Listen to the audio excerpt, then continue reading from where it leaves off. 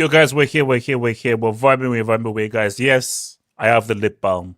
I Because was for your dry insulted. lips, your dry I was- lips. You should,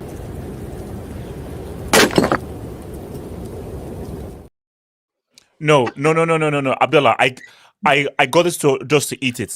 That's what I got this for. I got this just to eat it, because I like to eat lip balm. That's why I got it. I got it just to eat it. Is that Why why else do you think I got lip balm?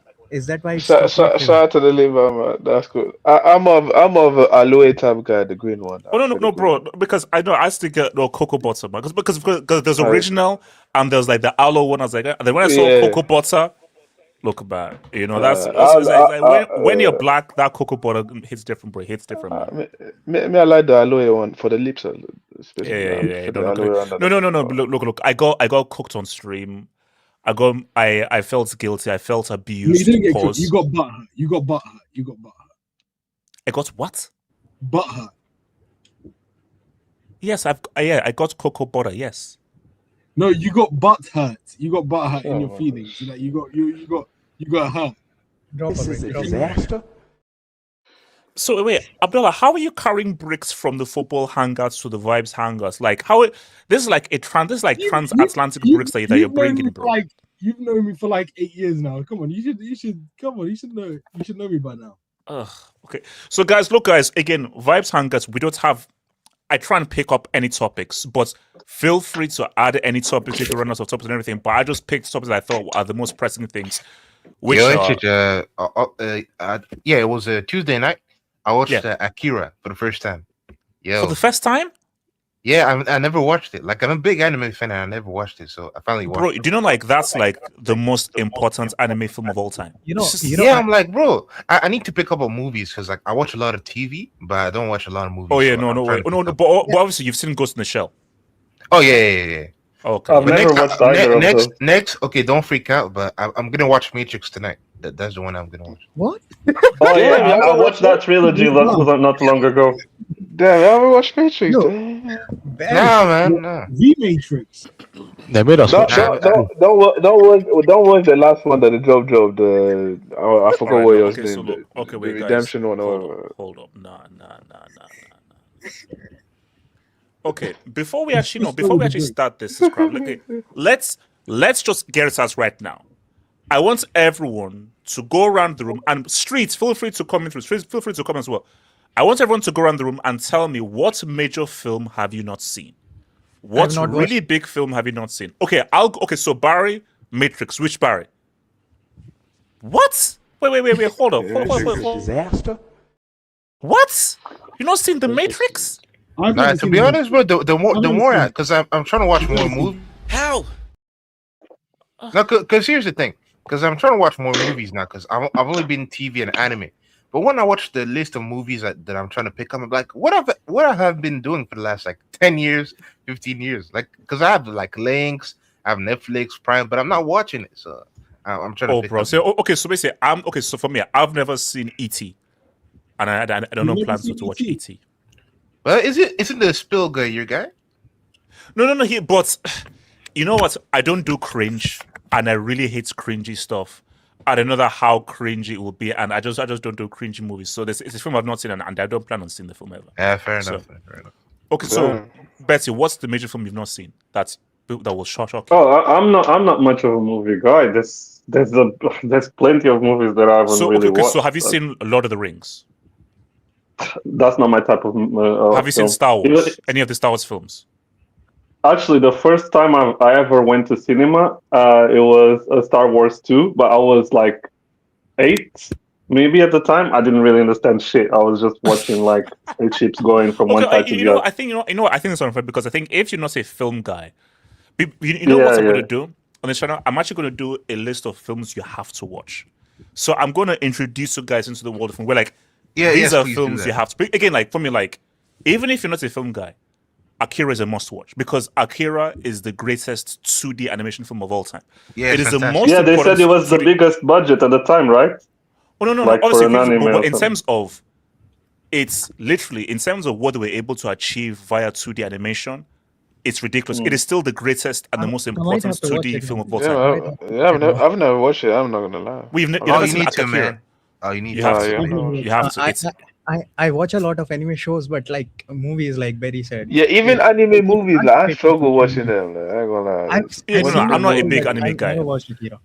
Yeah, but this is Oh man. old. This is old school. Yeah, that's old. film. Yeah, that's what. It's not. So I mean, It's that's not what, this. even It's not this new even some. type of anime with the girl, Yeah, no, no. with the big eyes. That's No, that's so with the. Yeah, no, not because I'm crazy.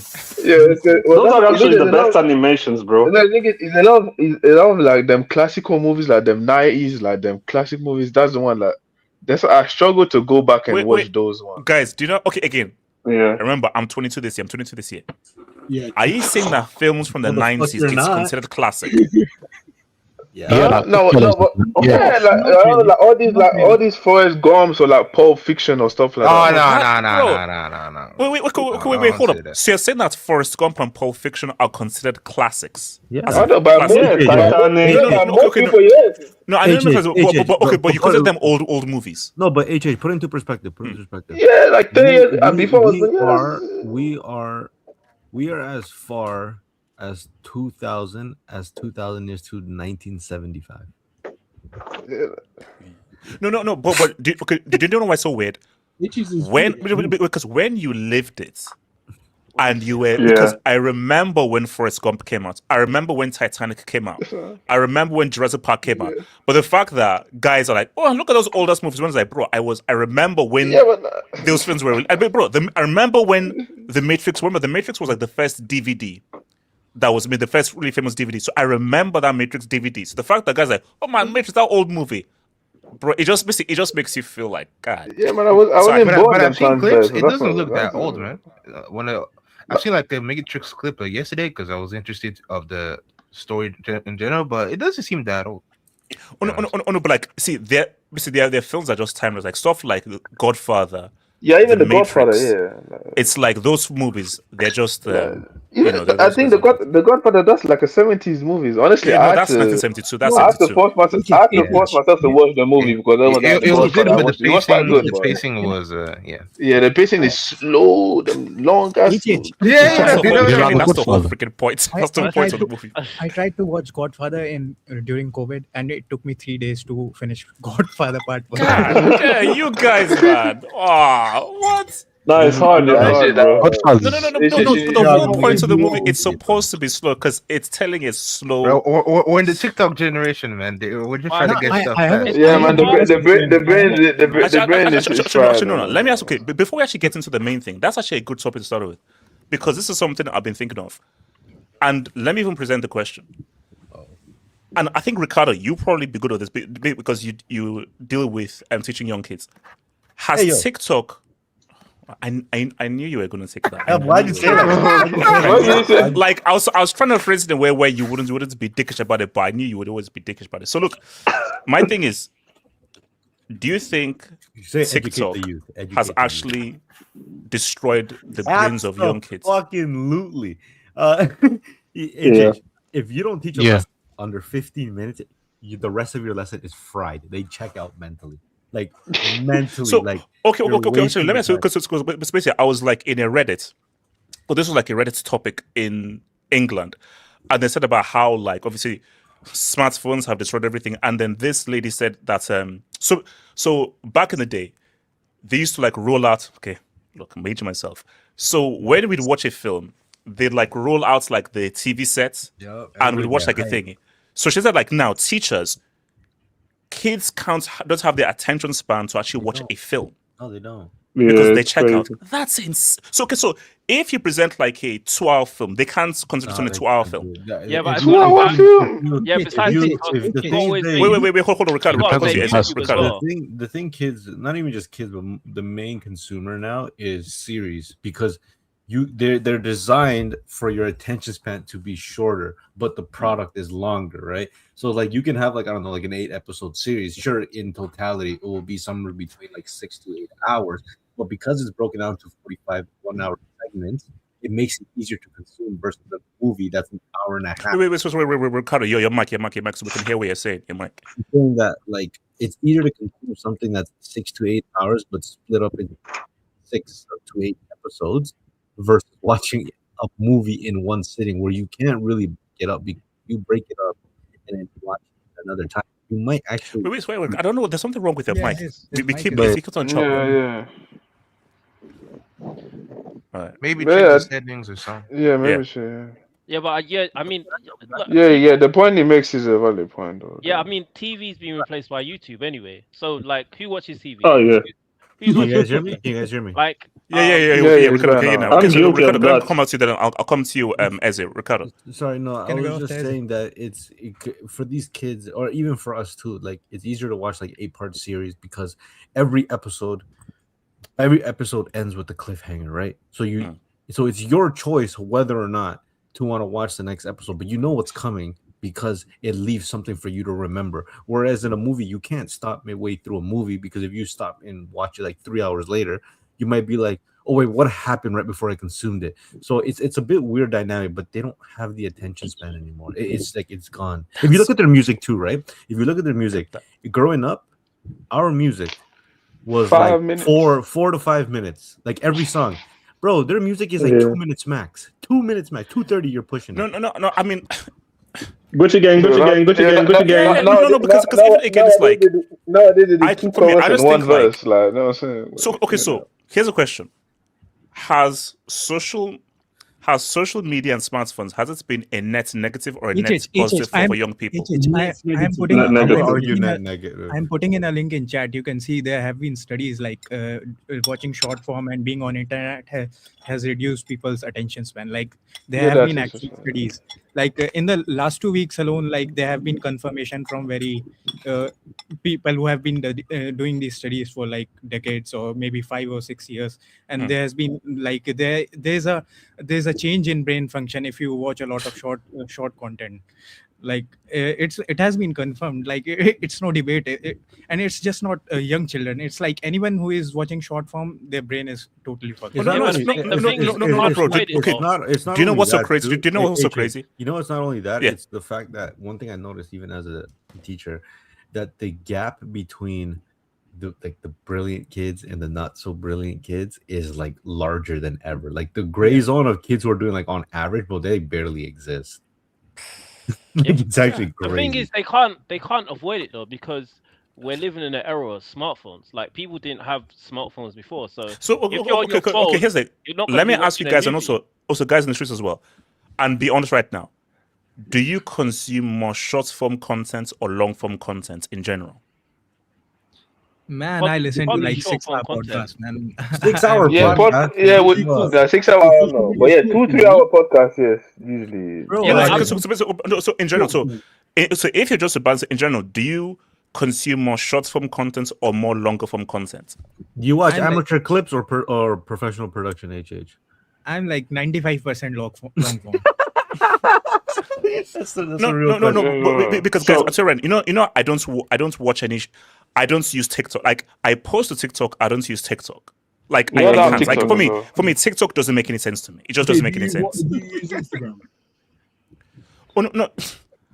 I use basically because I know people on Instagram. I use Instagram just to keep up with what people are doing.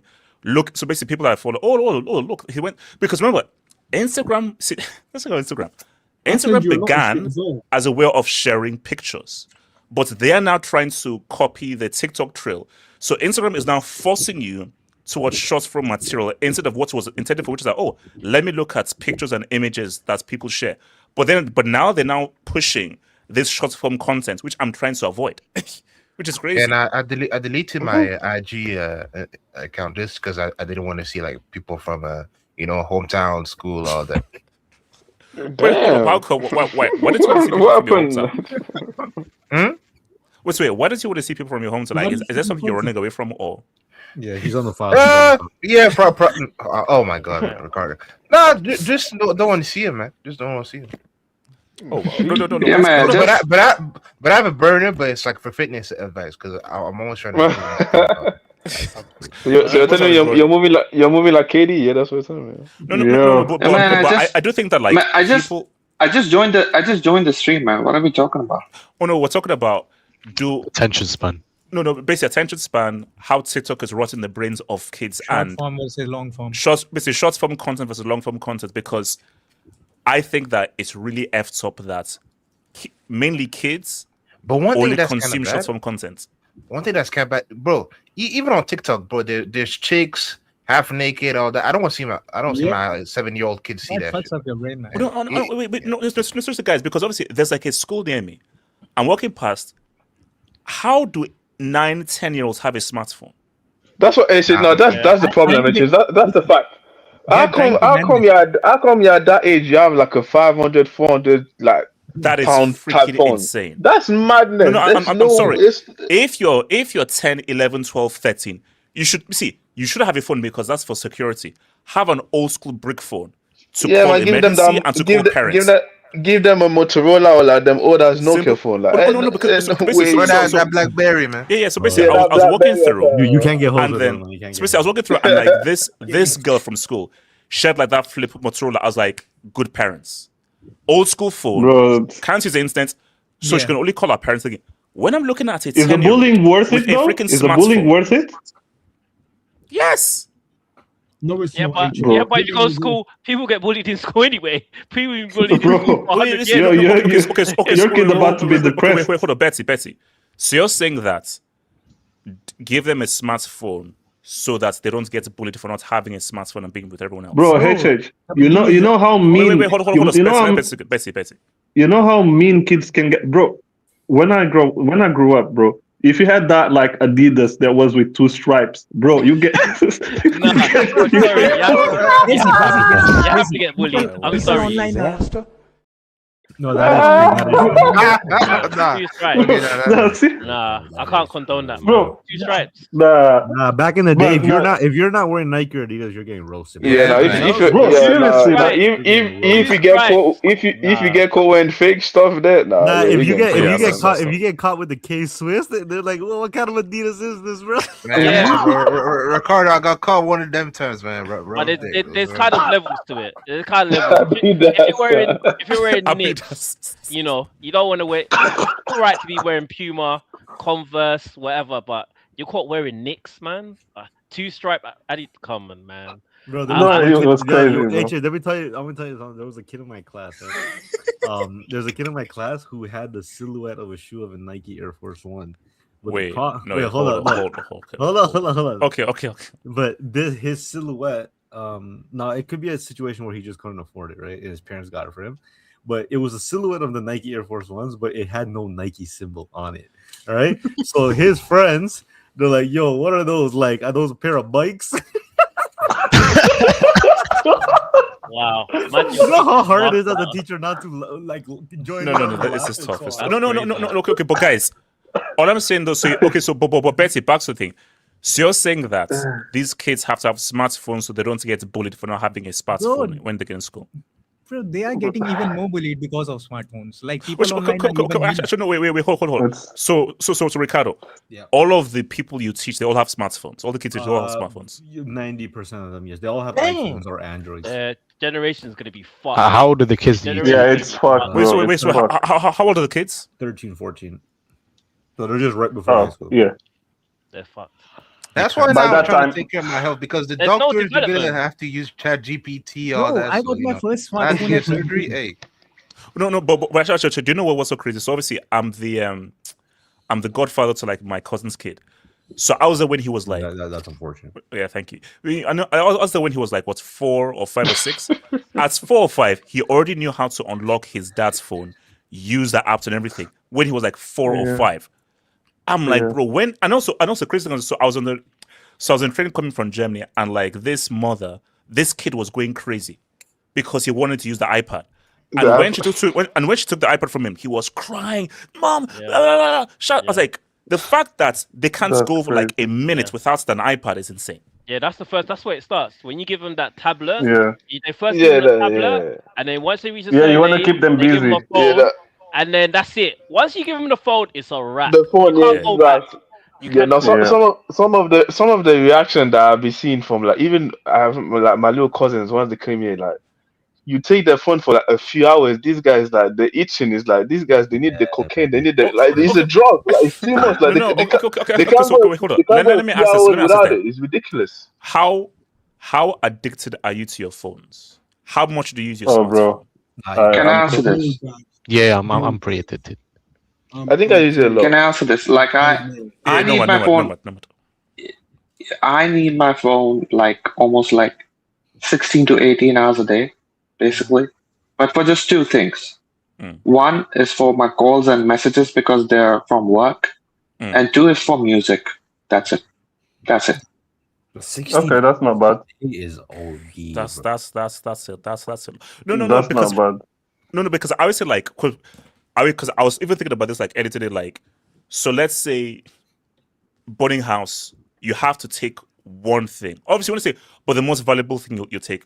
For me, I say the thing I take is my laptop, because that's where all my work is and everything. Cap. That's where the cheese pizza is at. Stop lying, man. You can't fool me. Trust me, seriously. Like, I know most guys would say phone. Actually, my PS5 is very high. You don't want to know how high my PS5 is. I'm taking but my the first thing is my laptop, because bro, that's everything. That's my music, my work, everything, my editing, everything. I think mine too would be laptop. Like mine is 13 or 14 hours average.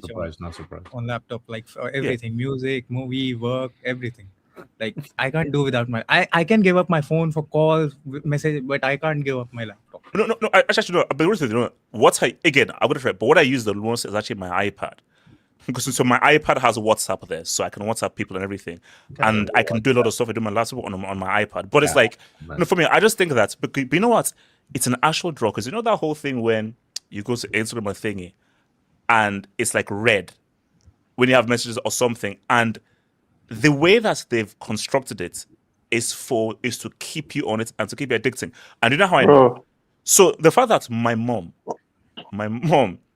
all she does is just send YouTube shorts in the family chat. And My mom's the same, bro. She sends like a short. She sends a short of like, no. My mom was like, oh my gosh, like she was like, oh my gosh, did you see what Jen Jackson said and everything? And then me and my brother were like, Mom, you know that's AI. Yeah, exactly. Oh, okay.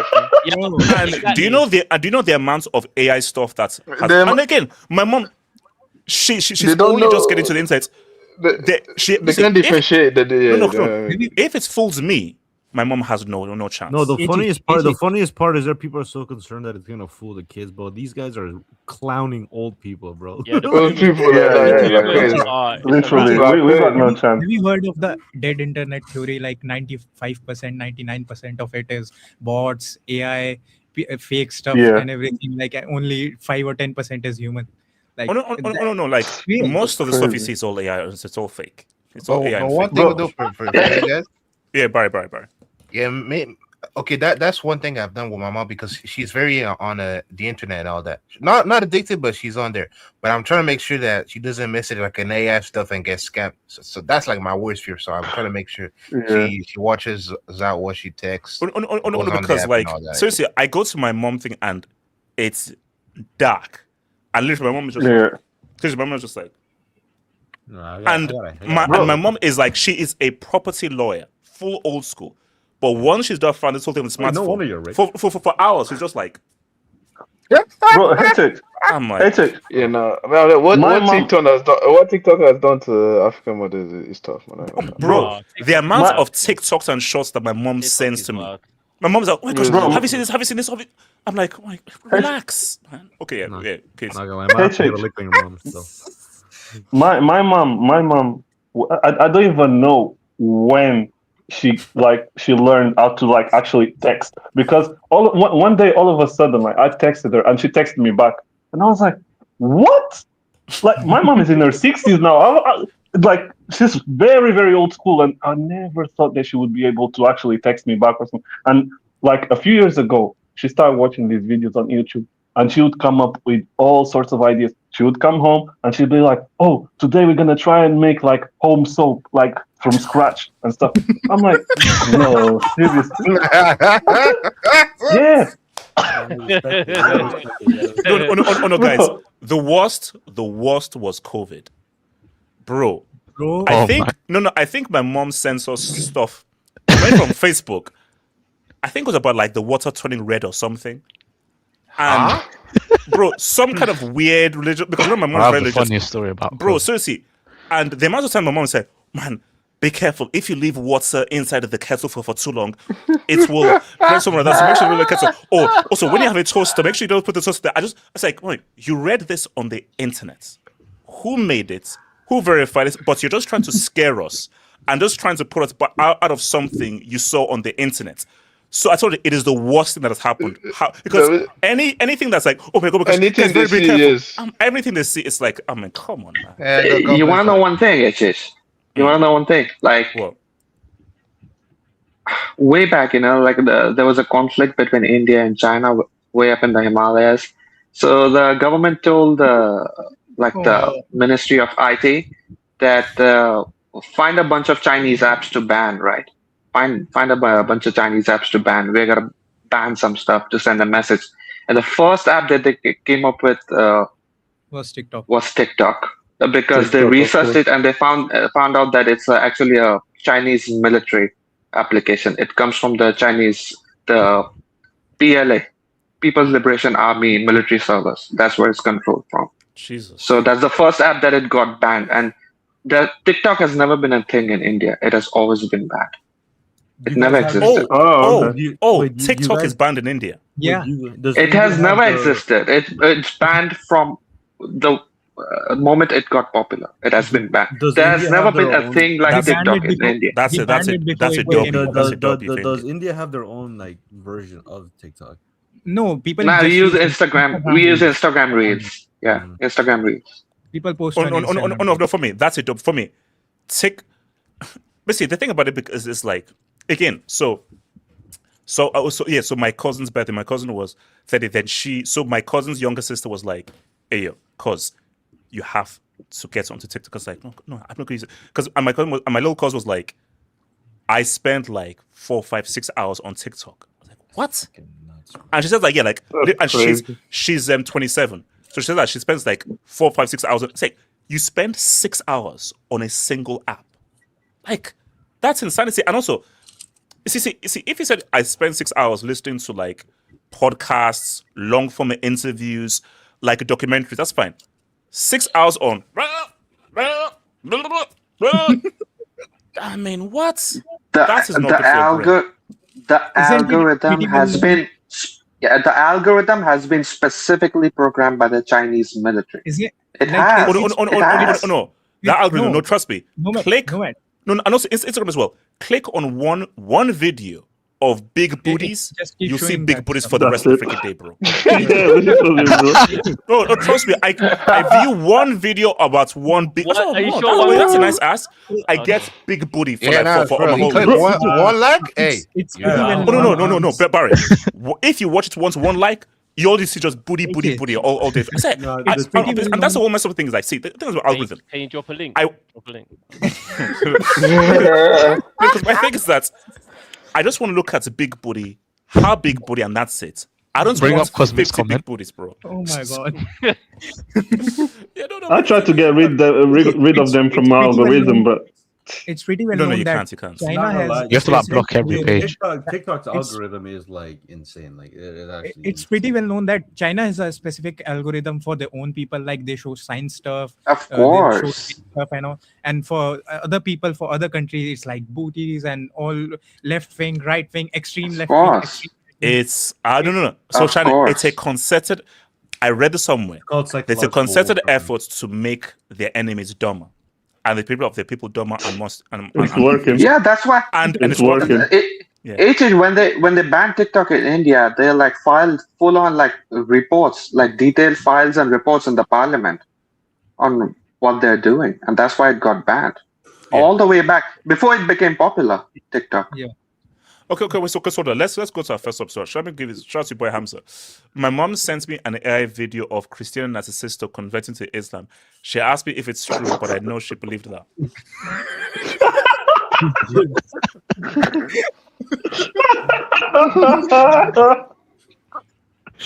Guys, seriously. Guys, I clicked on one Cristiano Messi AI thing. Oh my god! Everything I God. see is Cristiano is That's the Jewish. worst. Cristiano is according to Judaism. Cristiano as Islam. Cristiano as African. Cristiano doing juju. Cristiano and the amount of AI Cristiano Messi stuff I'm seeing, I'm It's like, bad, man. I just It's clicked bad. on one. Dude, Just one. my mom thought like Cristiano and Messi were on some best friend wave, bro, because there were all those AI. Bro, I saw one. These guys were like in the. Messi at all, mom. Like, what are you doing? I saw one. They were here on the streets of London, and they were dressed up like the Mandem, and they were going there's on a few of those ones. Yeah. They were going- They're actually hilarious, though. Those Yeah. Messi. No. They are hilarious, bro. They Like make- no, they make Ronaldo look like a fucking psycho. but you know when I had to stop? This one had to stop. I think Barry know. When I saw Stephen Hawking jump off like a hell in a cell cage and do like bring it up, Bro, they've got Queen Elizabeth rapping in real, bro. No, best. The Queen Elizabeth stuff is outstanding. You know which ones are the It's worst? outstanding. You know which ones are the worst? The Charlie Kirk ones. Oh my! All right. Oh Okay. my So- god. Okay. They ruined that guy's. okay. Bro, let me go to the I first thing. could escape it for a week. So guys, let me. Okay, guys. Okay. Zooming on my AVI quickly. Wait. Is that Labil or Eze? Is it Labil? Yes, me. Yeah, zoom into my. Oh no. Oh my god. Oh God. Wait, what? Okay. No. Go. Whoa, So guys, my thing is that. They're trying to get him. Do you think this Trump thing is staged or these guys are trying to get it? Stage 100% staged. 100% staged. 100%. Of course you'll say that. Okay. Of course you'll say that. Abdallah. Of course you'll say that. Okay, Abdallah. 100%. Of course. Okay, Abdallah. What proof do you have that it's 100%. staged? Okay, explain, Abdallah. Explain. I'm telling you why. Majority of his followers who were big supporters of his. Let me explain. The reason is that they are withdrawing their support for man like Tangerine Terrorist. They are withdrawing their support for him because of this war. And in my opinion, this is trying to drag in sympathy for the man for trying to say, oh, he's being targeted by the elites, by is not real, and so on and so on. In my 100%, this is fake. 100%. I mean, definitely the first one was dodgy. First, I mean, how he dodged the bullet and it just Yeah. No. You see, yeah. That first one, No. You see, I'm with you. The first one I think is real. This second one, I have questions. You're trying to wait. The White House press dinner. No, this is the third one. They try to get him the second time out of a golf course. They were shooting him. Yeah. That one. Oh, Jesus. Yeah, they're Okay, trying wow, to three get times. To be honest, just shows that Ricardo, continue. Ricardo. Can I go off the BS? these things is like Trump is such a polarizing character, and the way politics has been so much more relevant, I think, to the average person than it has before. It's hard. Like, it doesn't surprise me that this is happening, and I have no reason to believe that it's not fake. Just mainly because I think anybody could rationally have predicted that at some point this could happen, right? And I just on the idea that the first one, like, if anybody calls the first one fake, I just think you're delusional. Like, Yeah. you know how accurate to, like, let's just say in a real world that was fake, right? Do you have any idea how insanely accurate as a marksman you have to be to make sure you hit him, but not kill him, and you literally like grazed his ear? Like, it's an insane precision. Like, there's no shooter in the world that can do that just off pure skill. Like, there's always an element of luck there. Now, the problem is that if you start questioning everything, and it's not necessarily just down to, you know, this particular topic, if you start questioning everything, so it's good to have skepticism, but when you not start questioning everything, then you really have no backbone to stand on anything. Because, like, what is your belief based on? Now, could this technically be staged? I mean, it doesn't seem as insane as the previous two, because the other two were kind of hard to deny that they were true. This one, unless haven't seen all the entirety of the clips, but I don't believe these things are faked. I'm sorry, but by default, for me, anything that comes out of Trump's mouth, by default, it's not that I'm like some super ass like left wing liberal that hates Trump because he's against this and that. Yeah, you are. For me, no, this guy was coming to office and he said that he was gonna do whatever about Epstein, right? He's coming to the office. We know he's on the files. He's in the island, and he was talking about why is everyone worried about this guy? He's a bum. Let's forget about it, right? This is the same guy that said like they're not gonna go to war, and what he's gone and done. He's gone to war, right? So wars. yeah, so he's gone to war. For me, I just by default, most politicians I don't believe what they say. It's not a case of I despise They're all Trump for whatever scum. reason. They're all scum. I reckon most politicians are corrupt, but by default I'm just skeptical. By default I'm just skeptical. Just normal politician. Wait, are you skeptical particularly towards him or just politicians in general? Sorry. Politicians in general, but he has shown us bold-faced lies where he says I'm going to do this, but then he's gone and done the opposite. Yeah, but faking, anyway. trying to fake assassinations is like, what benefit is it? That's him? no for me. I think for me, for sympathy. you can that bullrun. I don't think people are going to have. You can say a lot of, but like I think, let me see. Put it this way, that's first one. I'm sorry, like based on what I saw, there's no evidence of that of him faking that. This okay. I just have questions. My question is, unless this is the dumbest person on planet Earth, you're trying to kill Trump at the White House press dinner. Like when we've seen like whether it's pretty iconic. John Wilkes Booth, freaking Lee Harvey Oswald, the guys, open space, lots of people, marksmanship, bring through as that's your best chance. A press dinner where you know that it's an enclosed space, heavily guarded, that is the worst place to try to kill him. So that's what I'm saying. Like, do you know what's so? Do you know what's so? Everyone's laughing. You got Caroline, his former secretary, laughing and joking after the incident happened. Because they don't expect it, man. They don't expect it. You got you've got Dana White making funny jokes and making snarky comments and laughing and joking. Like that says it all. And these are all Trump supporters, and they're laughing and joking after another assassination attempt. Like, are we living in the Truman Show at this point?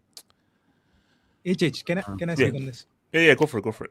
So I think Ricardo said it, like trying to fake your own assassination. I don't know how that helps, and I also agree that we have to be skeptical, because especially in politicians, like we have to be skeptical of them, and especially for Trump because of all his antics and all his bold-faced lies. So that's also right to be, not fully trust him or his word.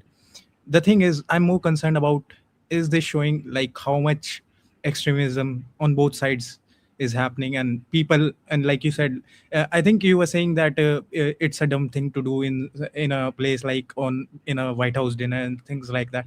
But isn't this a result of a normal person who has, like, his emotions have been boiling up, and he just without anything thinking just decided to go and shoot up Trump without any planning, and like that's just a result of extremism. Look, you know what I always say, like sometimes the truth is not actually very interesting. Maybe this is just an extremely stupid, very moronic guy who thought, I'm going to try and kill the president in the freaking White House president. Maybe you're just dealing with a complete moron. AJ is just someone who became polarized and just decided to act upon it without any planning, without anything. Like, that's probably the case. Yeah, I think this is more of a case of like people getting more and more polarized, especially on social media, because that's where it comes from. It's like social media culture, it downstreams from that. Like people on the right, because of all these people who are trying to be right wing, these streamers who are misogynist against men or against other races, and on left we have people like that guy who killed a medical healthcare CEO. Like this is a result of polarization. It's as the thing is though, the thing is with Trump though, Trump plays into that. Trump plays a big part. Yeah, in that. I agree. I agree with you. So I wouldn't be surprised if somebody did try to assassinate. I'm not saying it did happen, but if it is fake, I'm not surprised. I wouldn't be surprised if it was fake either. But for me, he goes out of his way to to polarize people. And I think in terms of the presidents that we've had in the States over the last, well, that I've known anyway, he's by far the most polarizing figure that I've ever seen. I think in politics, that I know of anyway, and I mean, including here. I mean, in the UK, I think only you could say maybe Tony Corbyn? Blair. You could Tony Blair, but he wasn't. No. Would you? I think I have a question. Tony Blair wasn't polarized. Just like once he went to the war in Iraq, then probably the most polarized I know in England was probably Jeremy Corbyn. I have a question, and this is for thing. I agree that Trump does play into like the polarization or the radicalism, but I would also argue that the entire existence of Trump and that actually helped him to propel him to the level he is today is because of pre-existing level of polarization that already existed before. Like, I think a fundamental reason why so many people support Trump, especially mainly right wingers, is because they got tired of dealing with radical leftist people. So I mean, it's not like he's bringing a new era of like, let's combat polarization with more polarization. I think there was already existing polarization, and he's just playing what the playing field was already is. And now we obviously have people realizing, oh shit, like, you know, I think though he has taken it to a whole different level. Yeah, for sure. I agree. The way people talk today, especially Twitter is the that is the public discourse space. The way people talk today to maybe the way people spoke maybe like 15 years ago is totally different. And one thing about Trump is that he came up, TikTok existed 2016. That's when it was founded. That's when he became president. And I rate him in terms of like his genius in terms of using social media, because especially when he was going against Hillary, she had no clue in terms of social media. He used it. And now the guy's back in office. The way the guy carries himself is just I've never seen a but also even on that point though, and this is maybe sounds like a very scary question, but we've got to ask it. Do you think he survives this term? How many years he has left? 2 years? No, I think 3. Because I think we're so. Yeah, not great. 2028. I think because less than two. I think he's out in 28. Is it 27 or 28? I think he makes it. 20th February. What do you mean? Like he's January 20. Oh, 2028. Jan 20th. Because I know that he's going to be there for the Olympics, and the Olympics is the summer of 28, I believe. Is it? Yeah, 2018. The election will happen. The problem is that the problem is that 2029. Politics have fallen off. Like, what good politics are around nowadays? Like, it's not like back in the day. I don't know. I mean, he's up the level since his last term. I mean, the guy posting a picture of himself as Jesus. Yeah. I mean, he's I don't think he can be consistent up until 2028. It's 2020. Yeah. No, because I think it was a point that even like Bill made is like, or Eze made is that this guy, he's so extreme, and he's doing things that I don't think we've ever seen any president or any American president do in modern history. It's crazy because again, like I remember Bush. Bush was just, let's be real. Dick Cheney ran the country. Bush was just there just to be a stooge. So Bush did not really have any agency. But Trump is such an outlier, and he's so out there because he's not. But he's not even Republican because he's such a loose cannon. That's because Bush was just. This is just a hardcore old school Republican doing what his dad was pretty much doing.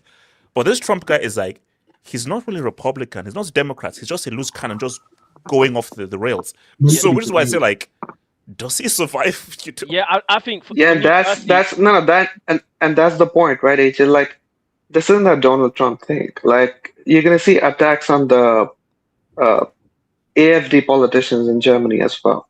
Like, once a reform comes to power, you'll see attacks on Tommy Robinson as well. Guaranteed. Write it down. Write it down now. Write it down. Because the left has always expected right to react in a very, George Bush kind of a way. Very old school right wing, kind of conservative, politics.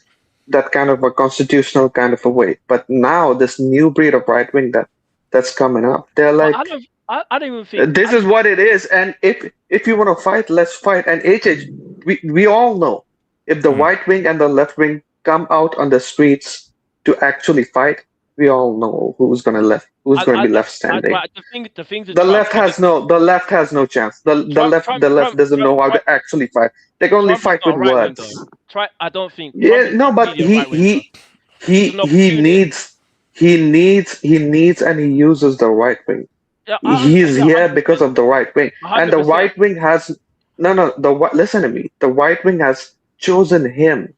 The right wing is using him to attack their opponents. They don't give a fuck about him. If he's gone in 2 years, the right wing will be very, very happy with him being replaced by someone else as long as he serves them. No, but my thing though is that I think you have to understand that this is a personal crusade for Trump. You try to put me into jail. You try to deny me this. You try to put me down. You try to put everything against me.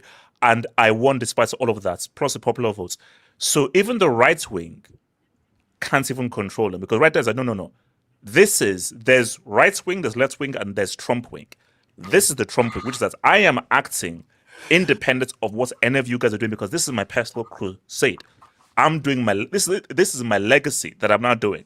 And once you have a guy doing like that, every day you just hold your breath to like, what the heck is this guy going to do? Because this is an individual, just literally. Is this Git or Doi? Bro, say what you want, bro. The fact this guy incited an attack on Capitol Hill, and this guy was almost convicted, and this guy is back as president, is the greatest Git and Doi of all time. The guy's freestyling at the most important first time. Greater than Maradona and Napoli. How much is it down to the fact that it is for the first time, like it is not someone who is a career politician or who is unprofessional who has become the president? Like no. It's because the Democrats can put a decent candidate against the Republicans. Joe Biden, Kamala Harris. Fuck you. How about that? Whoa. That's what I was saying. Politics have fallen off. He's right, No, Matt, to your point, like I don't argue with that. Like, yeah, definitely they haven't put up a good opposition. But the thing is, like, Trump not being a career politician or being not knowing the know-how of how these things work in DC, and like him being totally unprofessional and his antics, has that made the like atmosphere more polarized than it would have been if someone from their side was more of a career politician? And in the like in all Western countries, haven't you watched how the minorities, how the significant like portion of the minorities, racial minorities, they are now shifted to the right? Like Trump doesn't win the popular vote so easily, and the left keeps preaching to us, we are the party of the racial minorities. We're gonna do things for you. We can do the white supremacists on the right. They hate you. They're gonna. How about you lick my nuts? Yeah, how about that? Okay, That's because pause. Come on, man. Yeah, that's because when people vote, there's only two options. Okay. Let me give you a good example. Jeremy Corbyn in England. Jeremy Corbyn, the reason why he was sort of ousted was he wasn't a good politician. Whether you agree or disagree, he was what he was. The guy was, I am this, fully left, liberal, this and that and everything. But especially in England, because England is a very cynical country. And English people are always very cynical and look at all the little stuff. And a guy who is purely something doesn't really do well. However, as what I've said before, and this is discussion that me and my partner have been having, reform are going to rule England very soon. It's not a matter of if, it's just a matter of when. Eventually, with the way that England is going, an extreme right-wing party is going to lead England.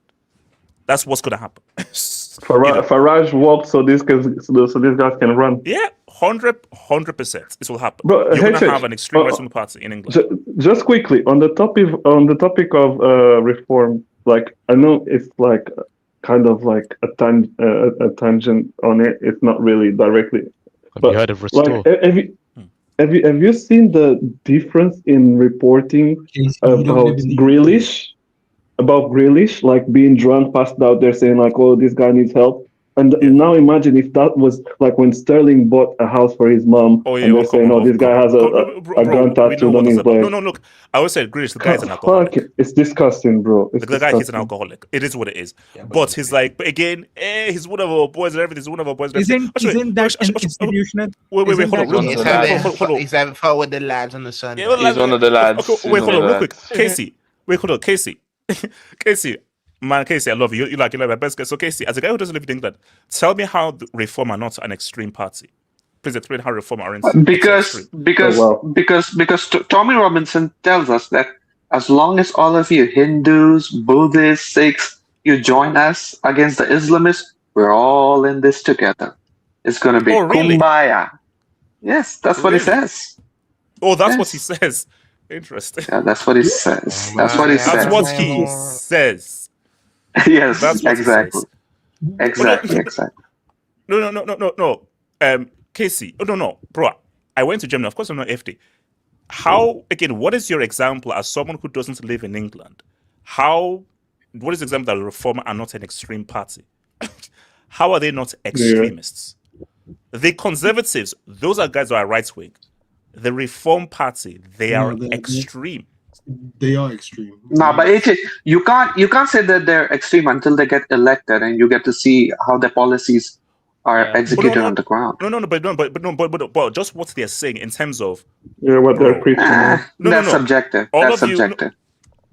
You don't live in the UK to say but they are diluting their policies. I can listen to the same words, dude. He's talking about what they're saying. He's saying once they come into office, then you know, just like the regular politician says, I'm gonna lower taxes, but when they come to the office, they don't do that. Yeah, exactly.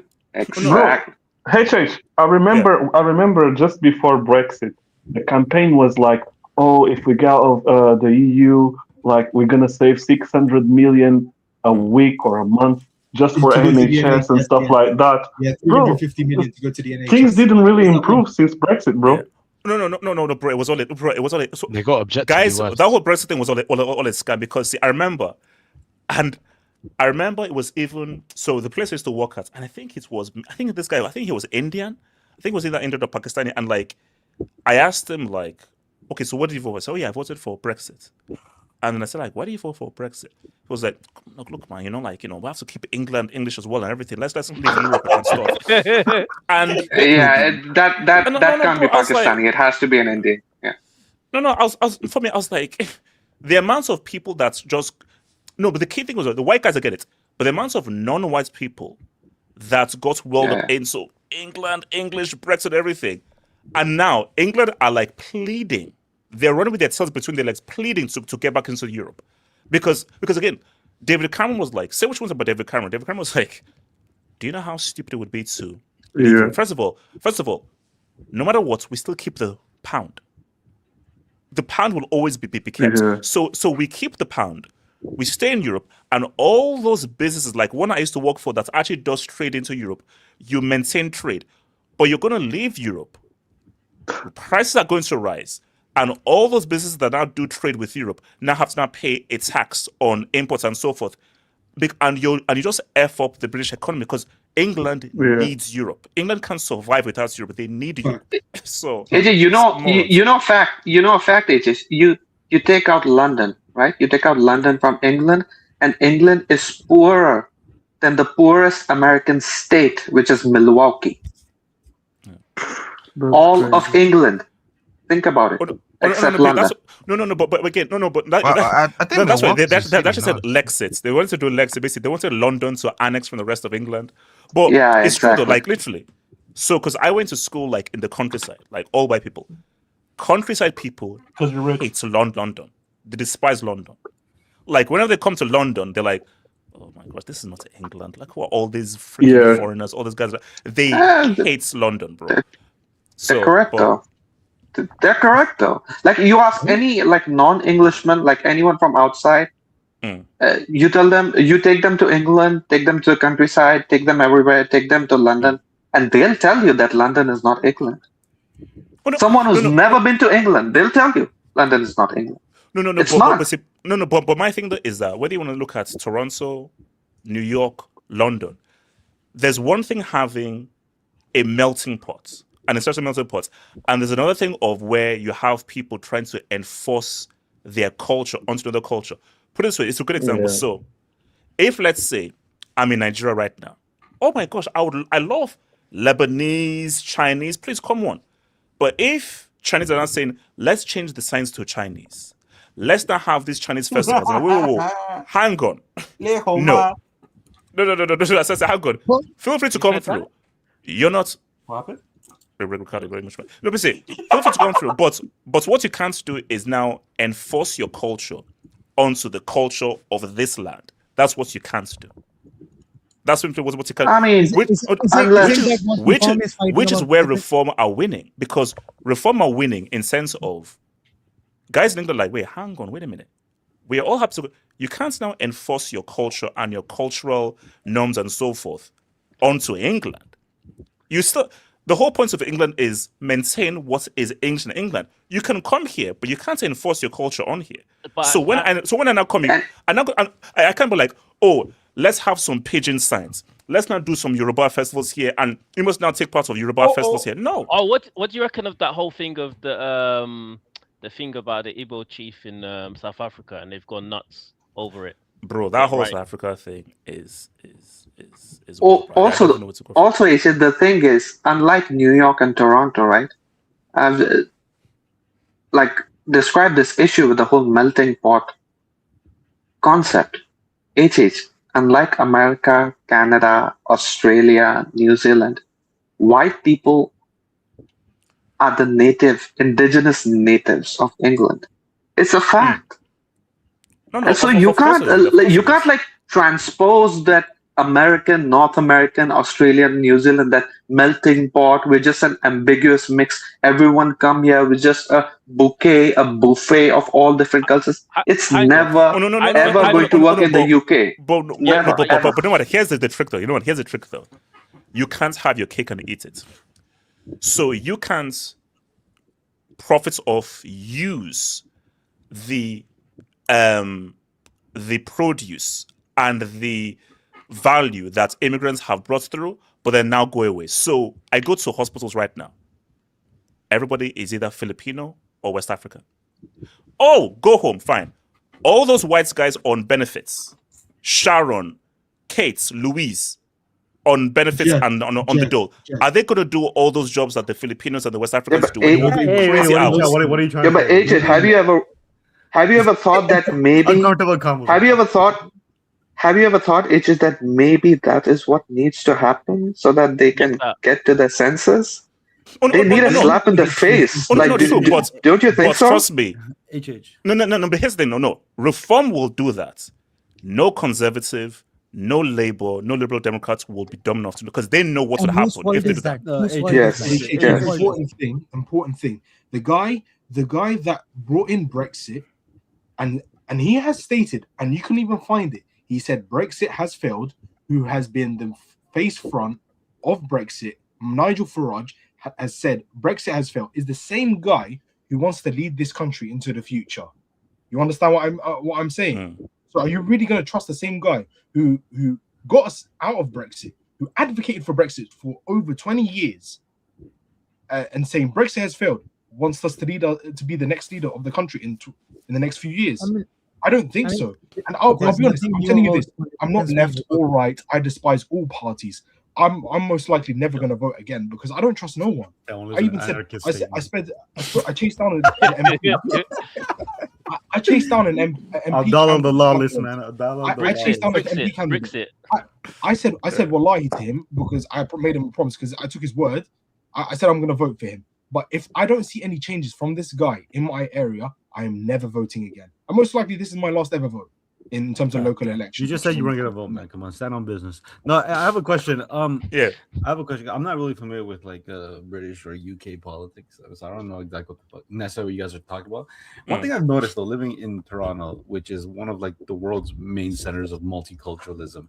Yeah. One thing I've noticed, maybe this might be uniquely Canadian, just because of how the world perceives Canadians and the reputation Canadians have to live up to, where we're like all thing and multiculturalism, that's our brand, right? One thing I've noticed living in Toronto is that I don't think people have a problem with accepting multiculturalism and diversity. I think what people mainly have a problem, which is happening right now, is when you have a little bit too much of something and it's starting to dominate the it's starting to pretty much go against what multiculturalism was supposed to be. So, for example, a lot of shout out to Brampton. Yeah, very no. So here in Toronto, which Brampton's not even a part of Toronto, but it's whatever. But it's the greater Toronto area.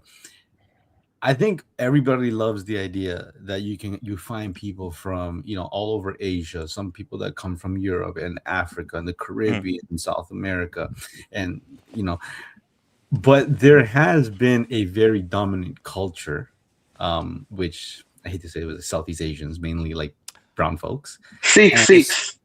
It's not just Sikhs. It's not just Sikhs. Wait, hold on. It's what's happening in England right now, especially in London. I could imagine it's not just Sikhs though, because there is. See, the thing is, you give too much credit to people to be able to distinguish that it's specifically Sikhs, right? Now, I have Canadian-born, Canadian-born Indian friends, and they obviously have more nuance because they understand that the idea of India being this unified identity isn't true. Like you're depending on where you're from in India, you live a very different culture, right? They will tell you, no, it's the Sikh people, and then some people will say it's these people, and then some people will say it's that people. The problem is that people who are not Southeast Asian or are Indian or whatever, they group them all together. So whether you're Pakistani, whether you're Indian, whether you're Sri Lankan, to the majority of people, you're all the same to us. Kind of. So you get shout out to your education system, bro. This is not specifically. This is not exclusively a Canadian issue. Like, it's like the same thing. Yeah, it's a North American issue. No. I know. Okay, I'll give an example now. So, my brother lives in Birmingham. And my brother's in the UK or in UK. Okay. And he says like in Birmingham, it's very heavy. And I think if you've heard Jason talk about it, it's very heavily Indian. Birmingham, very heavily Indian. So. My thing though is you can go to some places in Birmingham where you're not in England anymore. You're like in a completely different country. So my brother's like, then so he says, okay, so what's the point in coming to England then? If you're going to completely reshape a place where you're pretty much bringing your country to this country, then it's like, then you negate the whole point of coming to this country in the first place. Yeah, no, but sure, but for example, for example, me coming to England right now, I know that once I leave that front door, pidgin, some small Yoruba, some small slang leaves from that front door. When I go to school, I've got to assimilate. I've got to adapt.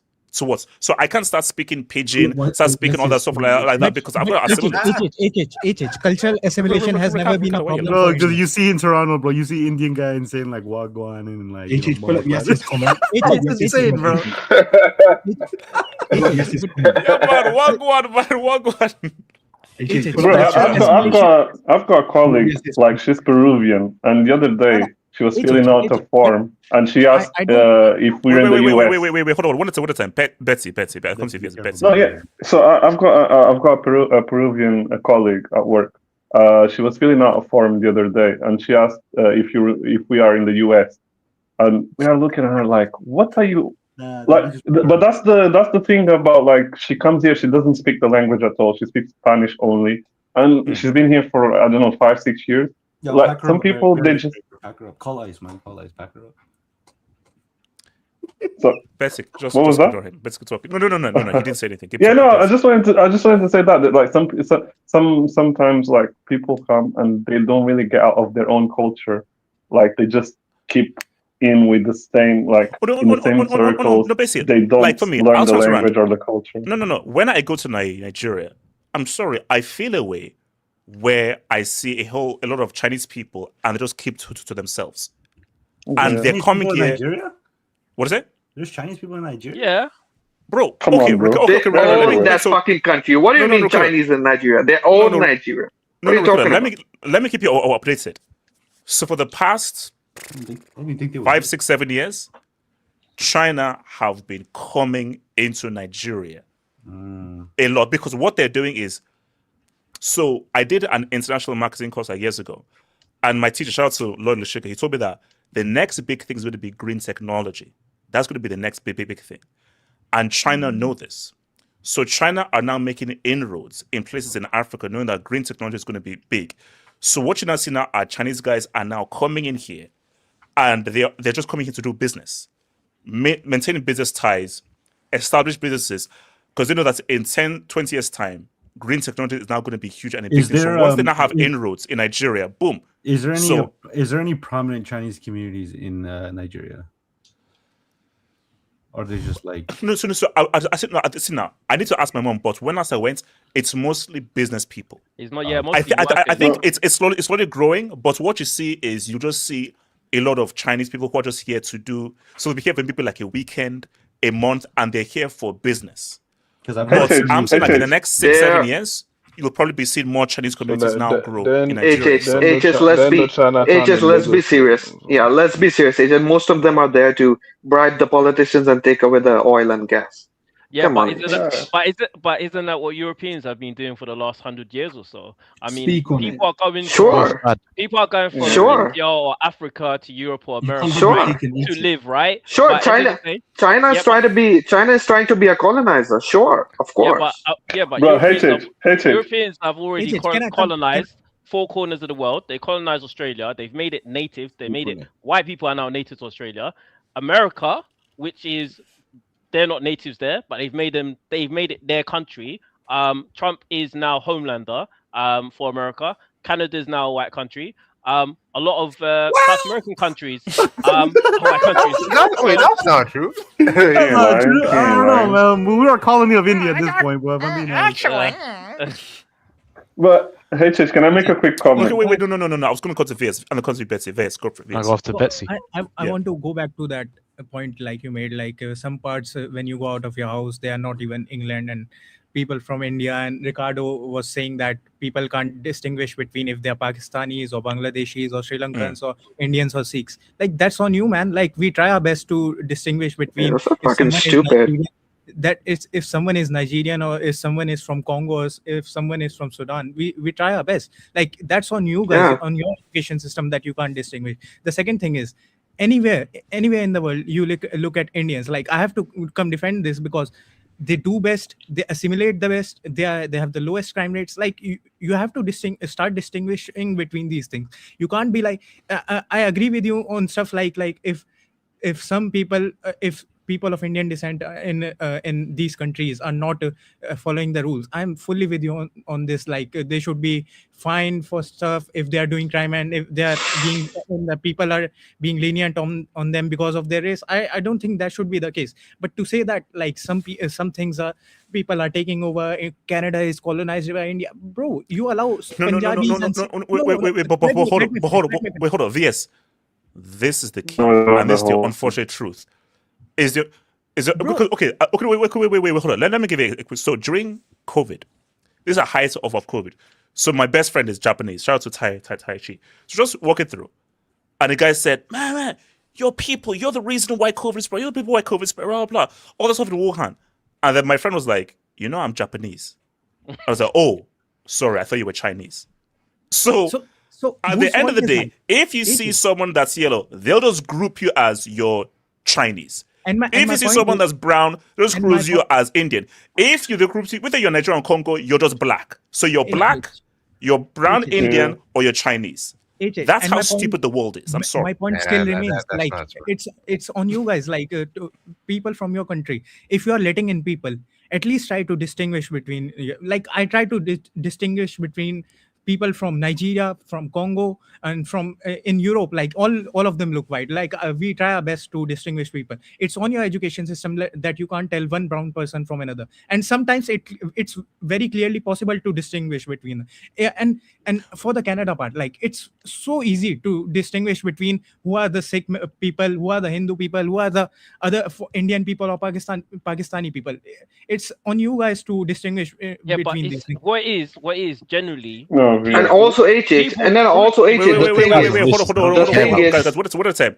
Eze, Betsy, and then Nomad. In Eze. general, people tend to group people in a certain group, right? Like, for example, when people call black people the N-word, they're not talking specifically Nigerians or Congolese or Jamaicans.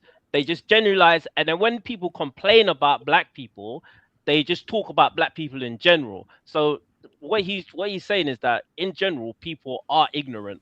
They're not gonna be able to distinguish a lot of time. And then there are some people that are able to do that. But end of the day, it's just the world we live in, where people are gonna. But yeah, I mean, at a moment in time, they are fueling the fire. I mean, in politics, and it's also a wait, hold on. Let me go to Betsy and then Nomad. Wait, hold on. Betsy and then Nomad. Betsy, go for it. Yeah, actually picking up on what VS was saying, it's a little bit like it's very difficult, like just looking from afar to distinguish who is who. Like if I look at the guy like he's tall, he's blonde, and he's got blue eyes, I can't distinguish if he's German or Austrian, like or Scandinavian.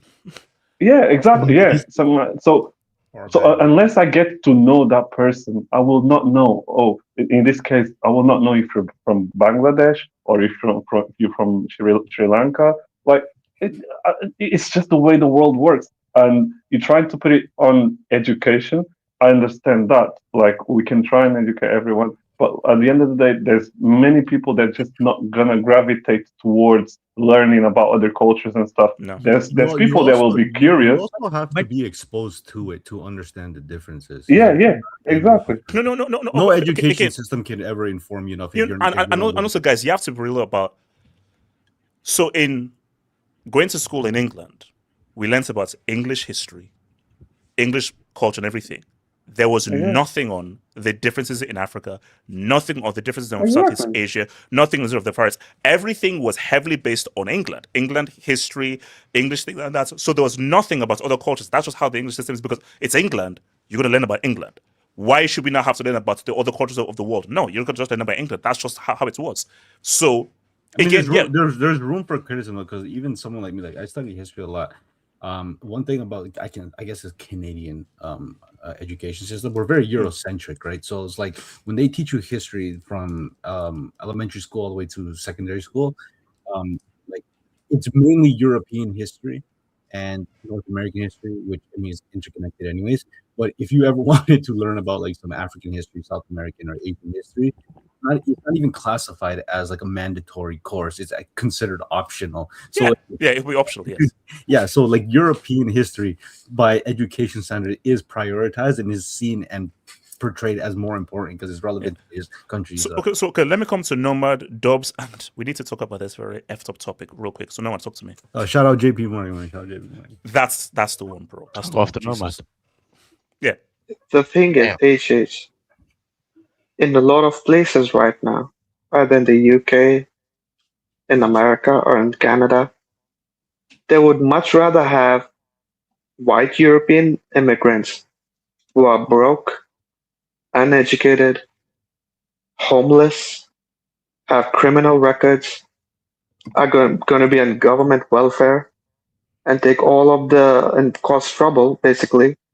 They'd rather much have those immigrants than have black or brown immigrants with double PhDs and 20 years of work experience.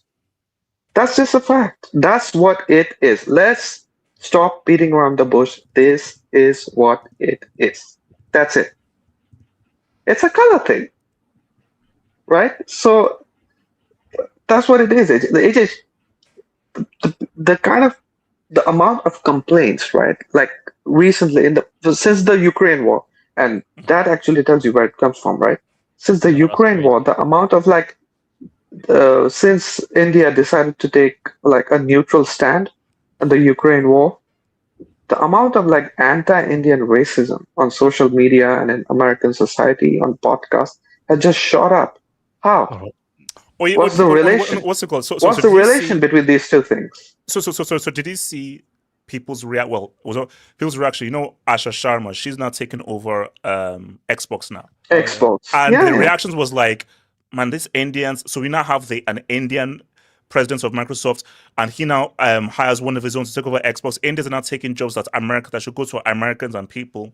So, you know. Yeah, and she's actually done well since coming over. She's changed a lot of things for the better, but they don't As care long as about there's a that, new right? Halo, as long as there's a new Halo on Xbox, then yeah. Yeah, but the thing is, Indians, right?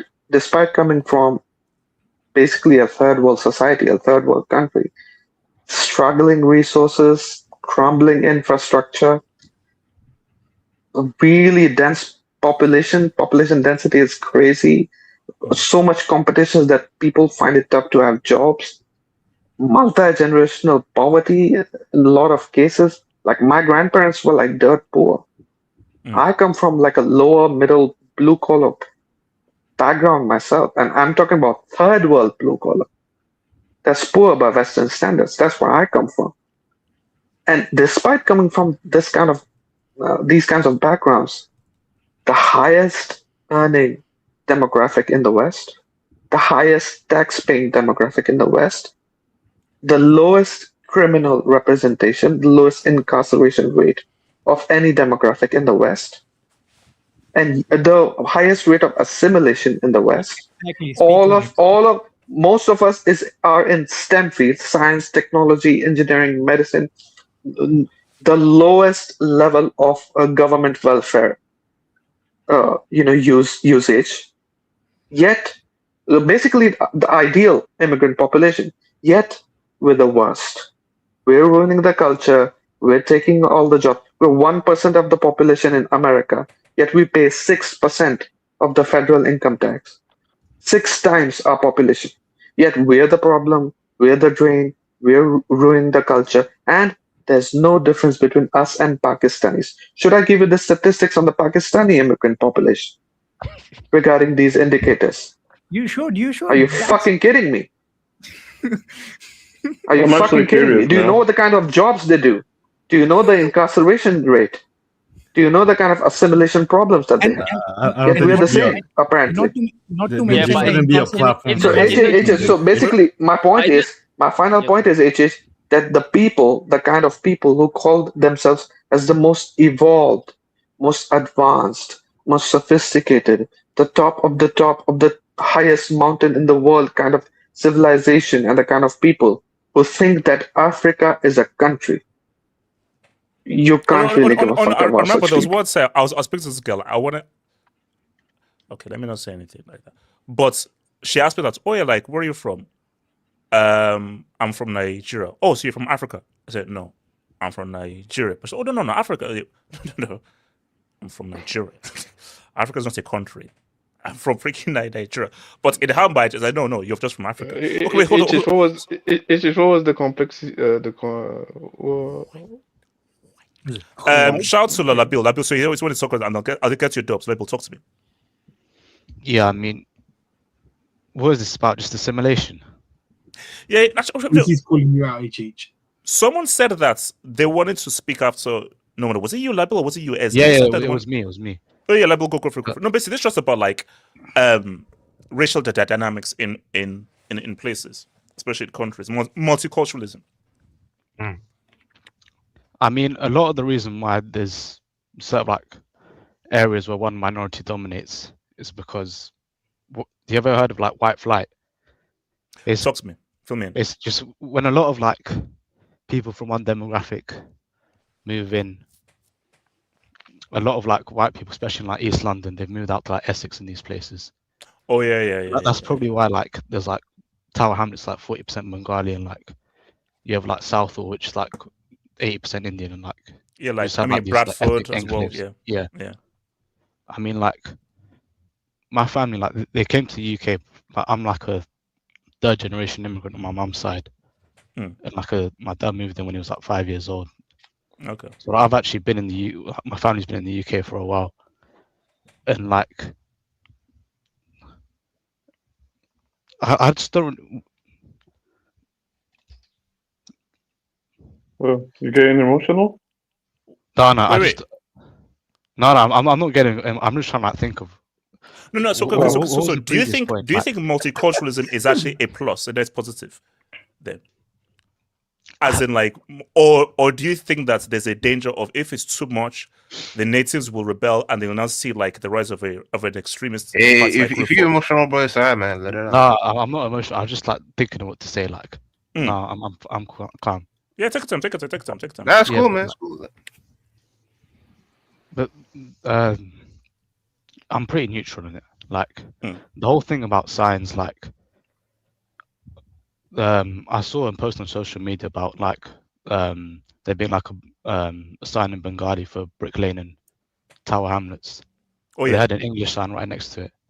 Hmm. So then I actually like got interested in it. I found out that like they actually have like the same thing like Little Italy in New York, where they have like a lot of Italians there. So they have like an Italian sign, just like pay homage to like that there being like a large. They Like, cast Italians. Yeah, but then the thing is, there's English signs in Nigeria. If you go to other countries, there's yeah, no, but colony tax though. Come on. yeah, Colony and tax. Nigeria's got like different ethnic groups as well. So, No, English. I forgot basic Nigerian history, man. Come on, man. That's true. No, bro. I mean, English is the main it's still language. like English is the main language in national Nigeria. language. Yeah, the main language. That's so that's the main why language. it would be It's like just There is so. like one Isn't more your thing I country like named to after a address. British woman? There was Bro, Lugano's bitch named a country. That's why I just even like calling it Nigeria. Literally, Lugano's biatch said, "Hey, honey, why did you call it Nigeria? Oh, let's call it Nigeria." So we are named by Lugano's bitch. Lugano was the guy who was the country main named colonizer. after a white Lugano's woman. bitch named us Nigeria. So shout out to Oh, who's Lugano's Lugano? biatch. there, I mean, there Lugano was was like, like the guy in charge of Nigeria as a colony, and his biatch named us Nigeria. Hey, So you're even gonna say his name. That's how much you hate it. Who's gonna be host? there's yes, one more Labil, point. Labil. Someone was saying like, oh, white people need to like educate themselves on the difference between like different ethnic groups. That's never going to happen. The thing is, like, similar to what Nomad said about they don't really care about different ethnic groups. And I think there is like a common theme where, I mean, I might be generalizing a little bit, but there's a lot of people from South Asia, especially like India, who think like they're the chosen like model minority about white people. Oh, and think if I can just like, bring up some statistics, white people won't like racially abuse me. I mean, there's always going to be racist people. That's just always going to happen. No statistics will change their mind, and they just don't really care about the difference between like different ethnic groups. So the last thing I want to get to, so do you think that reform will take charge of England, or you don't think that that'll ever happen? I think they could win their next election, but the thing is, I'm looking at the polling and it's so even. So like anyone. Green Party are rising as well, and Green Yeah. Party could be taking votes away from Labour and Conservatives. So The thing is their leaders a bit like. Nuts. If they're the like. Corbyn was pretty unpopular at the time, but if he came around now, I actually think he might have had a chance. No. If Corbyn, because what he need is something extreme. The thing with all these guys is they're just in the middle. The way to beat an extreme is to go to another extreme. What's the name of that old white guy, England, like Bernie Sanders? Bernie Sanders is the only kind of a guy that actually beats Trump. Not Kamala Harris, not Hillary Clinton. You know, because to beat an extremist, you need another extremist. But you I can't think beat an it's- extremist Yeah, with the but guy the who's in thing the is, middle. Politics has changed as well. you know it, and you know it, and I know it. AJ, the far left is the domain of academics. The far left can never be as popular amongst the mass of blue collar, normal, lower middle class people as the far right does. It can't. There's no comparison. No. There's no comparison. No, you may be right, but let's see it. Let's see a really good, popular, far extreme left person go to AKA far extreme right person, and you may be right, normal, but let's at least see it. But wait, hold on. I need to get this done. So shout out to your boy. No. I need to get this done. Hold on. Shout out to your boy Hamza. Even if this big orange lard ass R word, not the insult for stability, was guts, it wouldn't do anything, as they'll just get like-minded shills in. When it falls like this, you just have the more power like the first attempt. Now, here's the thing. Again, no one is advocating for anyone to be killed. That's crazy.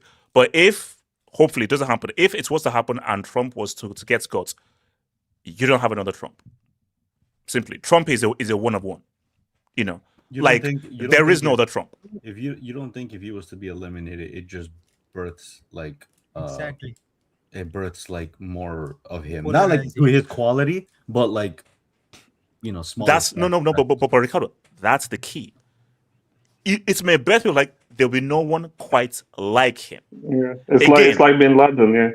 No. Oh my God. Or AH. No, yeah.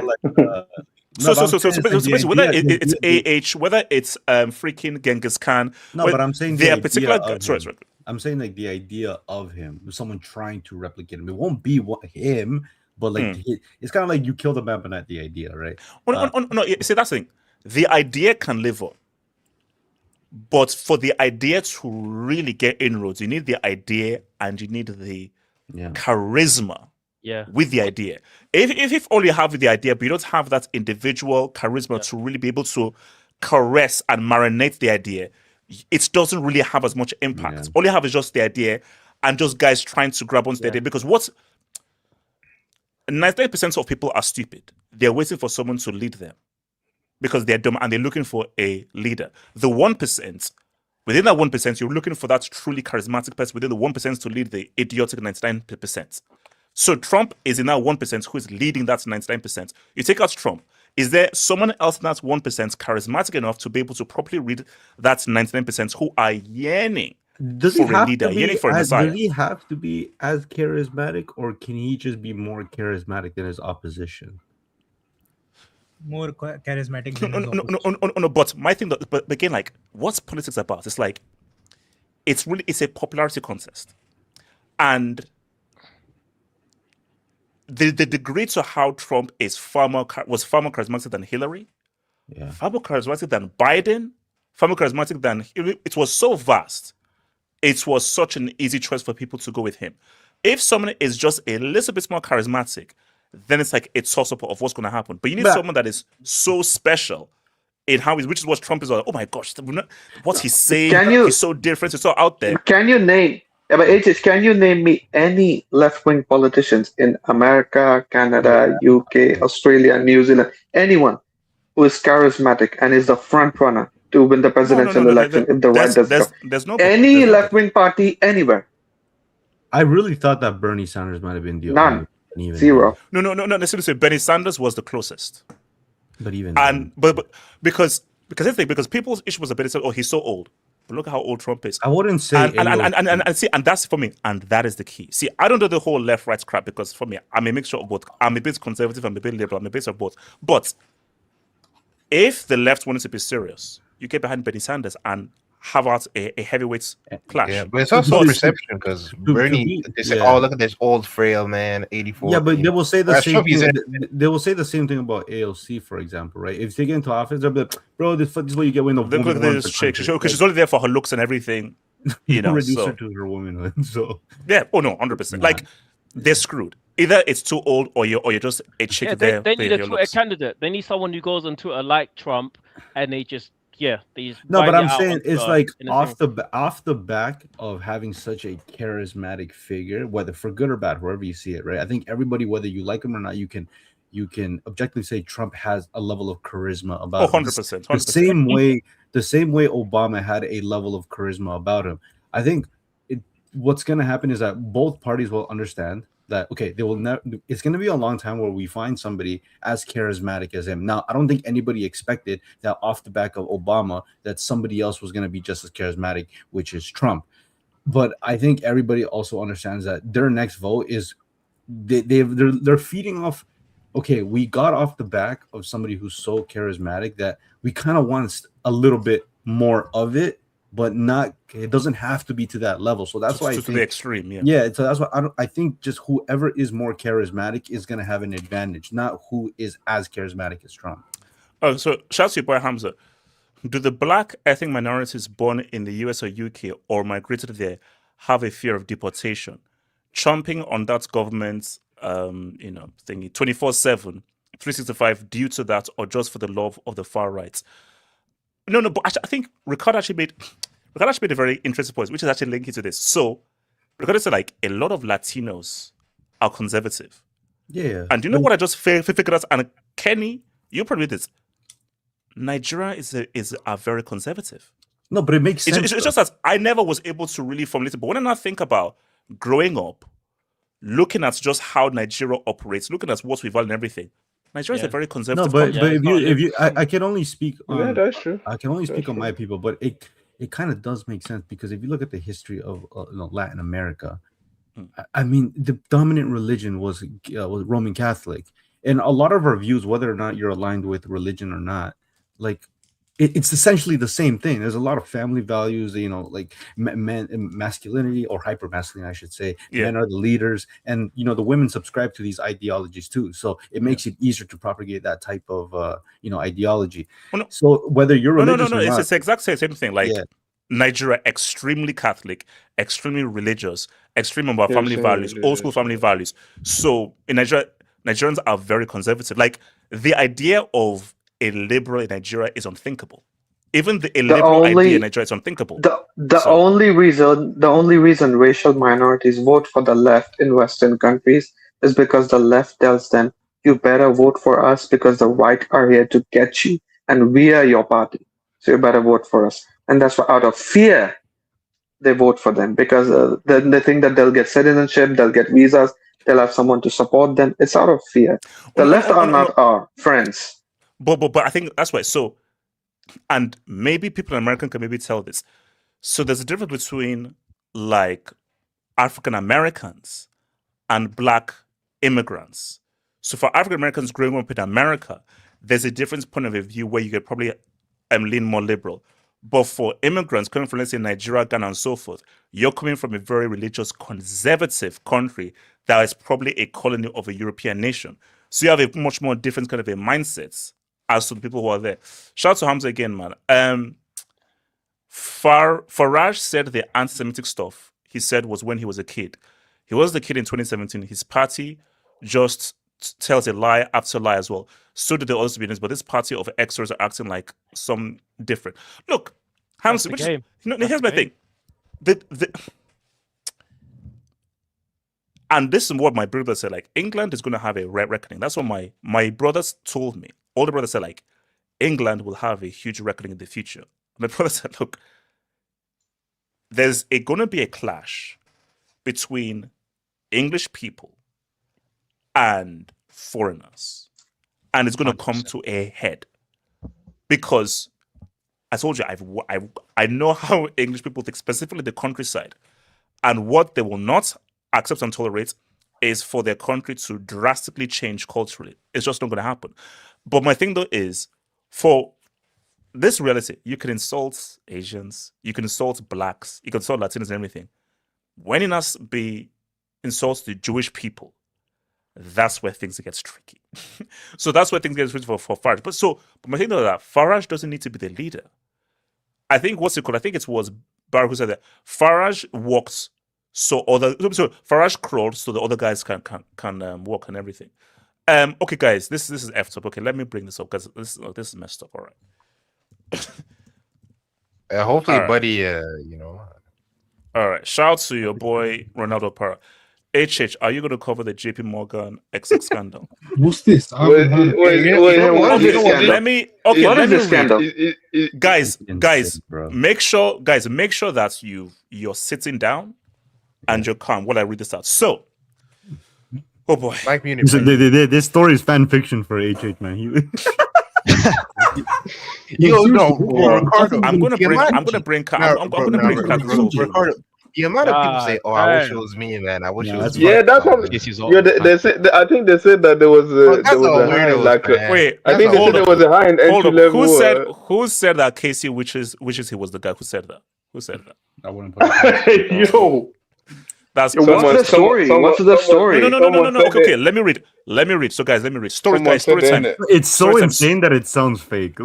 Okay, so once upon a time in a galaxy far, far away. No, in reality. Nah, bro, that's a support scenario, man. So Lorna Hajdini, an executive director at JP Morgan Chase's Leveraged Finance Division, has been accused of sexual abuse, racial harassment, and professional coercion by a junior male colleague identified as John Doe. Guys, trust me, it gets worse. According to a lawsuit filed on Monday, referring to the married banker as Brown Boy Indian, Hajdini is believed to have drugged him and even threatened his career when he refused the non-consensual and humiliating sex acts. In the lawsuit, the victim stated that the abuse began in the spring of 2024 after the two started working together. In one of the instances, as reported by the Daily Mail, Hajdini dropped her pen on the floor next to Doe's desk. While bending to pick the object, she rubbed the victim's leg and squeezed his calf before remarking, "Oh, you did play basketball in college. I love basketball players. They get me so wet." The advantage. Hold up. The advantage grew more man, we're explicit. leveling up, man. We're leveling up. Okay. What? Okay, that's crazy. That's crazy. I'm kidding. I'm kidding. Relax. Yo, let him finish the story. The advantage grew more explicit from here as Hajdini invited Doe for drinks and upon refusal allegedly issued a threat. "If you don't fuck me soon, I'm going to ruin you. Never forget, I fucking own you."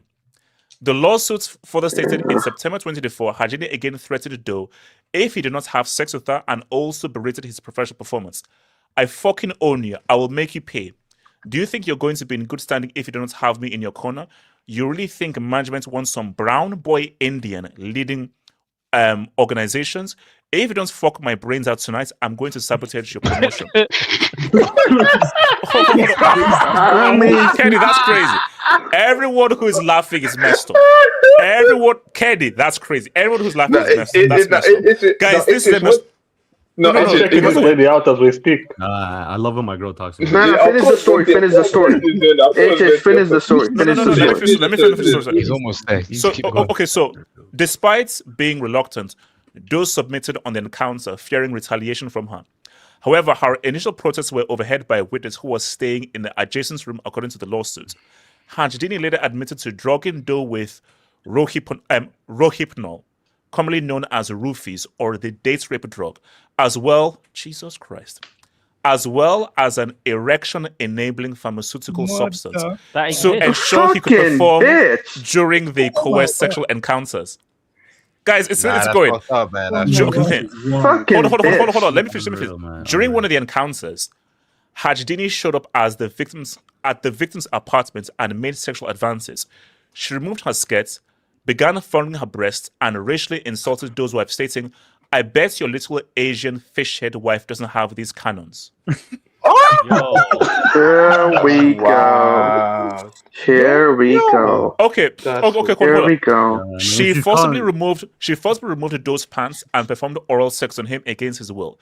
The victim began to cry, but Hajdini scolded him for failing to achieve an erection. "Stop fucking crying. You think anyone would ever believe you? You're a fucking douchebag who thinks he's hot shit, but you can't even get your dick hard for me. What the fuck is this?" she allegedly said. Oh, this is the extended version. I didn't see all this. So in May 2025, Doe filed a written complaint to JPMC. I found the leak. Detailing the race, gender-based discrimination and harassment and a pattern of severe sexual abuse against him. The bank, however, denied this claim, stating that an investigation found no evidence to support the allegations. Following an investigation, we don't believe there's any merit to these claims, a spokesperson told the outlet. While numerous employees cooperated with the investigation, the complaints refused to participate and has declined to provide facts that would be central to support the allegations. Poor fella, man. How old is he? And how old is he? Okay, so wait, hold on. Okay, who is Lorna Hajdini? According to her LinkedIn profile, Hajdini holds a Bachelor of Science in Finance and Statistics from NYU Stern School of Business, a JP Morgan veteran of nearly 15 years. The 37-year-old currently serves as Executive Director for the Leveraged Finance Division. What's her ethnicity? She's white. She's a cougar. I just checked her out, bro. Okay, hold on. Can I Let me speak on bring this? the Can I image. Let me speak bring on the this? image. Let me bring the image. Let me bring the image. Ethnicity. I'm no. talking about ethnicity. She's from Dua Lipa and them players there. Albanian baddie. Albania. Bro, I'm saying, Oh bro. my God! Look at her face. Look at her She's a ugly cougar. face. No Female. wonder he wasn't able to get hard. No wonder he wasn't able to get hard. Look at the fucking bitch's face. Is it true that I mean that they saying that there's been a lady, there's been a spike Kenny, in watch guys. out, watch He's a out, watch out, racist watch No, out. no, man. no, She's a no, cougar. no. Can I speak on this? Wait. What that's a Kenny. Wait a second, Kenny. I mean, they're saying there's been a spike in people going for like entry level job at JP Morgan or whatever. Yeah, because bro, of, those like, are going rampant, man. Those are going mad viral, bro. Bro, I'm about to apply. Can God, can I You speak on apply this? big. God, Okay, dang. can I go for it? Can I go for Ricardo? Ricardo. Look, okay, objectively, this is fucked up. Like this is It's messed core. This is like rape times 10 and everything you can do. All right.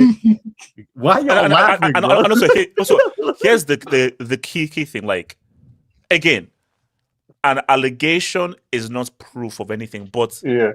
it's so detailed that I'm Come like, on, hey, look. HS. Come on, HS. No, wait, hold on. We have to live in a world of innocent until proven guilty. I'm sorry. That's the world we live in. Yeah. We live in a world of innocent It's until proven guilty. we know if that was a male and that was a female, then that's No, guys. Here's the thing. It should work both ways. If you're going to destroy a guy's career based off just an allegation, it should happen for a woman as well. Yeah, I mean, sorry, like, fake it. Sorry, Ricardo. Look, given this good thought, man, like obviously this is textbook rape, especially with everything else she used, like I said, the drugging him, pretty much holding his livelihood against him to get whatever the hell she wanted out of him. This is rape, and as Kenny said, if these roles were reversed, we would want this guy's head on a spike. We won't want him publicly castrated. But we also live in a world where women aren't held to the same standards. It's just kind of, it is what it is. All right. Bro, the way social media react to this is actually shows you that there is such a strong social issue with male sexual assault or even male as rape victims. Which is what a lot of guys are almost embarrassed to say that they got taken advantage of by a woman. Odds are. Because that makes you less manly. Oh, how could you allow that to happen? You're a pussy, you're a coward, and everything. Reality is this. I'm pretty sure every guy in this panel, I mean, depending on how old you are, but you have been sexually assaulted at some point in your life, and you actually don't even know you've been sexually assaulted. That's the reality. Everybody. Okay, I mean, this is what I mean. Sometimes men get sexually assaulted, and they don't even know they're being sexually assaulted. Because it's not a serious thing. So what I said, maybe a chick touch you weird or dude or whatever. Yeah, so like we take it different way. Wait, hold on, Ricardo. That is so common. Hold on, Ricardo. Let me give a perfect example, and this just shows you the dynamics. So I went to this whole just like a general meetup thing and everything like that, blah blah. We just meet up people just for instance, and this girl just says, "Oh yeah, bro, I saw you post on the thing as well, blah blah and everything." And then, look, she looked fine and everything like that. And then we were watching it. And as I gave her a drink, she actually grazed my crotch. Yeah, man, you don't have to be serious. But I was like, but if it was reversed, you're good, bro. I got such a bit, but because I'm the guy and I'm the woman, I'm like, okay, that's a bit forward and everything. But you could just see how different the dynamics are. So when women sort of are forward towards you, the guy never sees it as sexual abuse, but if it's reversed, then women is like, "Oh no, you were sexually inappropriate." It's mainly a power dynamic, right? It's like if a woman does that to you, it's kind of like, bro, you're a man, you can like beat the fuck out of her or whatever. But I mean, obviously, no man wants to get emasculated as well, bro. Like, it's such a fucked up issue, man. I'll be honest with that. If this is true, right? Like, if this is true, this girl, she's obviously into some like type of kink where she wants the domination of a man to be genuine. Like, I'm sure there's like a lot of the jokes are on the basis like, oh, if I go to JP Morgan, like I would have done this like at free will, right? Like, you didn't have to hold anything against me. But for this woman, she's definitely like, no, I want this to be like for real. Like I really want to dominate somebody's life, not some sort of like, you know, role play. Like to her, this is not role play. This is a power dynamic thing that she actually wants to exhibit. Now, could this be a situation that perhaps maybe it was done upon her and she wants to now, you know, exercise on somebody else? Probably, or maybe this is just her fetish, right? No, but see, look, exactly. Yeah, that's but you have. I mean, look at this. Look at this fucking comment. I don't know if this is like, okay, I'm gonna give you the benefit of the doubt that you're just like saying this out of like sarcasm. But reality is, okay, if this girl is obviously somebody who holds position in this particular field, right? For this guy, he's married, and he's probably worked his whole life for this position, and he probably knows that she can leverage his position in life against him, because if he doesn't, then, well, what does he have left, right? Now, I'm assuming in this field as well, if somebody probably works in finance, networking is king, and I think a lot of fields networking is king. And she, being in the position she is, she can definitely use that against him. And obviously, if you're in this guy's position, like you're in a position where, like, if you tell one of your colleagues and he's also a male, they'd be like, bro, just fuck her. Like, you know, this is like a dream scenario. Like, well, how hard could it be? You're getting paid good money and you get to fuck her on top of that. And then you get to go into your wife and then you can fuck your wife too. Like that's a dream scenario for some weirdo that doesn't understand this is conceptually rape, right? Yeah, I agree with 50-50. The part I think is messed up is obviously where she's drugged him. So I think anyone that has drugged you, for even if they haven't gone about trying to sexually assault you, that's it. Person should go to jail straight away, right? But for me, I mean, her threatening him so that he can't get, like, JP Morgan's like the premier, it's like possibly the top kind of like bank in the world. Yeah, back in to say you can't get a job elsewhere, I think, but I don't know. The guy's 35. He's a 35-year-old man, so I don't know. I don't know. Like you just said, that's the top bank in the world. Like once you get at that level, like probably like it's not. At the higher level of that game, bro, like networking is king, right? So that's what I'm saying. It's like, what if he decides to go elsewhere and she knows other executives from other, you know, types of banks? Like, what is it beyond the realm of possibility that he could just sabotage his whole life? Like, she already has this power dynamic fetish. Yeah, she already has a power dynamic fetish over it. So what is going to extend her exercising that power dynamic to really destroy somebody's life? I mean, right? take her to court. Blacklist take her him, to court. You take her to court. Okay, so here's the thing. Shout out to David C. Well, hold on, so shout out to David C, who I just looked through. The New York Post says that this is a fabrication, but they're the only publication saying that this thing was fabricated by the guy. Make of that what you. Yeah, how much do you want to bet that JP Morgan are an investor in the New York Post? 100%. How much do you want to bet? How much do you want to bet? That's fair. So what's I want to talk on this as well. Shout out the Brown boy, man. Shout out the Brown boy. Barry. Yeah. Look, I want to take this serious, but when I read it, I was like, bro, this is like fiction. It's like a scenario like you see in a certain type of movies. But it's a porn plot. but actually, I was like, bro, like, ain't no way, man. But look, I'll take it as a truth. But overall, it's messed up. And Ricardo made a great point. It's like, okay, for example, she fires him because they didn't do what she wanted him to do. So maybe she might know a dude from this bank or that company, and he could never get a job at like a top ranked bank. So it was a very messed up situation. And one thing that kind of pissed me off was when I looked at some tweets, posts, and dudes are like, "Oh, I wish it happened to me," or like like a dudes in school, like they had a hot teacher and they wanna do stuff with it. That pisses me off, bro. You fuck the teacher and then you go and sneak. No, it's a part of adolescence, man. It's very loud. Yeah, that's true. Like, bro, you don't want it, man. Like, bro, okay, maybe one time, but if it happens again and again and again, bro, you're not gonna like it. So yeah just speak for yourself, man. Yeah. But gentlemen, it's messed up. But we'll see what happens. But we're supposed to be. Kenny, talk to me. Kenny.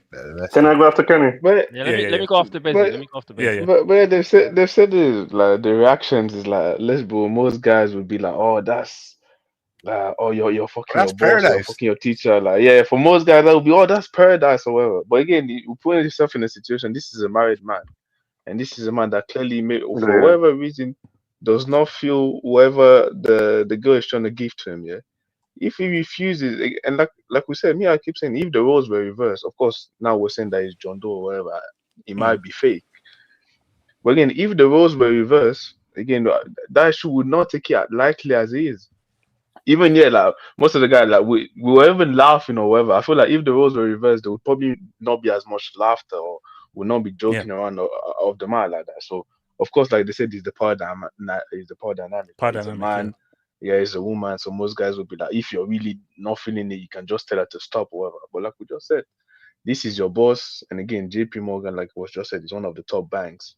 So if that person probably worked his ass off to be able to get to that level, you don't want to that person can basically that person owes your future in her hands. So you don't have to go with it wherever she asks of you. So if it's true, like it's a sad situation, and yeah, probably and stuff like that probably happens more often than it happens more often than we know. But it's just that maybe people are not comfortable to come out, like scared of the backlash. No, so yeah, guys probably would not want to speak up on that. Maybe they might feel like it's a bad look. People might say, No. It's not going to be well seen. Dynamic, so it is a dynamic. So it is what it is, unfortunately, but. Yeah, that's about it, man. Let basics go. Are we gonna speak on Megan Thee Stallion and Klay Thompson, man? Yeah, no, bro. It's a vibes. Anything goes. Of course, we're gonna speak anything. Free for all. Free for all. Funny ass story, man. Yeah, we need to talk about that UK girl as well, saying the product number. Oh, yo, you said it with 10 toes down, bro. I respect. Bro, the delusion. Okay, so what else? So best go for it. Best talk to me. Bro, I still can't get past like, oh, if you don't fuck the brains out of me, that's just still frying me. Nah, seriously, that's man. his white dream, man. That's his. Yeah. No. Best was like, oh my gosh, like if only, man, if only. No. Actually, you know, whatever police department is in charge, bro, I can save her. I can save her, bro. Like, don't arrest her. Like, send her to me. Anyway, no, on a serious note. Betty, Betty is a freaking. Bro, send that to me is wild, bro. So basically like this. Yo, send that Albanian to me, man. Send that Albanian to me, man. Send that Albanian to me. Betsy rehabilitation. Albania. Sorry, go for Betsy, go. Bro, someone Betsy, you're trying to get dominated, yeah? Wow. No, yeah. We ain't going that far. She's Albanian. She's Albanian, right? After the first night, you'll be missing a kidney. Oh might be worse. Go. No. Well, someone had to bring the dark humor, but yeah. No, on a real though. Yeah. I mean, if it's true, yeah, it's a messed up situation. Like literally, you feel kind of like you're trapped into a situation that you can't really, you don't really know what to do. Unless you really have hard proof. But even when you have like hard proof of someone doing something to you, sometimes it's just like when someone is powerful, you still have that fear of going against them just because they're powerful, even though like you're in the right and so on. So I do understand if this is really true, that like, yeah, it took him this long to come out and all that stuff. And bro, lady, you're gonna have to answer for all this bullshit if it's really true. Yeah. And I do agree. Yeah, sorry. I do agree with Ricardo that like these people, especially if you're working at such a powerful bank, you really have the power to blacklist someone. So yeah. Yeah, I think a lot of people in you work in any sort of financial institutions. There's a lot of people. Obviously, a lot of people are on coke or whatever else they're on, and they're not okay in the head. A lot of them not okay in the head. I mean, if he was like a come out of like college graduate, so like say for example he's like 20, 21, right? And she's 37, right? Then I understand the dynamic. But me personally, looking at it like you're a 35-year-old man, I just can't see it where she's able to do that unless you've kind of put yourself in a situation where you're playing along for a little while, but then she takes things too far, and then now you're like in a situation where you can't like go back. But the whole thing of her trying to like drug him, that's messed up. Anyone tries to drug you, Can you bring up QC it's not, comment, please? they need to go to jail immediately. Yeah, like that's illegal. That's like some Bill Cosby stuff. Yeah, I mean, I'm Forcing you to take Viagra is wild. Like, what's yeah, that I mean, mean? it's a common thing that I mean, I remember Rick Ross thinking about like putting something in someone's drink, and Yeah, the request song. Yeah. yeah, that was a couple of years. And so there's people that do stuff like that. There's people who do stuff like that. But I don't know, from my perspective, if I was in that situation, I just couldn't see her saying to me, like, look, listen, if you don't lay down pipe, then it's gonna be raps for you. I just can't see myself as a big man, as a grown man, I'm sorry, but if she's drugged you out of nowhere, if you don't lay down the pipe, you're fired. That's crazy. Yeah, That's crazy. No. I understand if you're at a party, if you're just at a party, you're just hanging out, and then she's drugged you, and then whatever's happened. But then she's caught you to the hotel room, and I don't know, bro. I don't know, bro. Yo, but each to their own, isn't it? But JD Morgan's a bit of a weird company. I heard this whole thing about they had cocaine on a ship one time, cargo container. I might move like a feather and put some wires on my suit, man. Could you say like this started off as like an infidelity situation, and then she just took complete advantage of the fact that he's like, oh, I'll ruin your life, and your wife will find possible. out. That could have happened. Possible. Like when you look at the stuff, it's like did you hear the whole Joy Taylor stuff? Yeah. Everything. I think it is what I think. What I think is that she must have tried to make some advances towards him, but he was like, "No, I'm married. I'm fine. It's all cool." And then she must have threatened him with some like sexual abuse or harassment allegations, like your career will be over and you got a lot of debt on you and got a family to take care of. So you better do as I say, or I'll go to the HR. Because women do that as well. Wait, perfect. Which cases was David or do from Lost Prophets? The Lost Prophet ones. Lost Prophet. Like let's not even go. Like it's the worst crime you can commit. I don't know the Lost Prophet. I don't remember. Basically, Kenny, think of the worst crime you can commit in the world, and that's what he did. It's the worst thing you can do. Wait, guys, have a look at the 36.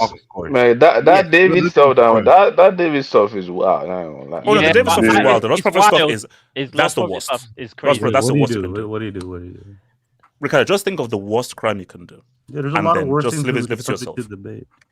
Bro, underage things. It shouldn't be. It shouldn't be. And they caught him with a CP on his phone too. In the investigation. Okay, all right. So HH, in the end, from the Indian community, can I just get an agreement from all of you guys that this should be investigated and this chick should be thrown in prison for the rest of her life for drug-induced rape? And this should happen. It's not subject to debate, regardless of the color you're saying. Wait, hold on. This better not be real. Shout out to Sergey. Just got accepted to the position as JP Morgan. Okay, Sergey. Sergey. Is this cap or are you being real? It's cap, bro. It's the same exact. He's manifesting. He's manifesting. No, but that's it was funny if it's true. It's funny if it's true. If it's true, that would be funny. Okay, as a fellow Arsenal fan, bro, that's the thing. As much we should even the like stuff like that. Technically, stuff like that should not be said. Like, if it's true, like, okay, we're about to have threesomes over there, bro. You'll never see women being like, I'm gonna go apply to get molested by the big boss. Like, by the big boss. You know, that's what I'm saying. That's not funny. That's not funny. It's not funny. Yeah, that's crazy. Nah, but AJ, that day is coming. That day is coming. Knicks up 41. Okay, hold on. Let's deal with this right now, guys. I'm going to show you an animation. And guys, promise me that everybody go on mute. Promise me that no one laughs when I pull up this image. Okay. Promise me that you won't laugh when you look at this image. Yeah. Okay. No problem. First person to laugh is a loser and is going to be cursed. Okay, I'm going to pull this up.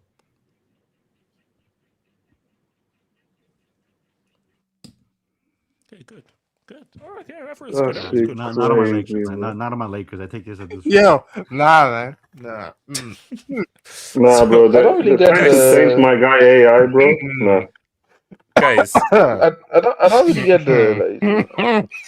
Wait, hold on. Oh, Kenny, you don't get the image? No, I know it's like when Iverson, but I don't get the why. What does that have to do with like? Okay, so you didn't know that Clay and Meg were together? No, I know, but that meme specifically, like, I don't know. They broke up, so Clay stepped over Megan. Yeah, like they broke up, and he's basically just stepping over, saying, "Look, I'm now done with you. I'm not moving on, bro." So well, look at the caption too. Clay with no regard for human life. No, guys, I told you. NBA memes on Reddit is the funniest thing, bro. NBA memes Reddit is the funniest thing. Guys, look, here's the thing. Apparently, he cheated with Lexi Brown. I don't know what happened and everything, but here's the thing. Do you watch Girls Arena?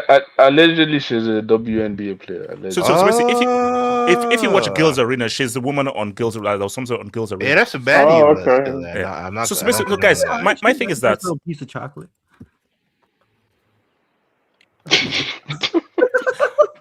So my thing is she not chocolate? Guys, no, my thing is should you dump someone who cooks Thanksgiving dinner for you? Oh my gosh, what are we doing? The game is the game, man. What can you do? Yeah, like, I mean, honestly, I'm tired of Kenny. Do you know how much effort she put in there? We don't even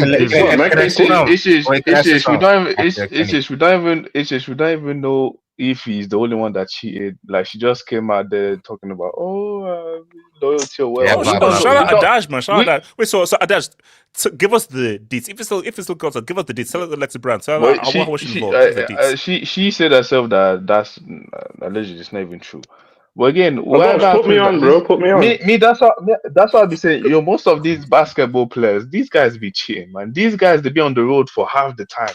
These guys be cheating. Yeah, I don't LeBron can't not cheat. LeBron James definitely cheated. LeBron was in the everyone. No, guys. NBA player, and no way you are with an NBA player and you're expecting that this thing is not going to cheat. Like, I'm sorry, this is not Disney Plus. Like, this is not fairy tale. Like, they're gonna. Let me start on this, bro. Either you're gonna take it, pause, and just like live with it. Wow. Come on. Let me start on this. Anyways, you're either just gonna accept it or whatever. And allegedly, he even told that like he doesn't believe in monogamy or whatever. So my guy. Wait. Okay. So guys, low key. Remember that? When LeBron was between Ginny Boss and Thingy. He's like, first of all, the way they were looking at him, bro, I'm like, this is what he said. First, at least one threesome. Well, LeBron's a funny guy. You know that video? That guy's so dumb. Oh, so Betsy, go for it. Betsy, what's it, Betsy? Bro, yeah, sorry, bro, but this is unfortunately for Megan, bro.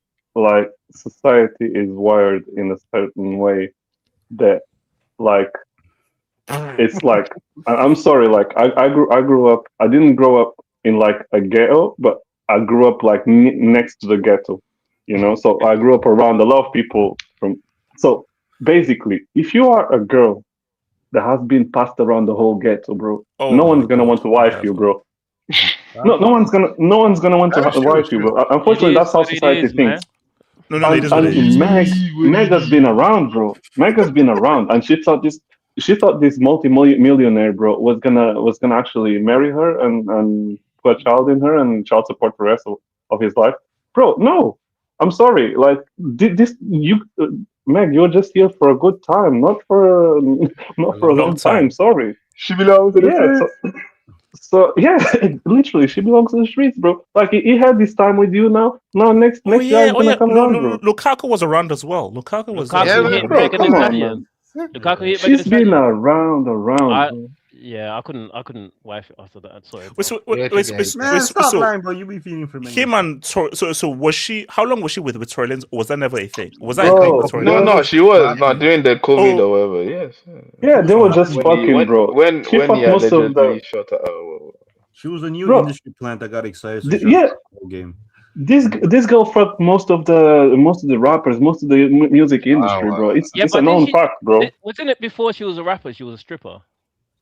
Was I don't think. I don't know about that, but I don't think she was a stripper. I swear she said I mean, that was to make Cardi money B, or man. something. That was what? Cardi B. We know Cardi B. No, You know, but do you know what's so weird? Again, it's back to double standards. So if a woman knows that a guy has been around and has sex with many people, but for guys, if you know that a woman has been around with many guys, it's like, you guys. It's so crazy how that's viewed. Anybody who says no is unfortunately, yeah. Because I think guys would like to see women as purity, and not like they're doing stuff around. So it's a bad look. There's a bit of a hypocrisy with that, Barry, because a lot of guys, women, porn star attitude. Like, be serious, man. It's not. Yeah, it's not hypocrisy. It's not hypocrisy. There's a lot of man hoes around there. Like, women are not men, bro. That's just fact. No, they're not. I'm saying the hypocrisy is that men want a virgin woman to act like a porn star in bed. Like, you can't have it both ways. No, you can't have it both ways. You can't have it both ways. That's true. That's true. You can't complain that she's not adventurous enough when you went with the girl next door. But then you wanted the crazy porn star, but now you're now ashamed that, oh my gosh, she's been passed around. It's like, choose one. That's that's stupid. That's stupid. You know, Nicolas Pepe went from Tiana Trump to Lana Rhodes, bro. Oh my god! Oh, what? He left Tiana Trump. Yeah, she might be. Yeah, she might be back on a few months ago.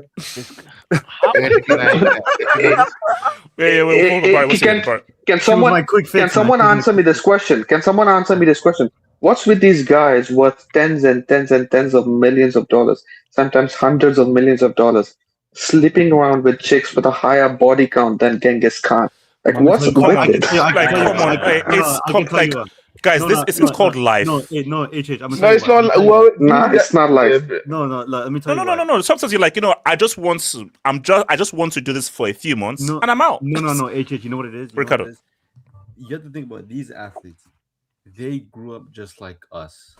These were like hornballs. They watched porn. They fetishized their teachers or any of their friends with an older sister. These guys hit the lottery with being professional athlete, which is a career that has a lot of social credibility in the eyes of women. They get to a level where they get the social currency mixed with millions of dollars and notoriety. They have no self-control. You have to realize athletes have high levels of testosterone. They just want to fuck everything that moves. You mix all that combination together, they are now the hot woman in a situation where they were never seen as a hot woman. They were chasing hot women when they were nobodies, but now they're the hot women. So the access to like very attractive women is so easy for them, and they are obviously men at the end of the day, and they're going to take advantage of the fact that they can sleep around with anything and everyone. Yeah, no. Yeah, but Ricardo, because I think because Joe Budden actually made that same point, because he was like, because obviously being a famous rapper and everything, he was like, bro, like, he couldn't reveal names, was like, bro, like, these like your favorite sports star, your favorite rapper is a cornball. These guys are actual cornballs. And also, once a cornball, always a cornball. All because you've now made it as a rapper, you've now made it as a basketball player, doesn't mean that you're any less of a cornball. But just that woman, because she's so desperate to get that Gucci bag, to fly first class, to live the material life, she's going to put up with that cornball, because that cornball can give her things that the so-called cool guy can't give her, because that cool guy, you don't have the kind of private jet that's anyone in but HH, if you have the kind of money, and if you have kind of the money and status that these guys have, shouldn't you be able to have the pick of the bunch and be able to go for women with good reputations that a lot of us can't go for. These guys are not the slots. With all due respect, I won't be respectful here. Sometimes you wanted the slots. No, but the issue is that these guys, they're not. Where's the self-respect? No, but these relationships, they're not gonna wife for these girls. They know what they're just gonna. Even sometimes, like they just wanna hit it and quit it. But of course, to be honest, Sasha was actually engaged to Tiana Trump, bro. He was engaged. Sometimes they're gonna finesse. Yeah, we're gonna get in a relationship or other stuff. They're not staying with these chicks long term. So are you saying that these are you saying that these basketball players and rappers then are actually doing a service to society by leaving the decent girls for the rest of us? No.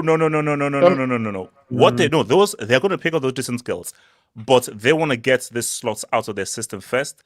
Then they'll pick up the decent girls afterwards. Because I think they end up with the girl who's willing to tolerate his behavior. Yeah, to tolerate the bullshit. Yeah. Yeah, like Savannah. No. Trust me. For like what's it called? Posh Beckham. She knew that David Beckham was cheating. She knew. But she was like, what's more important? Me leaving him and everything, or like, I get it. Just don't embarrass me in public and let's keep it moving. Of course David Beckham was cheating. Of course he was freaking David Beckham. Come on, bro. But she was like, look, the brand, the kids and everything is more important than now me having a high profile divorce, living through and everything, because I need we need each other to build this brand up. So do whatever you want to do. Just don't embarrass me in public. Like Jay-Z and Beyonce as well. Even most celebrities. Kenny and then Barry after Kenny. We're talking about like the Megan Thee Stallion, which is like a high level. Like she was a celebrity already. But there's a lot of these like Instagram or whatever that they be going for. Or even there might be some decent girls, but most of them, they know what it is. Most of the time, probably you're gonna get with these famous people. You're gonna get flown out or whatever. Like you're gonna go to hotels. They're gonna treat you to like a luxury for a few months or for a few days. You know what it is. You know what you're getting out of it, and it is what it is. I mean, most of these But most of these athletes, like these girls, they know what it is. And for me, that's why it's always funny when stuff like this happens, and then there's always this meltdown. Oh, how could you do this to a woman? Like most of it, you already know what it is. So I don't know. Every time it happens, you see the same trend, but guys act surprised every time. As if like, oh, how could he do this to her? Like we see this happening every time. I don't know why people are still surprised. That's a great. Let me go after Barry. Let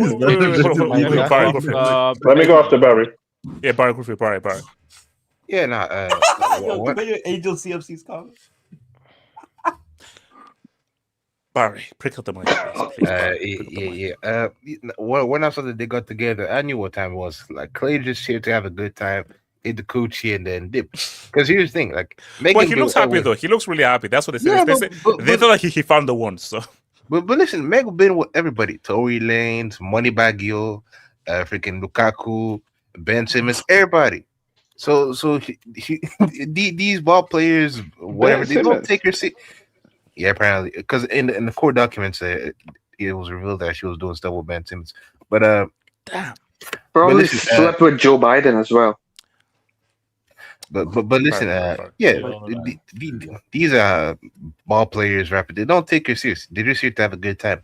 And Claire, like, here's the thing: an NBA player, where you're going to LA, you're going to Miami, Houston, Dallas, bro, you're gonna see some baddies everywhere. Yeah. So it's normal that, bro. On the road, bro, you're gonna hit some coochie.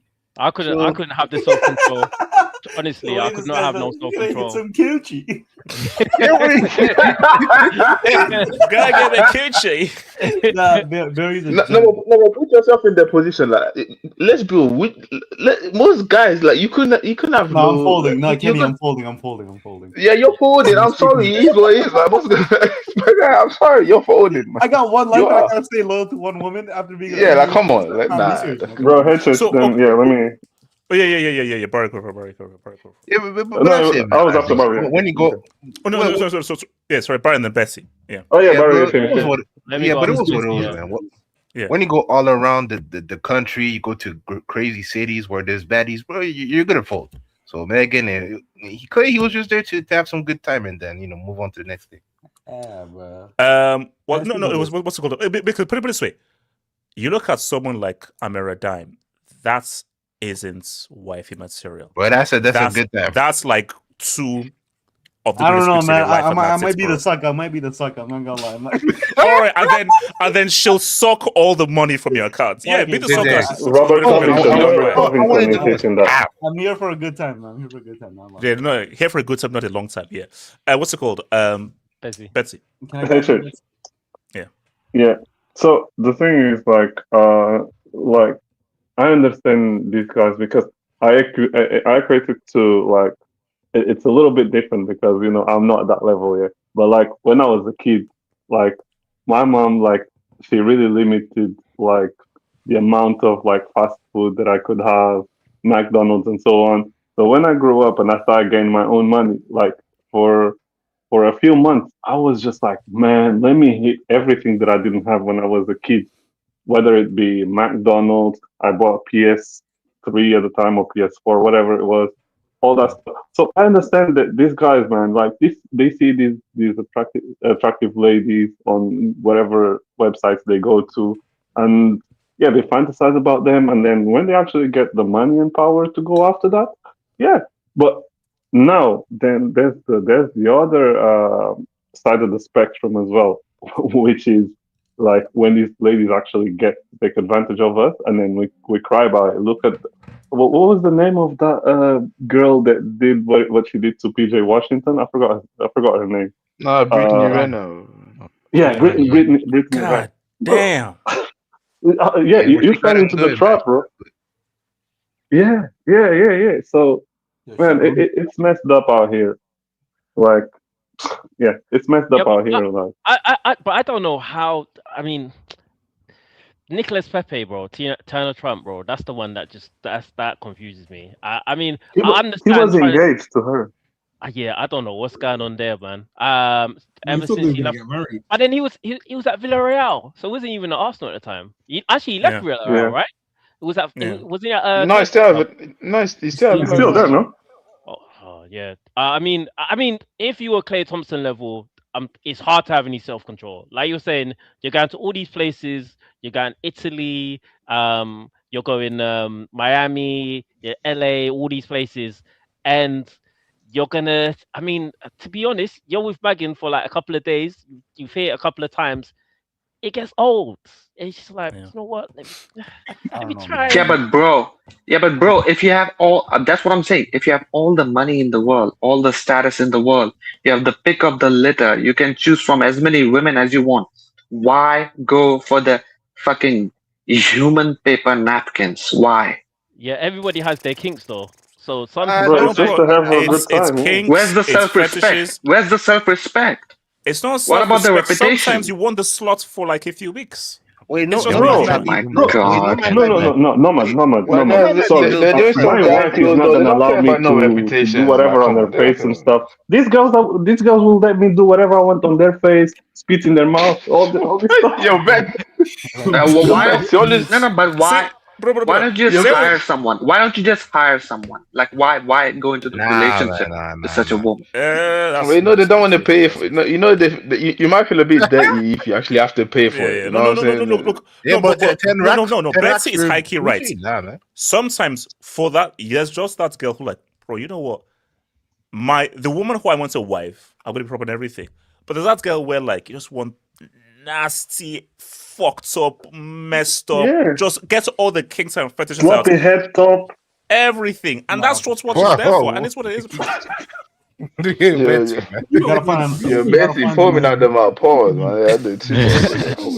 Speak on this. No, I think was it Eze? Eze. So who's saying he's with Lana Rhodes now? Who was saying that Nicholas Pepe is Lana Rhodes? Yeah, Pepe moved on from. He moved from Tiana Trump to Lana Rhodes. I mean, it's one thing, you know. Man, stop. No, but go do some research, bro. Abdallah, there's a thing called Google, so use it. It doesn't even require that much research, man. Yo, I mean, even Granddad knows her. Honestly, him, ChatGPT, man. Him, Zion Williamson, they got Yeah. issues, man. I No, mean, that it's guy's one disgusting, thing. man. That guy's It's disgusting. No, it's I one. don't know. Yeah, Yo, I what mean, kind of booty? Wait, she was that the Mariah chick? Yeah, Bro, that some ugly botched chick, up bro. BBL. Some botched Yeah, up BBL. Like, what are you doing? Come on. God damn, Zion, man, what the? Bro, Yeah. the BBL so messed up, you don't even want to touch it, I man. said, like, what's this, man? This shit makes no sense. That was Like, again, crazy. I mean, for me, like, I'm off the- BBL, but do it properly at least. Like, No, let's just- the ask the tie ratio can't be the discrepancy is too much. Kenny, Like, what's stop going on? lying, bro. You let her sit on your face. Nah, no, come on, no, but look at that picture. How come your tie is that size and then your ass is like? It makes no sense. Kenny, you're asking to dive in. Kenny, you're diving in. Head first. Nah. Kenny, head first. Nah, you're gonna dive in that plastic is gonna explode. Yeah, that's what's gonna happen. Yeah, I think with Zion, Ezra. I think with Zion, maybe he blew up too big. He got too popular, too big, and he's I don't know what how old is he now? He's like 20, 21? 26, I think. 24, 25.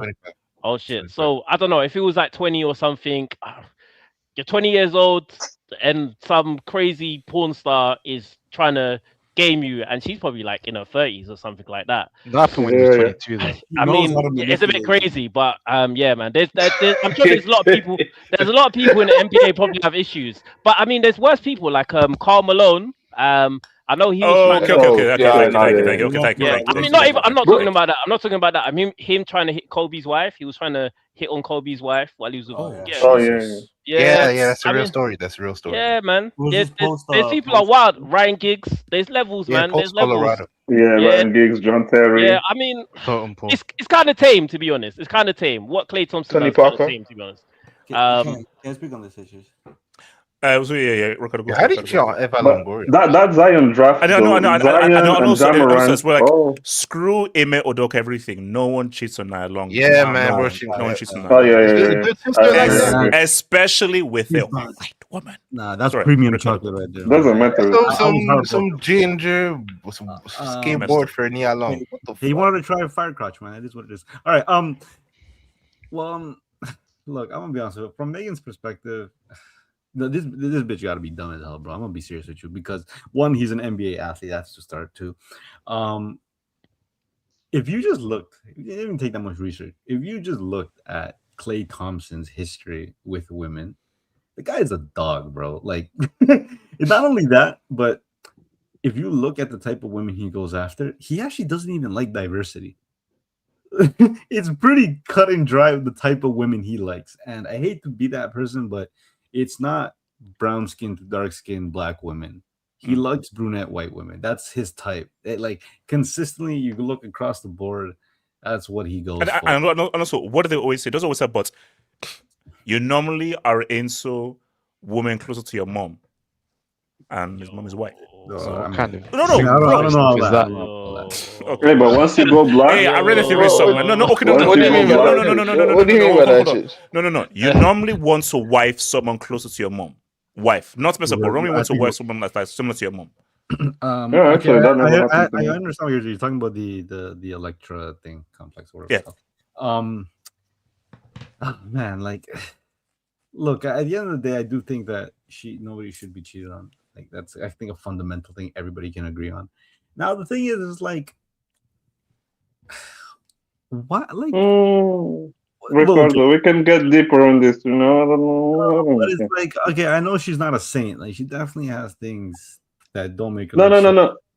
Just conceptually, she has skeleton in the closet. No. About cheating, I don't know, because we are animals. We are just rational, but we are animals. This guy's going to some philosophical evolutionary debate about polyamorous relationships. Betsy's defending the speech. Betsy's trying to question reality right now. Okay, you got this. No, but seriously, on a serious note, like I can sympathize with her in a sense, but then I don't sympathize because this girl's been craving for attention or craving victimhood for a while now. And the worst part, I think Kenny brought it up too. It's the amount of disrespect that Klay Thompson got in the process of this, of him being some random athlete. like he isn't one of the most successful NBA players of all time. Yeah, these One, chicks Talking online. about him like he's yeah, but like, come on, we're not wait, because I've not read the whole thing. They're like somehow discrediting Klay Thompson as one of the greatest shooters of all time. Yeah, so they say that crazy, Megan bro. elevated him or something. Like. yeah, like, well, I'm gonna be honest, like Megan Thee Stallion, I don't know, maybe I'm just, I think I have a natural bias just because I am in Canada and we receive all American media. But like, yeah, she's famous, but she's not A-list celebrity famous. Like, Klay Thompson can go to fucking China, and there's a billion of them motherfuckers that know who Klay Thompson is. Can Megan Thee Stallion go to China and have that much? No. Like Klay Thompson is bigger in his field than Megan. So is in yeah, for sure. But bro, Megan Thee Stallion, she was carried by the machine, bro. Come on, after the Tory Lane stuff, I don't think that. Wait, say machine or not? Whether it's the machine or not, even with the machine, Klay Thompson is more popular in his field than Megan Thee Stallion is in her field. She's not even like. I don't want to be disrespectful, but she's not even like, her popularity is not parallel to her musical talent. It's more so because of the whole Tory Lane, the extra stuff. Yeah, the extra. Yeah. Okay, hold on. Let's be fair. Even without Tory Lanez, she did have a niche of, this is one of the better female sexual rapper. Put it this way. She's filled the gap of Nicki Minaj. Pretty much. No. That's Cardi B. That's Cardi B. Yeah. So she's like a step just below Cardi B, I'd say. Yeah. Even Cardi B didn't feel the Nicki Minaj like. In terms of celebrity, yes, but in terms of like actually rapping, she had a good run. I just feel like for her, like she when she blew up, like the body, what the fuck that song was called, but like that's when she was like pop. Like she had a moment, but it's like, bro, every artist for the most part has a moment. Like Ice Spice had a moment. Cardi B had a moment. Klay Thompson has been a regular like name in sports. Like he's literally part of the biggest NBA dynasty in the 21st century. Like how but from a girl, the girls, this is the girls that they be on shade rooms or wherever. This type of like they're not gonna know about Klay Thompson. Ricardo, let's be fully real here. Kenny's going to be right. No, he's right. From a particular girl's age's perspective, Klay Thompson was like just a part of just the worst thing. He ain't Steph Curry. So for them, Megan Thee Stallion is bigger than you just shoot pretty good. That's worst thing. That's fair because at the end of the day, okay, for example, that girl who made the comment, right? She is like a British Nigerian woman, I'm assuming, and she lives in England. The NBA, compared to like North America or even in Asia, the NBA is not as popular in Europe. Like it's obviously, people know of the NBA. It's growing, but it's not big. It's growing. It's a premier basketball league across the world. But so I would assume that in where she lives in her bubble, Klay Thompson is irrelevant. But music, to be fair, music does transcend all borders. So her likelihood of hearing Megan Thee Stallion is far more likely, whether she's a girl or not. So, and on top of that, she is a girl. She's a black lady. Megan Thee Stallion is a black lady. She's not your typical light-skinned black woman like Ice Spice. So it's going to hit maybe a little more home to her because of how black women are portrayed in entertainment or just in general. So, I guess, Kenny does have a point in that sense. So was it Kenny? You wanted to go there, Kenny? I'm going to hop off the stream. You can let AK in. Okay, cool. Kenny. Yeah, like has been said about the not knowing him, and as well Klay Thompson, like this is not like the 20. This is not prime Royals time as well. Like he is on the decline. He's been on the march for the past few years. So I do think probably is if you're not hip a bit more to like basketball or NBA nowadays, like you probably wouldn't know like who Klay Thompson is. Like this is not like prime. Like, if like 8 years ago, when they were on the run, you had the 2016 or 2016 to like 2019. 2016 to 2019, I was like, okay. But like, over the past few years, the guys had his injuries. Even now, he's coming off the bench. So I would understand like his celebrity is not as much. So yes, for like I said, for that part of like, especially girls, people that be listening to them type of podcast. I don't know what type of like them other like Shade Room podcast. Shade Room, other stuff. Yes. if they probably only know him as Megan Thee Stallion's boyfriend or whatever. That's true to a certain part. Like, that, as much as we might laugh, but it's true for those people that side. They probably know about him. Yeah. But again, if you make a bit of versions, like I feel like they're trying to discredit him already. They're like, this guy's some bum. He was only you only know about him because of Klay Thompson or whatever. Yeah, cool. And then I'm seeing they're saying that they're gonna do a cheat day for all the I don't know whatever these girls were trying to do, trying to go and cheat on their man because Megan Thee Stallion got cheated on. Wait, hold on.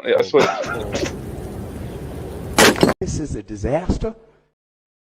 Bro, what the hell is going on with this world? A cheat day in solidarity with Megan Thee Stallion because that's she crazy. That's wild. It's just. Can I ask you guys a question? People have like a parasocial Can I ask you guys a question? You guys are obviously black men.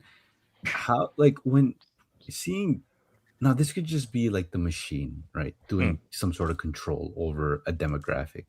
How do you guys feel that, like, Cardi B, what's her face, Megan Thee Stallion, these girls are kind of model figures for black women?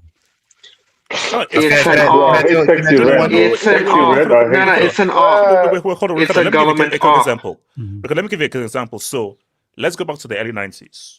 Who were the rappers? You had Queen Latifah. You had Lauryn Hill. That's my god. That's my god. Most people. And then, you had Aha. Lil Kim was the first. So before, Lil Kim was late 90s, but early 90s. Early 90s was I've forgotten like Jada Pinkett, MC Lights, Jada Pinkett's best friend. So MC Lights, Queen Latifah, Lauryn Hill. That was what was meant to be female rap and what women aspired to. And you had like your SWVs, your Destiny's Child, who were like your R&B people. Then Lil Kim came in and changed everything. And now you brought sex into it. The fact that Rhapsody is not seen as the premier female rapper is messed up. Rhapsody, forget about female. Rhapsody is one of the best rappers right now. Forget about she's just one of the best rappers, hands down. But the fact that they're pushing Megan Thee Stallion and Cardi B, who can't rap, and Rhapsody is nowhere even near the popularity they're pushing. Is that the girl with red hair? Was that the girl with red hair? Who rapped No, that's Sexy Red. No, not Sexy Red. There's another rapper that I saw a clip of. Like, she went crazy. She was spitting, but she had like red hair. I can't remember who it was. You might be. I'm not sure. But you know who I blame the most for this? I blame one music video. That Anaconda Nicki Minaj music video. Hey, that was the most irreversible damage I've seen. The brain was fired before Anaconda. No. I don't know. But again, I think that's the issue because it's like Nicki Minaj was kind of like the one that they really like sexually. That's what. No. But for me, like, as big as Lil Kim was, Nicki Minaj went to the stratosphere. To another level. Like Lil Kim was the prime mover. She was like the origin. But then Nicki Minaj was like, there's never been a female rapper that's been as big as Nicki Minaj. Never. She went pop. She the Michael Jackson of black rap. Let's not do that. Well, technically,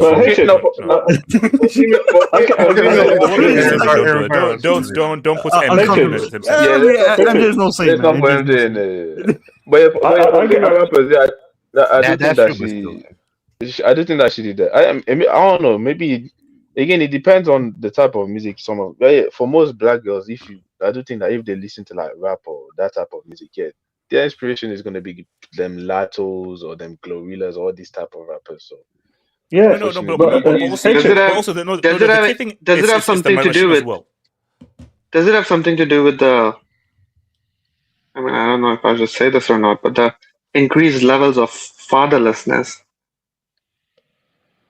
in the home.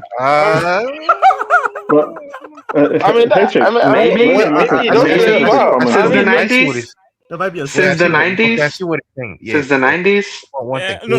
asking a valid question. It is a valid question. No. It's valid, but I would just say that. I would just say that it's the machine pushing a particular kind of an image, and then because the very fact is that, guys, go on YouTube, listen to Jean Grey rap.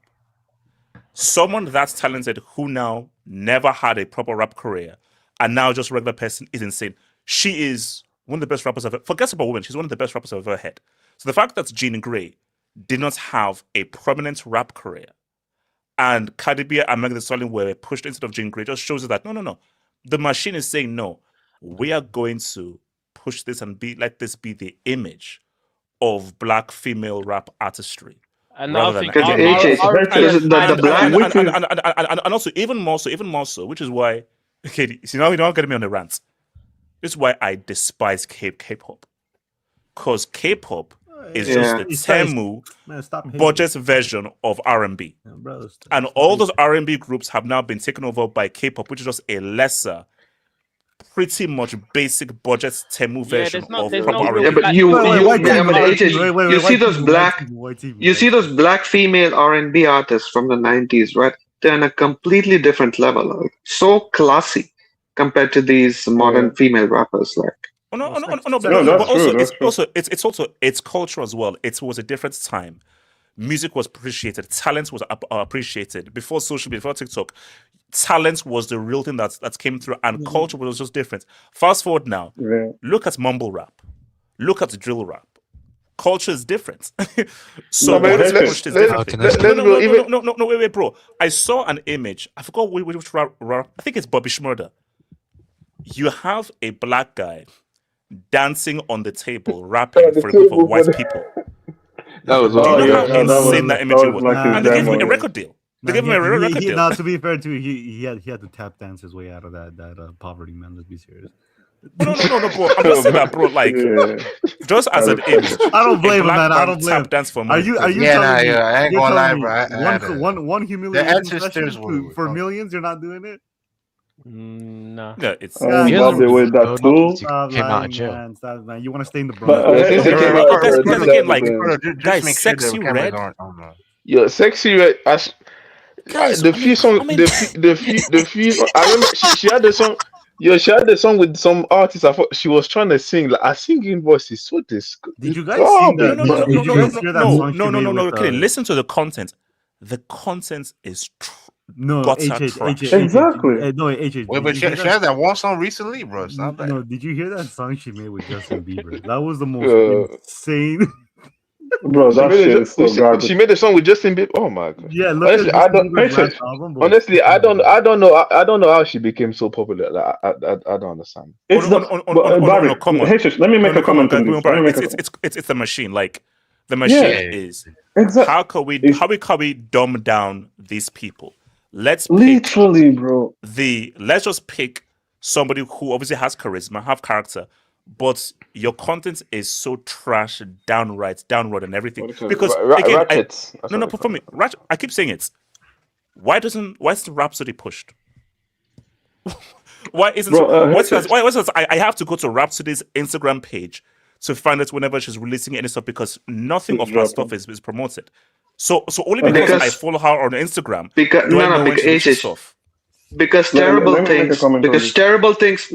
terrible things are easy to get viral. It's more addictive. Algorithm sees that, and algorithm pushes that.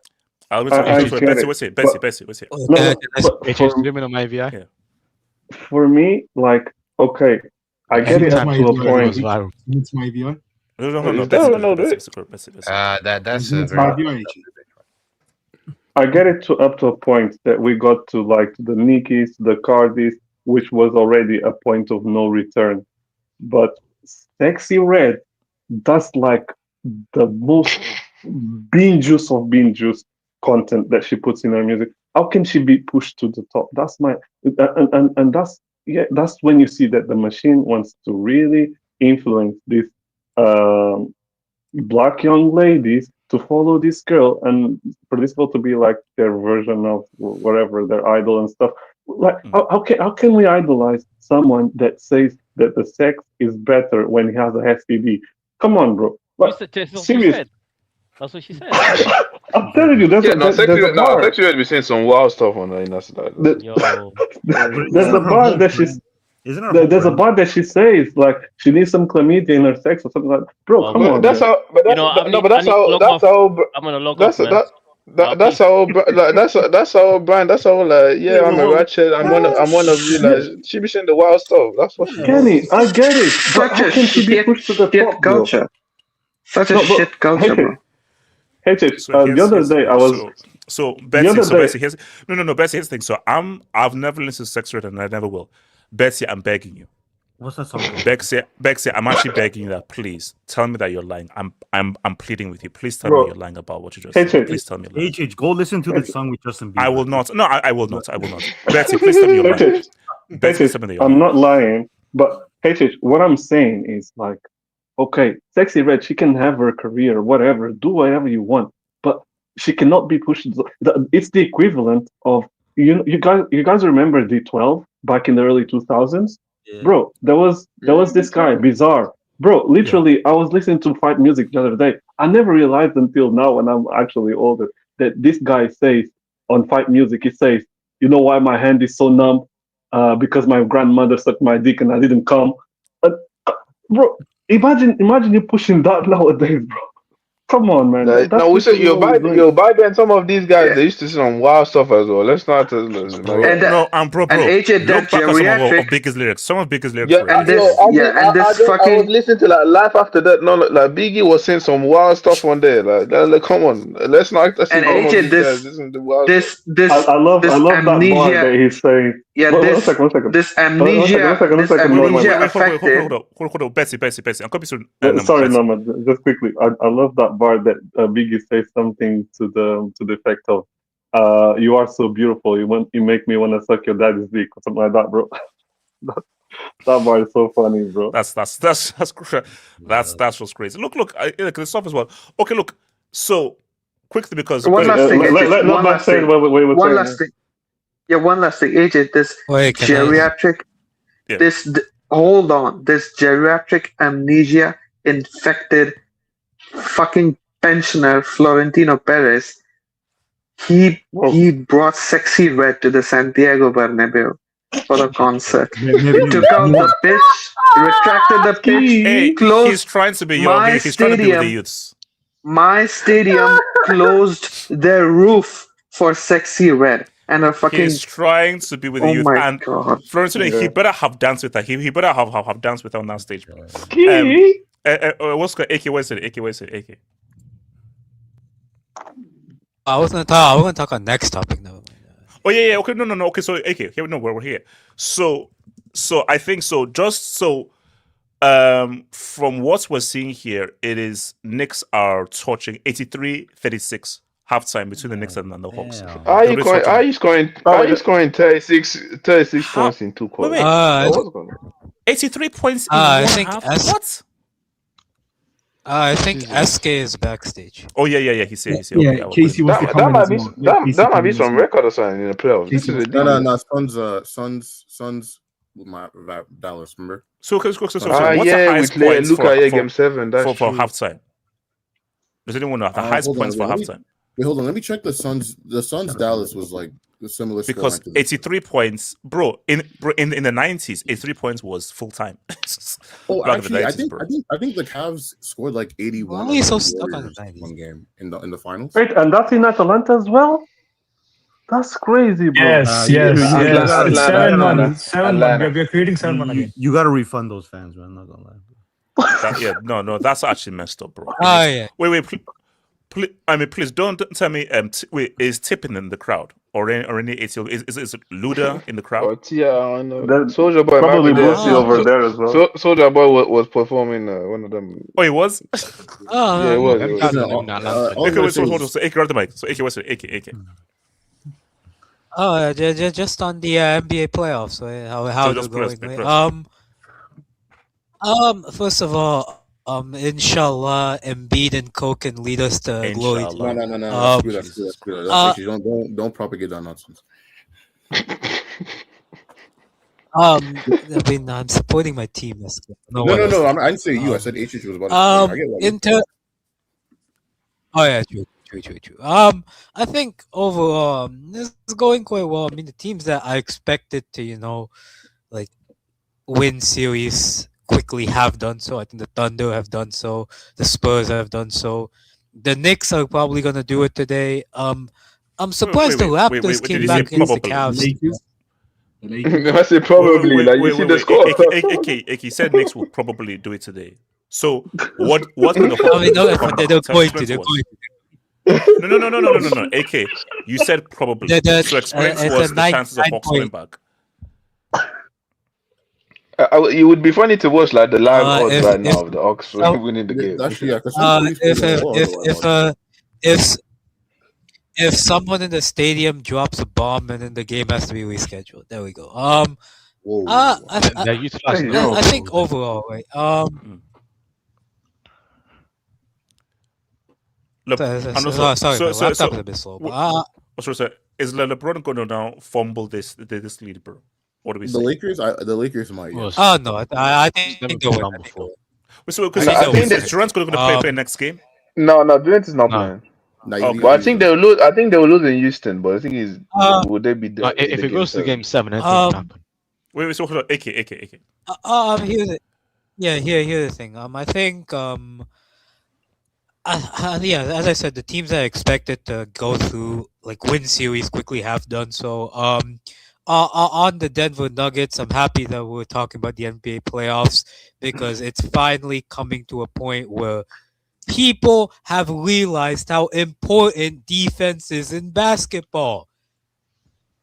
And I'm sorry, the best player in the world cannot be a guy that can't protect the rim as a center for his life.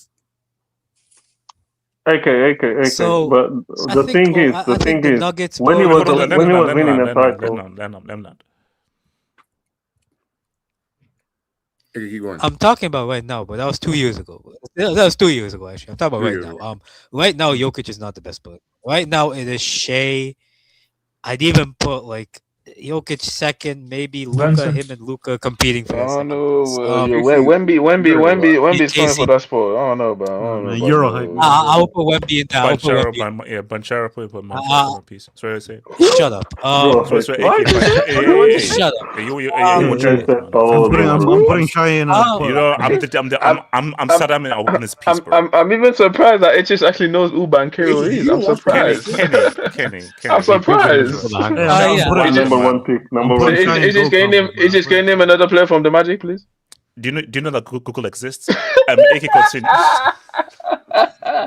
You probably saw Banchero got 25 points. AK, continue, man. Your thing is back left around the edges, bro. AK? I think Jokic FC got him. They got him. Look at Jokic got him. Oh yeah. You guys interrupt them too much. Yeah, okay, let's go. Yes. Hello, AK. My laptop. Yeah, my laptop is lagging like crazy. I don't know why, but I think for the Thunder, they should have an easy series whoever they play against, except for the Spurs and possibly the Celtics. I want to see that series. I want to see the Thunder Spurs series because so are we saying the finals is Thunder Celtics then? No, if the Thunder and Spurs play, I think it can. I think the Spurs can beat the Spurs. I think the Spurs beat the Thunder. Matchup wise, I think it's matchup. I think the Celtics as well. If they're on it, they have a chance of beating the Thunder. The Knicks, again, they're the NBA version of Arsenal, as our friend Casey says on Arsenal. I have to see the Knicks win something before I can, put them in those conversations. So do the Knicks play Celtics in the next round then? So they play the Cavs. The Cavs and the Raptors. Okay, they beat the Cavs.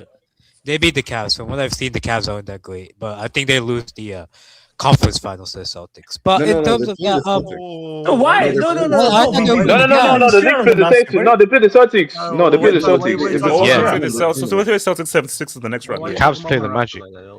Yeah, the Cavs play the Cavs are the 4th seed. They play the Magic or the Pistons. Oh, the Cavs are getting to the conference finals. The Celtics are garbage, man. Casey, they've won something. They've won something the last couple of years. The Lakers are gonna win. We don't care about that. Man. 73 lives. The first time, bro, 76ers might knock them out. You don't know. If we do, bro, Embiid might. I might become an Embiid fan again. But I think we're gonna beat the Rockets. We're gonna beat the Rockets. Abdullah, how many do you NBA even teams watch do you have? the game? No. AK, just keep talking. You have a Keep team for every talking. No, but division. overall, I think Abdallah, the team per I have state. You one. know what I'm saying? I expect it. I expect it to be a Thunder Celtics final. But if the Spurs beat them, I won't be surprised at all. Okay, I go on this after AK. Can I go after Barry? Yeah. So what's a good Barry? Talk to me. Barry, talk to me. Yeah, so overall playoff picture. Can you pull it up again? It was a good graphic. So yeah, I think the East. I think it will be Celtics, but still, I think with the East, there's limitations like Pistons, too Cade reliant, Magic, lack of experience a little bit. They have good players, but they haven't been in the playoff environment as much compared to Celtics and Knicks. Cavs, Raptors. I think Cavs are gonna win, but I want to see what happens if there's a Game 7, because Game 7 Harden is always a it's always a very very entertaining watch. Jesus Christ. Barry, you're not backing the Raptors, Barry. I am in a way because Raptors. What happened in Game Raptors- 6 in 2022? Barry, we're gonna have a Scotty Barnes conversation if I see what I saw yesterday. Yeah, because Raptors, they play a big brand of physical basketball, and if you shake up a little bit Mobley and Allen, they're a little bit frail of the pressure. So Raptors could win, but they just have to close out games better. So I think in the East, I think Celtics are gonna make it, just because I trust them more when it comes to big moments and experience. And the West. Can I just respond to this a bit quickly? Can I just respond to that point a bit quickly? Yeah, go ahead. What's the point? No, bro. Two of the games the Spurs beat the Thunder and they didn't have Wemby, but they played with Luke Cornet as the center, bro. Like, I don't know if you're saying. I don't know if the Thunder. I know they didn't have Shea for a couple of the games the Spurs beat them, but the Spurs didn't have Wemby for two of those games as well. Like, yeah, but the Thunder have the refs as well. So. But the Timberwolves is messed up because they obviously Ant is not here for many weeks. DiVincenzo was out for the season, and just today they released news that Ayo Dosomo he's not going to be there tonight. So, bruh. Oh wow. Denver might make the comeback, man. Wait, is he official? It's not even. I thought it was questionable, or whatever. No, he's out. He's out. I hope you know we're not. He's out. Yeah, no, we're not respecting. They're probably gonna come back. But I'm not because Jokic he hasn't played well. Like Rudy Gobert's put him work, and he's turning the ball over too much. He's not making shots. So Jokic is not playing like the premier best. No. Okay. So here's my thing. For me, I'm a narrative guy, and this has nothing to do with Casey at all. Because that's nothing to do with it at all. It's what I do want the Knicks to win, because I just think that in terms of just like a trophy parade and just thinking, because you're thinking of Cameron, Mace, Pete Rock, Spike Lee, what's it called? My guy from Meet the Parents. Most important one. It would be fun. It would be fun, but who did the Knicks have in the bench to compete with like the Spurs? No. I said so. I'm not saying basically if outside of the Magic, a team I'd want to win outside of the Magic is the Knicks, because I think that's come on. Imagine New York, especially in social media. Bro, I'm telling you, we beat the Celtics, bro. Like MSG was crazy. Oh my God, Casey, you don't ever bring up that series. That was the biggest series I've ever seen, bro. One thing I want to. Hold it. As much as it sucks for the Timberwolves, I want to see Wemby against Jokic. I want to see the two best centers go at it to make the conference finals, and I really want to see Thunder against Spurs. I think these are the two best teams. Wait, Brian, let me ask you, was Jokic being very dickish doing that move at the end to the rookie, where he was giving him the ball and they tried to take the ball away? And then because he was butthurt of what Jaden McDaniels did to him at Game 4. But listen, like, I don't blame McDaniels because Denver was trying to score as well. So it's just okay. Let me just get a consensus here. That's a dumb. Hold on. Where do you stand on dunking or playing during garbage time at the end of an NBA game? Is that disrespectful? No, that's a dumbass rule, man. You should respect your. No, you know guys. I'm sorry, we're still playing. You lost again. That 2 point. That 2 point did not change the result of the game. You lost already. So being bothered about him. You know the bigger issue here. The bigger issue here is Jaden McDaniels said on live television he called the Nuggets. None of them can defend. All of them are scared to defend. That's what he said. And the next game, Jokic drops a disaster class, and instead of trying to actually play the game like people have said he's the best player in the league, he goes to Jaden McDaniels and starts fighting him. Like, what are you doing, man? You're supposed to be the best player in this league. Like one Chris Move said, no sportsmanship, man. No sportsmanship. Like, come on. He wanted Jaden McDaniels to respect the ball, bro. Like, you're still playing, and I have every right to freaking score and do whatever that. If you don't want to defend because it's over, that's on you. Until that clock runs down, I can do whatever the heck. I'm playing basketball until the clock runs out. So is this whole it's being respectful and everything? Nah, that's no. Because did you hear what Shaq's? No. Charles Barkley said, like, if you dunked or you do, Charles Barkley said, if you do this, we're gonna fight. Shaq said, bro, I would have dunked that thing. The freaking coverage side. But it's like, who cares, man? So basically, we're all saying that Thunder are pretty much winning this. Yawn. No, I give the Spurs a good chance. I think the Spurs have a good chance of. Well, the Thunder are beat. The Thunder are whooping whoever comes out of the East. I think the Thunder are whooping them. I don't see any team that can compete against them out of the East, bro. Like, I'm sorry. Yeah, the East. The Spurs are the best chance of being them. The rest of the teams, I don't think. But I think the Spurs are too inexperienced, though. Hey, if the Thunders go back to back, I'm putting Shine uncomfortable conversation. By the way. So wait, when was the last time that the East was really strong? Was that the Miami Heat era? The East as a whole was a strong. 2009, the year Kawhi won the championship, the East was really good. Actually. Yeah, that was. No, but you had the Raptors, you had the Sixers. Quickly on that. So I was in a Reddit NBA thing, and there's a Reddit thread that said, "What is like the most iconic basketball photo like ever?" And they put it through. Bro, for me, that's when Kawhi is crouched and everyone is looking. And the boys, man, bro, seeing that live is one of the craziest spot things I've ever seen in my life. So basically, so someone already said that he was actually there, and like basically like his wife actually bought him tickets as a gift. And he said that, bro, it's the best thing his wife has given to us. I said, bro, do you know how lucky you are that you were there live? Wow. In terms just as a sporting moment, it's one of the craziest things I've ever seen. Can I ask you guys? Can I ask you something? Do people really want OKC to be the face of the league? Like, is it? No, bro. Everyone what do you mean? They have the best. Stop them. They have the best player. They have the best team. Like who? Like, what do you mean? Like, do you want them to be the best? Cheat, man. Jesus Christ, there's nothing wrong with that. Again, so you think you want Jalen Brunson to be the face of the league then? Like a cat? No. Big This is anti-Canadian. Big Bodega, whoever you guys call him. There, like, come on. If you really want like a team to be, we have 103 points. Yeah, man. Bro. They're belting to ass, man. Like, man, the Hawks. It's PSG versus Chelsea right now. How? Yes. Getting spotlight. My thing. Come on, bro. You have to admit the face of the league has to be like either SF or New York or Los Angeles. Like none of this Boston grab. He doesn't know. 1970. Steph Curry was the face of the league before that. So I don't know. All these he should be some of these. LeBron was the face of the league. Actually, no. That's a brick. Hold on, Casey. That's a brick. Your logic don't make sense. Casey, believe it or not, Casey, call me crazy.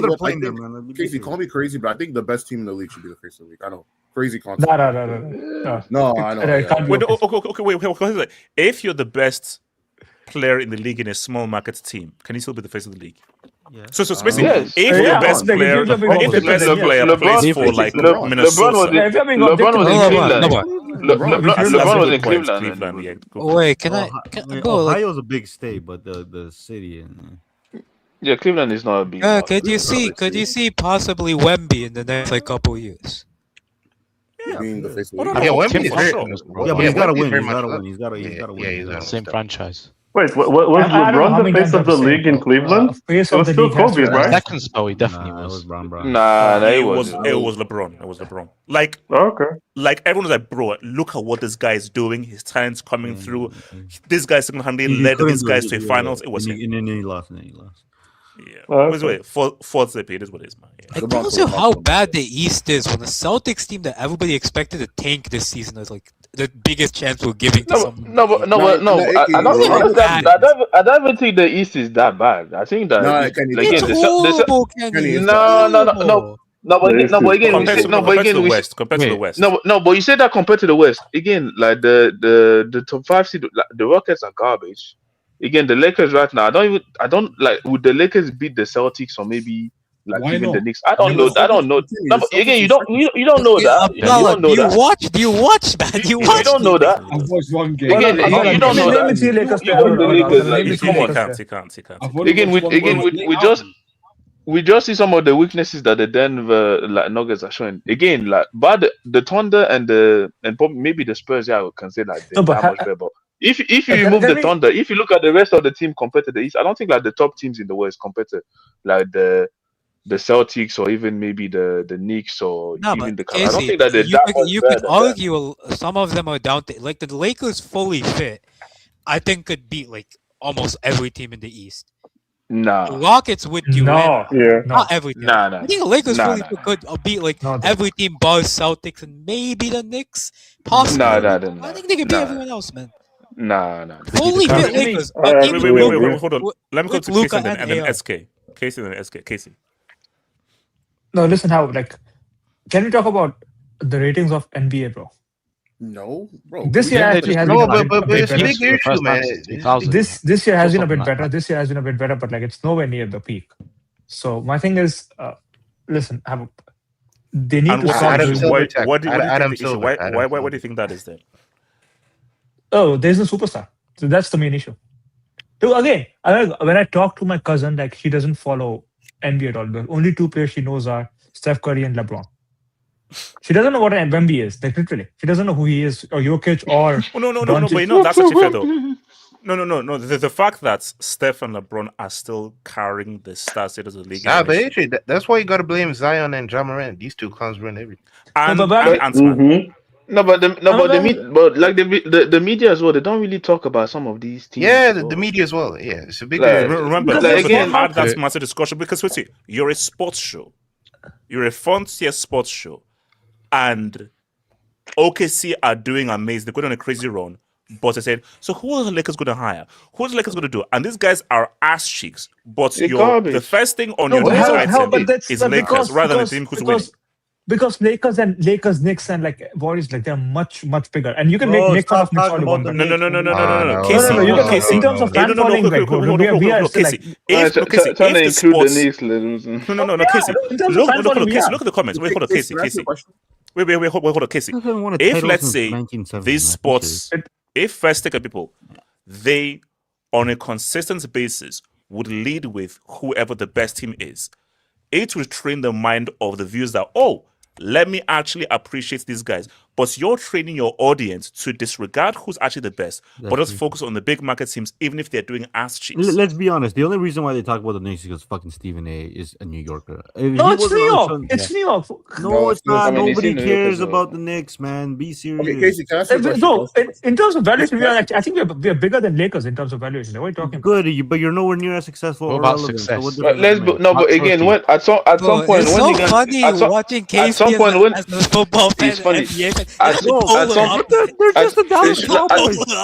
some point, you guys were trash. The only reason why they would talk about you is because of your owner. I forgot his name. That's the only reason why. And then now they're talking about you a bit because you're doing good in the playoffs. No, Kenny, you know what it is? The Knicks is not like the Lakers. Look, their evaluation is completely nowhere near that they're just from New York. That's it. That's fine. I'm not denying that. But nobody cares because you guys are not good. You guys are like the Dallas Cowboys, bro. No. Was significant. No. Basically, Knicks are just riding off the fact that it's New York, and that's it. Wait, they've not done anything relevant in a long time. The maker of basketball. the one thing I will say, Bro, JJ, first I of all, think Canada created basketball. I don't know about this New I York think bullshit. I don't shout out to completely Dr. agree. Naismith, man. I don't completely agree with Casey, but I think there's a point where he is kind of like right into the way he's coming from because Man, like, why you giving bro, him this shit, is not man? like football where like success really is like the paramount. The way the NBA is structured, the type of league it is, right? You know, fan following and stuff like that does make someone. I'm not saying the Knicks are like, and Knicks should be uttered in the same way as like the Lakers or Celtics or those type of teams, but the fact that they're from New York is kind of relevant to this discussion. Like, No, it's not. Wait, They're not hold on. Let me good. bring in They're SK. just Talk about not SK. good. SK. I'll go off the SK. Yeah. So first off, can you do bricks on this channel, right? Yeah. Can you put down a brick for Jalen Duran, please? This is a disaster. One more for New York. SK, the game's not finished. SK, the series. What a terrible Ricardo, don't stop bullying me into it because SK, the series is not finished. SK, he has a chance for redemption. Two more for Kenny.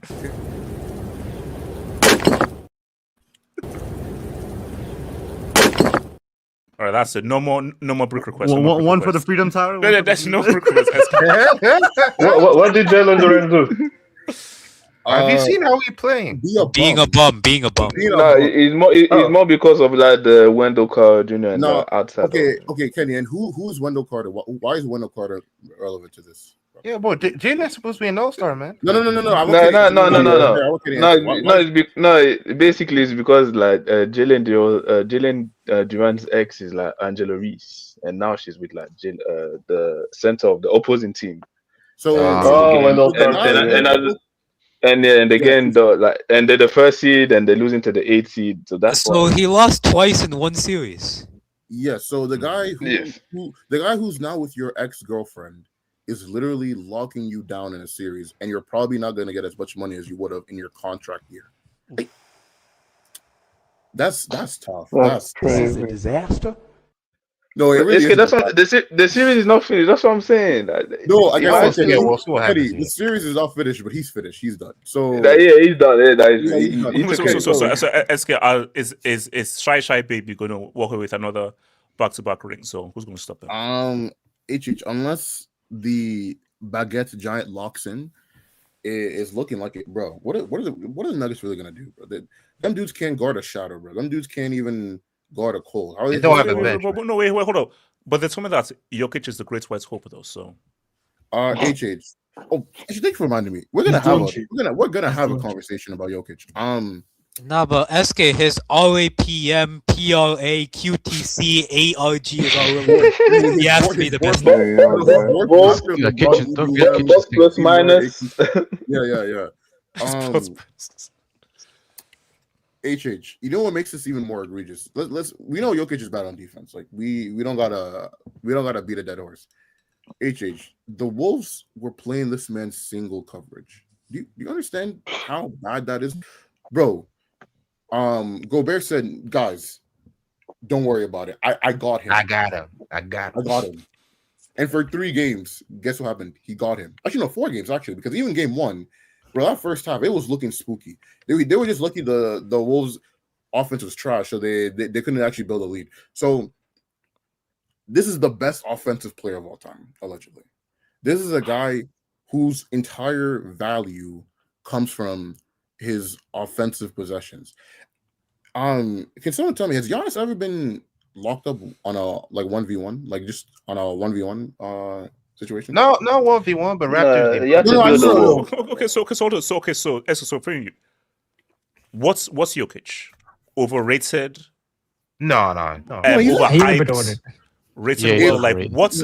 Where do you place him in terms of NBA discourse? Stan Van Gundy, who is a guy who I usually tend to respect his basketball opinions, said this guy is basically as good as MJ and LeBron. He's just he doesn't have the rings yet, so we can't put him in the. I'm done. I mean, offensively, that might. Offensively, like what But before this, like really bad series, like offensively, Jokic was going crazy over the past few years. Unreal to play. No, but you know how we make fun of the advanced statistics and all this stuff. Even the advanced statistics don't put him in that MJ LeBron category. So that's what makes this. That's what even makes this specific conversation even more ridiculous.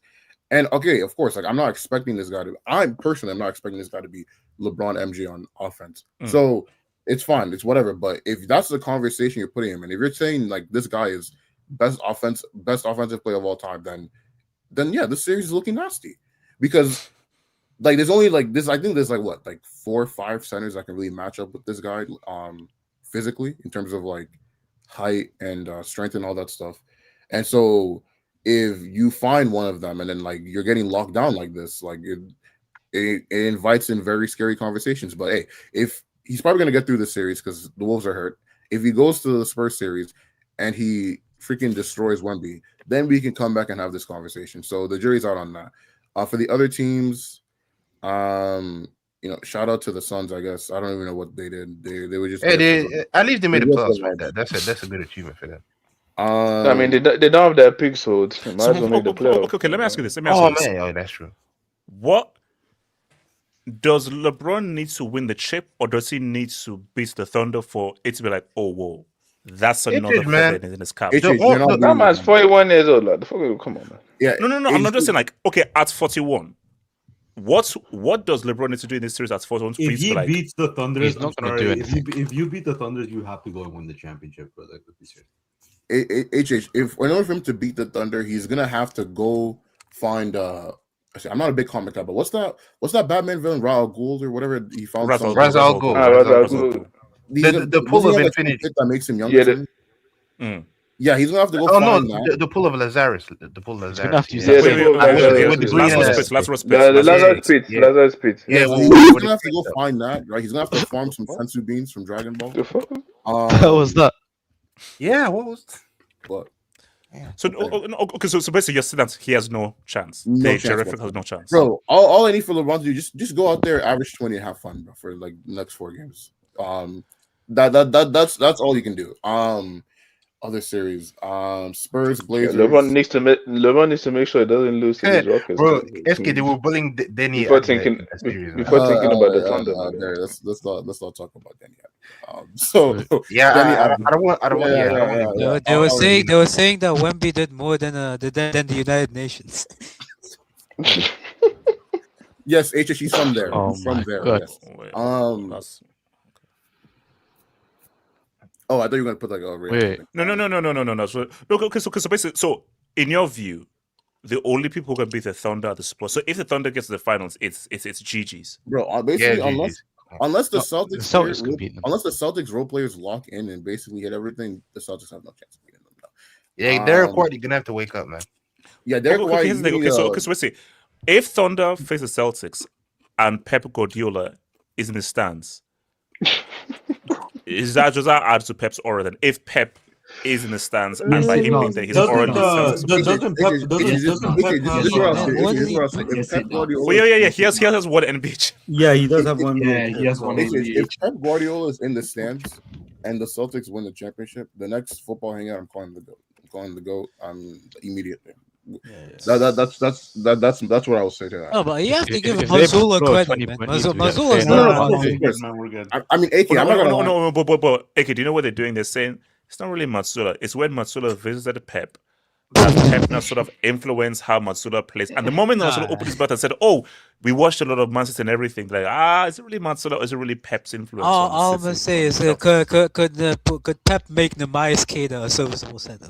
Because that's what I'm saying. The guys are saying the Celtics, but if you look at the talent on that side, like these guys are overperforming like crazy. Like, I'm sorry, I love these guys. Can you also drop "You're a Dumbass" for Ime Udoka as well? You're a dumbass. This man played the Lakers twice, like what, the last month of the season.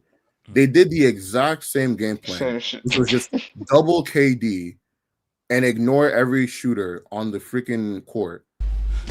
How? And then they proceed to go into this series, and when they went up 3-0, they did the exact same thing again, and this man made no adjustments for 3 games. Okay. Can I just say this right now? So you know, JJ Redick started off on first take, and guys are, oh my gosh, look how smart he's making Stephen A. Smith look so stupid. Then LeBron brings him onto his podcast, and then you find out that no, he brought him onto the podcast because he was obviously earmarking him for the coaching job. So is Jay Redick just there to be LeBron's stooge? No. JJ Redick he has a very good basketball mind.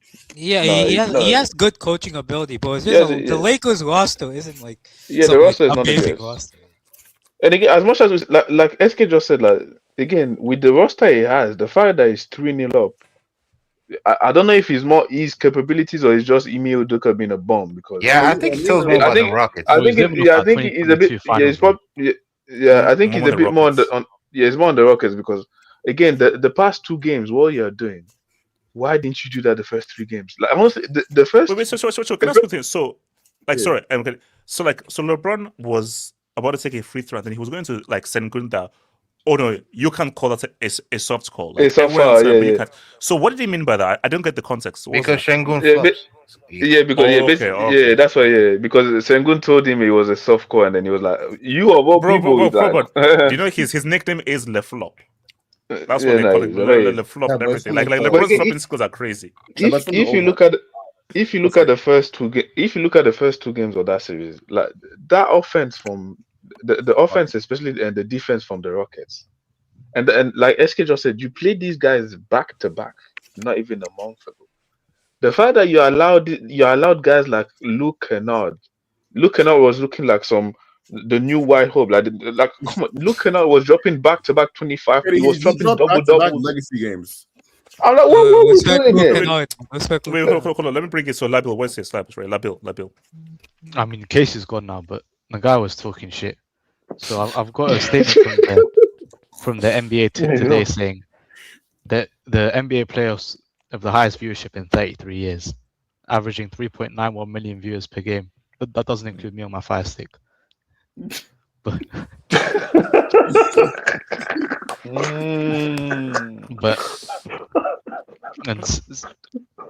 yeah. Put me on.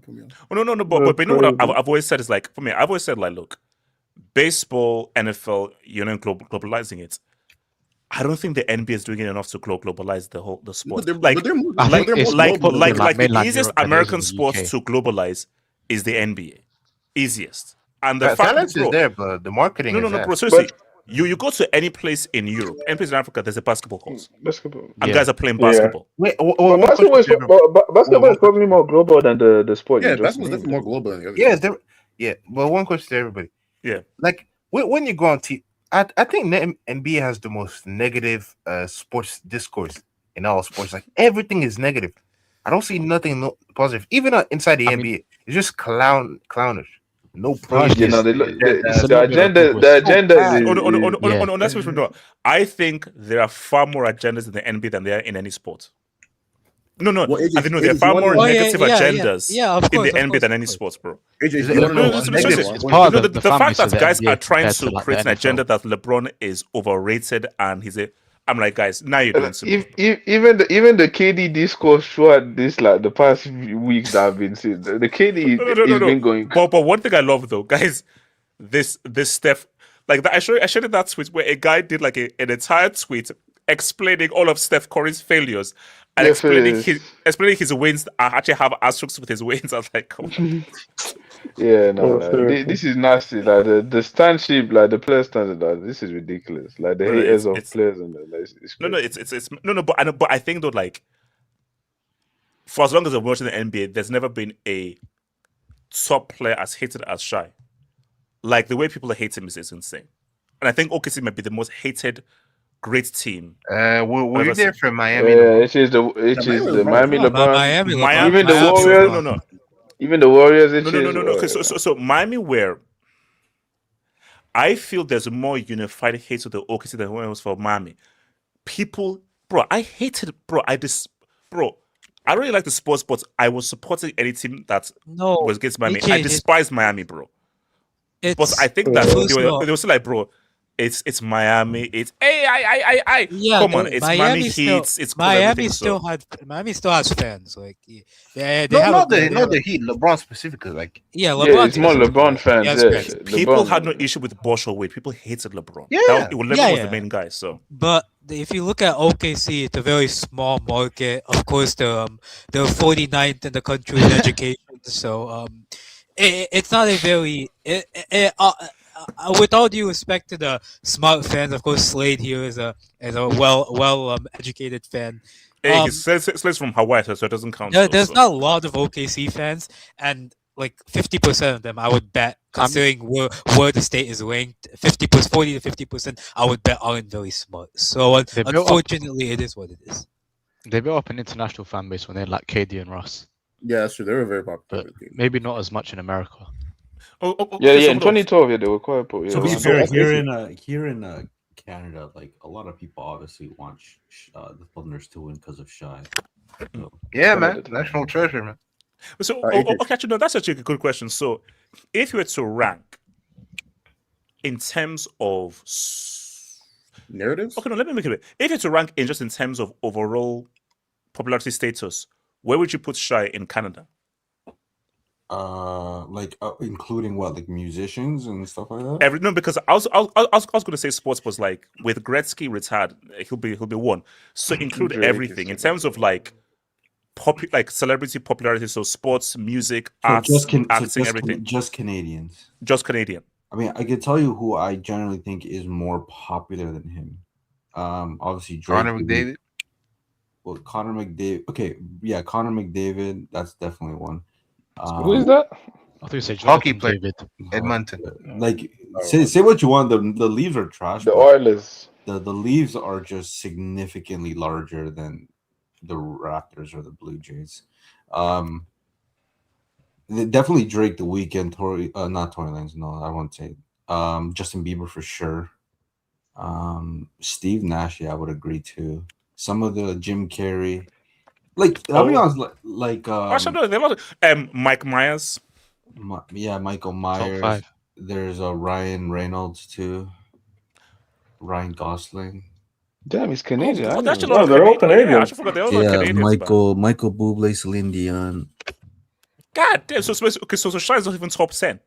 To be honest, like, you got to think about basketball is not that big. Like, it's a big. Amongst the youth, it's a big sport, but to the general. Is Michael J. Fox still in the news? Oh, come on, Michael J. Fox is huge, bro. That's Marty McFly, man. Come on, man. That guy is. No, I would say amongst the youth, Shy is probably very popular, but the general population, he probably isn't.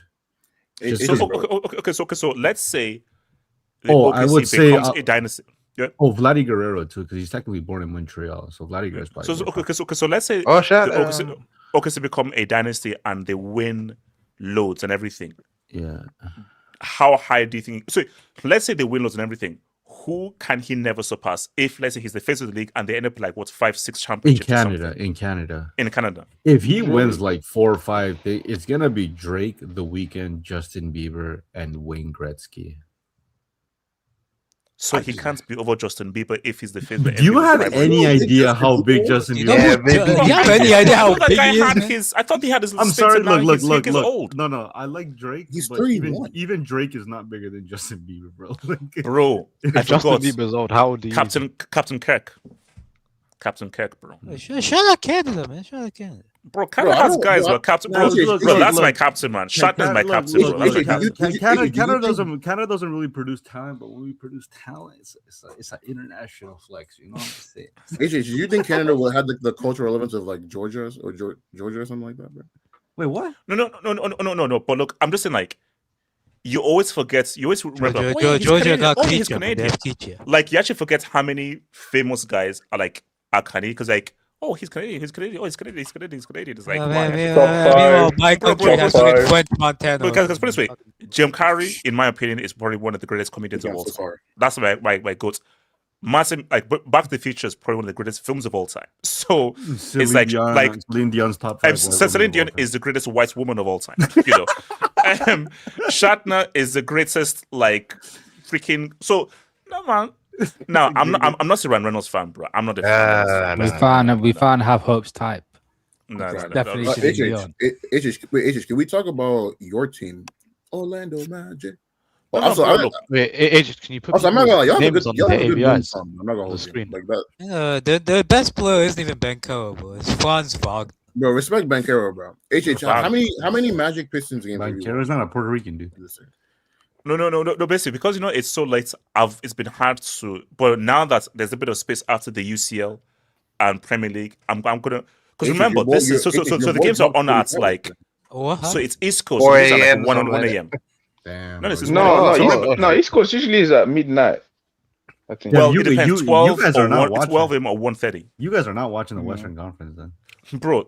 Actually, no. Unless it's a big, because for me, I'm a night owl, so it's a big game that I'll step pro. Yeah, if it's a big game, like 3:30. Yeah, 3 a.m. Yeah. Well, when I was in, the Lakers and Rockets one, they be going crazy. Like, yeah. Bro, so whenever it's NBA Finals and it goes to the West, I'm like, God damn, those are tough, bro.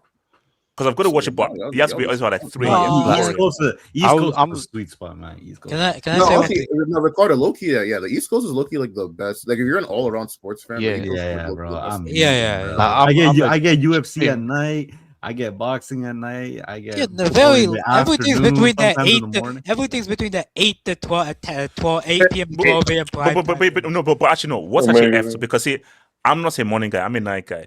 So for guys on the West Coast watching the Premier League in the morning, that's tough, bro. Yeah, they're. Imagine you know So the early kickoff is like what's like 9 a.m. for the West Coast. Early kickoff. No, even it's like 5-6 o'clock in the morning, bro. Damn.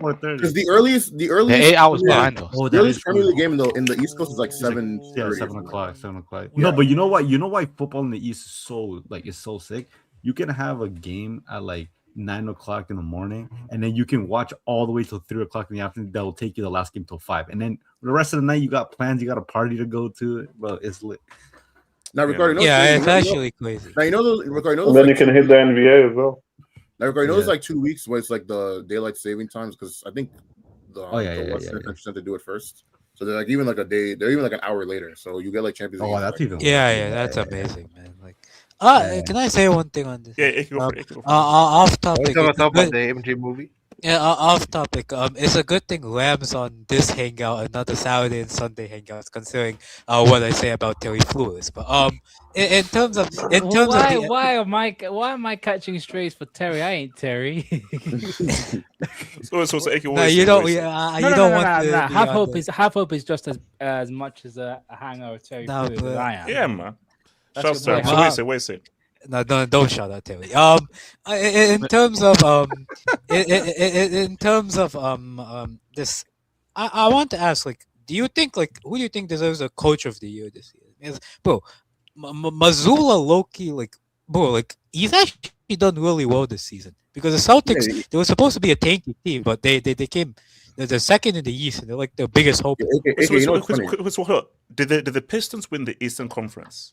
Yeah, but standings wise, yes. Yes, but they were playoff. But they were a playoff team last year. That. But they were a playoff team last year, though. No, again, coach of the year is about regular season, so I think. I mean, based on the roster and everything, to top that conference and everything, that's that's. I mean, it would be either the Joe Mazzulla. I think it was Bickerstaff, or it would be the Spurs, or maybe the Spurs coach. You'll probably be between those three. But AK, you know what's funny? Oh, yeah, I actually wanted the Celtics to tank for this year's draft, bro. Let's talk about so shout out to Sergey who said, jokes aside, gender double standards apply. Okay, so he isn't been accepted into JP Morgan and everything. So which he pretty much lied about. But the whole JP Morgan story, which is still an story. HH, bro. People were going crazy on Twitter with those memes, bro. It was crazy, bro. Sergey, I'm in law, summer transfer to JP transfer request. Yeah, I thought my friend was gonna work for JP. Good luck, man. I knew a girl with 40 in 1 year. No. Wait, what do you mean? 40 bodies in a year. No, but it resets the following year apparently. No, it doesn't. And by the way, on body count new year, new me, man. Okay. Paper towels good for morale. If you know, you know. I'm crying. Move on. All right. Okay. Thank you. We are recreating OnlyFans tax. Okay. Do you know what? I think it could be the point. Casey for Barca and Casey for Knicks, they're like the polar opposites. And Casey, you are what you hate the most. The way you falsely propaganda Knicks, you're literally Aloe. Basically, you are literally Aloe for the Knicks. Yeah, that's why he hates Aloe. You're him. He's looking in the mirror.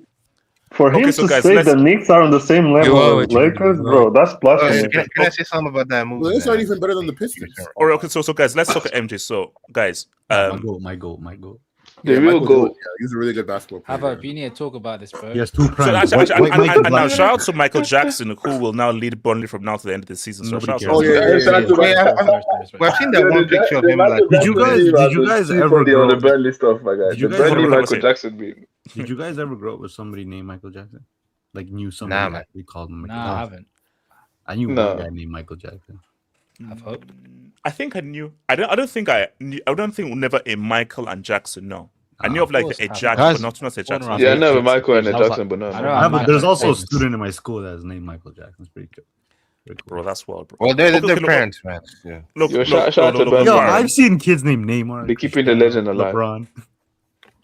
LeBron? Yeah, it's a Filipino. Okay, so Barry, talk to us about this movie, bro. I'm naming my kid LeBron Uchiha. And also, I told you, I'm never watching this movie. I'm never watching the film, bro. Never happening. Why not, bro? Because it's Michael Jackson. Is it because of the nose? Is it because of the nose, Hafo? No, there's that, but he deserves a better film. Like, bro, you can't do Michael Jackson's story in 2 hours. You can't do.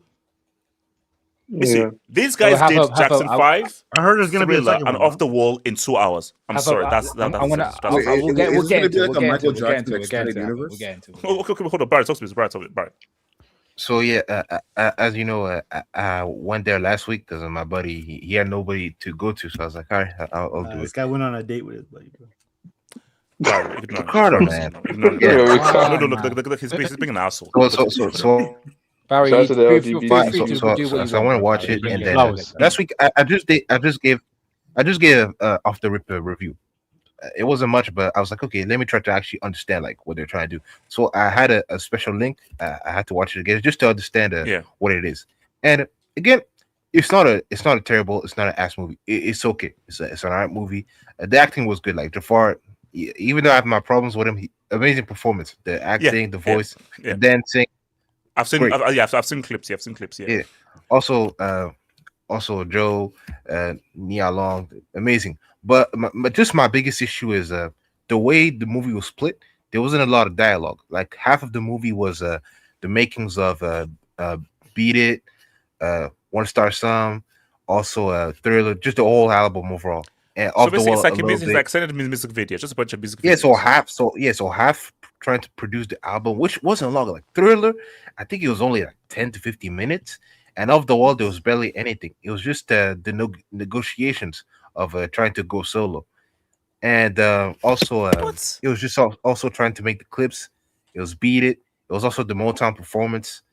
So overall, man, it's not good because even though Michael only lived for 50 years, there's so much things. Like you can make a movie about Jackson 5, and there's also the period between trying to make Off the Wall and but basically like Barrett. Sorry, the trilogy. And I'm not going to put a video of this, but let me just say right now. So the first film is Child Prodigy, Joe Jackson, Gary Indiana, Jackson 5, Off the Wall. That's one movie. The second film is Thriller. That Thriller alone is an entire film. This is the biggest album of all time. The biggest album of all time should have a whole film dedicated to that story. Then the third film is the rest of his career. How are you putting Thriller, Jackson 5 in one film? Come on, you're sassy. And you also have to detail maybe he's not. And you also have to detail how you make Quincy Jones, Diana Ross, Motown, Epic Records, all this crap.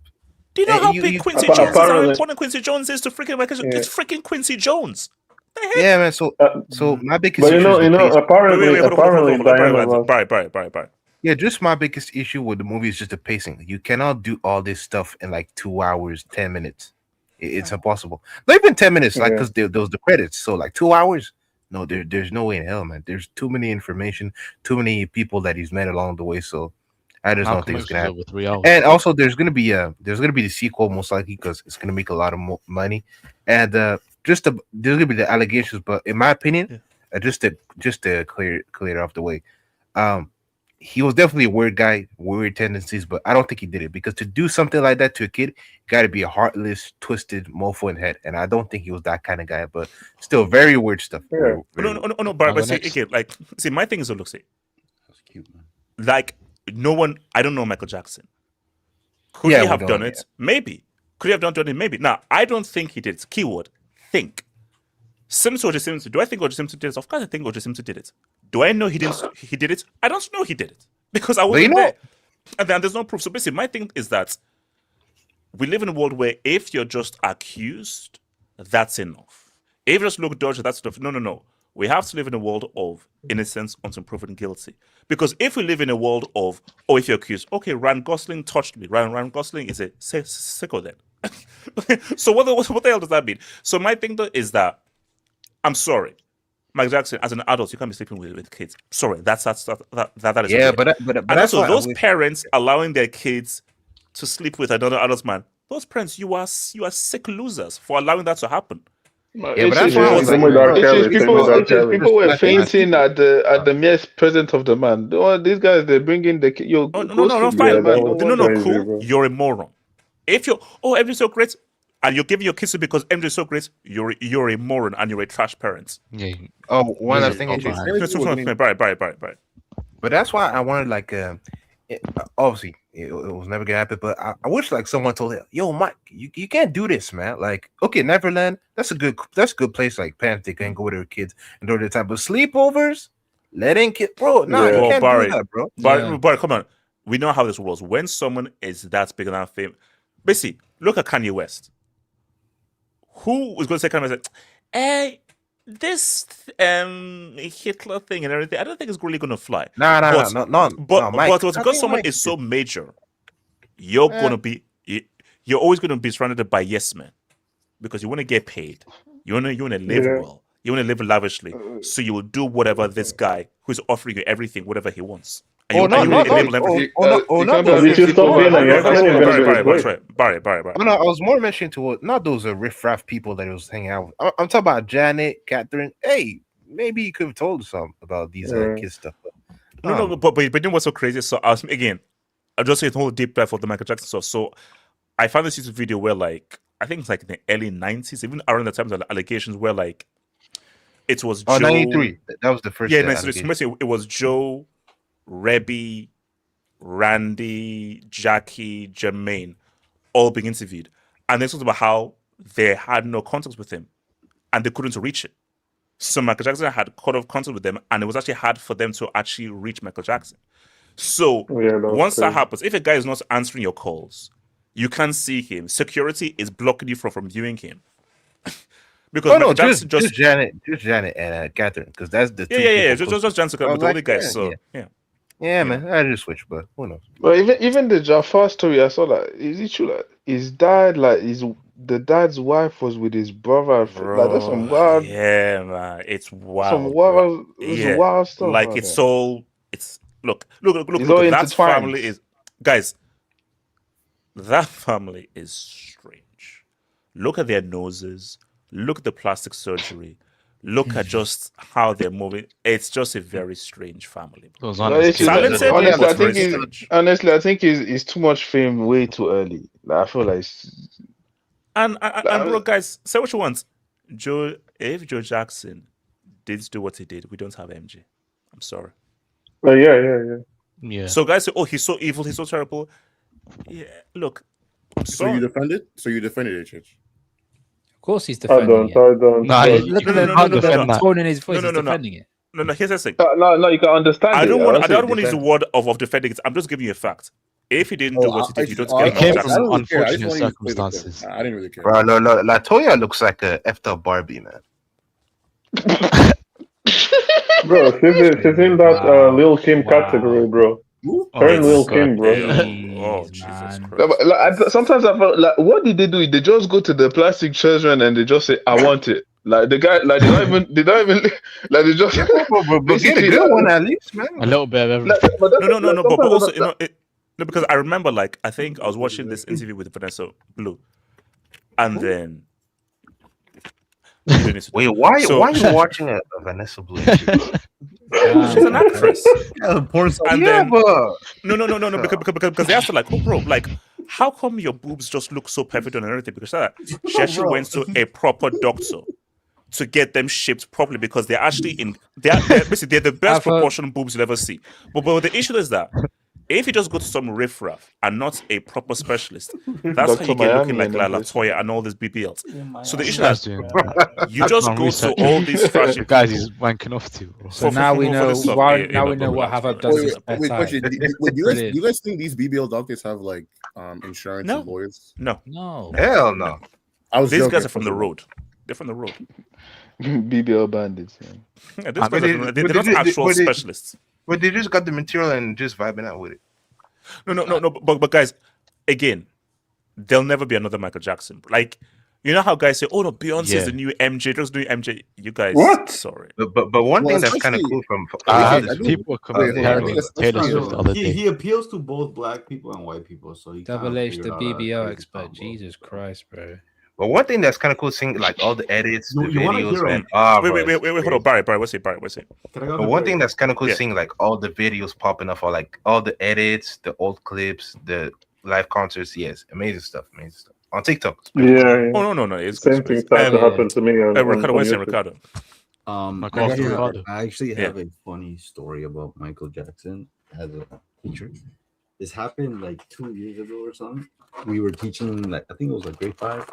We were teaching grade 5 kids how to write biographies, right? Oh, I know where this is going. And so you obviously have to write their, their upbringing, their story, their accomplishments, and then maybe where they are today. And in a part of the biography, you had to draw a picture of them. So the kids in the school, they have their own like Chromebooks or the laptops. I don't know what you guys call them, but there's a little Korean girl, super sweet. She was so respectful, everything. And everybody's picking their artist. She picked Michael Jackson's. I think maybe her parents or whatever. This girl raises up her hand and she calls for my attention. He's like, I need help with something. So it's like, I put Michael Jackson on Google and I don't know which one he is because there's so white. I don't know which one to draw. Yeah, that's crazy. This is a disaster. This is a disaster. Oh my god, yo! I had to leave the classroom. For a brief moment, but I cried of laughter. No, Ricardo. Wait, hold on.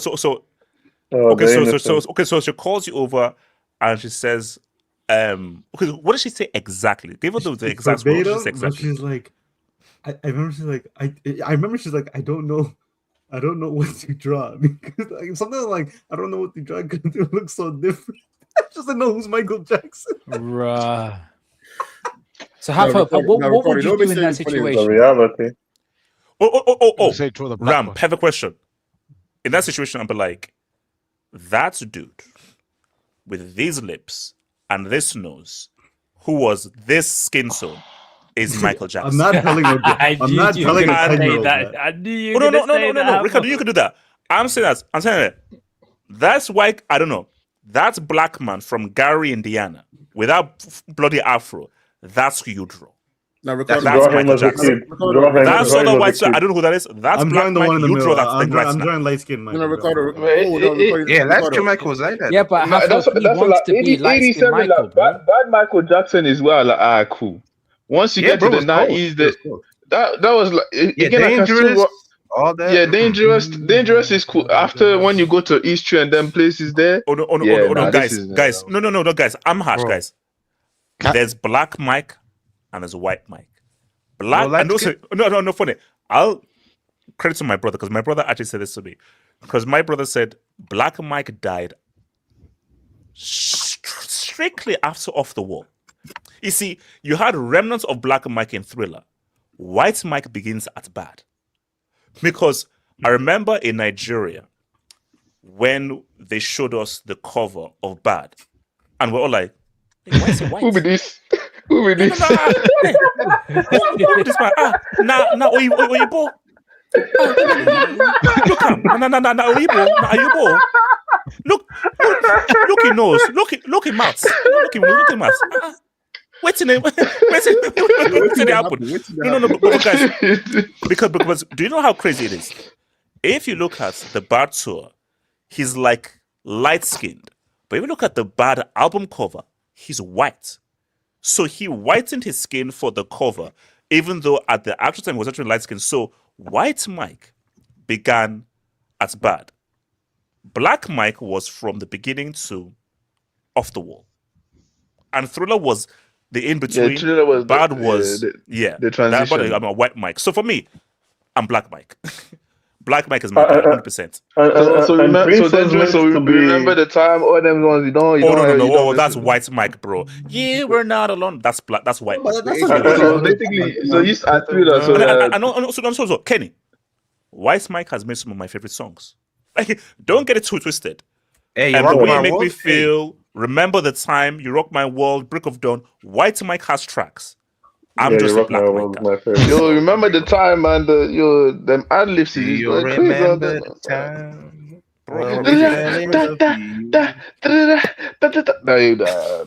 You did too much with it. No, but you know, I've been listening to like Michael Jackson like song lately. Like his ad libs are too funny. His ad libs, the way he be adding that after the chorus. Go.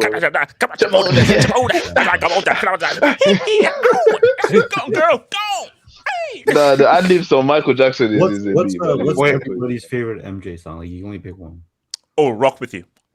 From the beginning of time, Rock With You, always been. Since I was young and everything, always been Rock With You. That's the between Work With You and Remember the Time, probably. Mine's Don't stop Ricardo, what's yours? Ricardo and then Ram. Ricardo. The Way You Make Me Feel or You Rock My World. Way You Make Me Feel. That's that's creeping. That's very just under Rock With You, but the gap is close. Way You Make Me Feel is very close. But what's way Ram? What about you, Ram? I'm gonna say either You Rock My World or Dirty Diana. Interesting. That's interesting. The Weeknd. Okay, some more recent, bro. For me, actually, the movie. How about like, Ram sees Michael Jackson's White Michael, not Black Michael. Hey, look, shout out to White Mike. Wait, Betsy. No, I was just saying, for me, the movie actually awakened my love for human nature. I never really liked it before this movie. Oh, bro, Human Nature was always a track, man. I think it sounded better live than it actually sounded when it was made. If that makes sense. When you listen to Thriller, again, for me, I'm not a big fan of Thriller. I've never really liked Thriller. Like, Off the Wall was always my album. Oh, me too. But Human Nature was always like, and do you know what it is? Nas used it. SWV used it. Well, like it didn't have to tell. Nas's like last song from Illmatic and Right Here by SWV. So that is one of the most sampled songs was the Human Nature theme. No, Human Nature is incredible. Also incredible. I like Earth Song better. Earth Song was tough. No, bro, that Earth Song is crazy. It's amazing. Earth Song. SK, what's it? SK. I'm looking at Michael's discography, right? Like of his albums, like his main albums specifically. I didn't realize just how many years apart like his albums actually are. Like 5 years. Yeah, but he's like 3 to 5 years. No, bro, because the guy said when he was young, because remember, like, so you have Off the Wall, then in Thriller, then a pretty big break, then How old was he when he split from Jackson 5? I think he was like 19? I think it was 20. Because I know he did Off the Wall when he was like 21. Basically 20 or 21. Basically, from Off the Wall to Bad is in his like 20s, basically. I mean, basically, guys, put it this way: before he did Off the Wall, the guy had like a career. Like, if let's say he never had a solo career, if you look at his entire Jackson 5 thing, ability as a kid. Yeah, Jackson 5, the Jacksons, bro, the guys, Jackson 5 had. So seriously, if he goes, because no, it's always on the algorithm. If you look at this guy singing at 10 years old, that's frightening.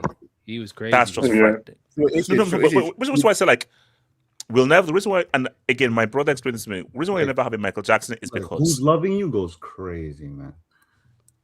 No, bro, like, Never Can Say Goodbye. I'll be the, like it's insane. But my thing No, though but I'm is that saying the vocals on "Who's Loving You," the start is like for a kid, like that's insane, bro. yeah, like it's Can I this is ask just you? think that thing that like you had Child Prodigy, Jackson 5, then you had freaking Off the Wall, then you had I mean, as a career, it's stupid. Yeah, SK, what's it? SK. I wanna get everyone's opinion on this. What do you think is his most important album in terms of what made him like the status that he is now? Thriller. Which But it has to be Thriller. Yes, It's Thriller. Probably well, I'm not even just talking about Bad is a very. I'm not even asking about his biggest one, but I'm saying like, what was the one where it was like, okay, like Thriller propelled him to Thriller different making him avenues. like Thriller's the No, first thing. you know what? Billie Jean? No, you It know was what? Thriller, right? I'd say it's bad. No, because think of what SK is saying. Not his biggest, but the one that really culturally put him in there. It's bad. He was already a because household name No, but he was already a cultural Yeah, he was icon already by a that household. No, but what SK is saying is that okay, Thriller was like okay, you're not the number one. Oh, because the bad tour as well. No, it's a tour and it's the music video. It's the short film. What, So when you look at the Smooth Criminal, the short film, Criminal, you're looking at Speed Demon. That's what's where okay, this guy is now really doing something that no one else is really doing artistically. Bro, so did Bad you was know where that, okay, this guy is now really in like a league of his own. Thriller was just like, oh, this is the biggest musical artist, but this way, no, he's not taking music to another level through the art of music video, which was when it was Bad. Wait, I just realized a couple of days ago that Scorsese he directed Bad, the Bad music video. Yeah. Like the actual short film.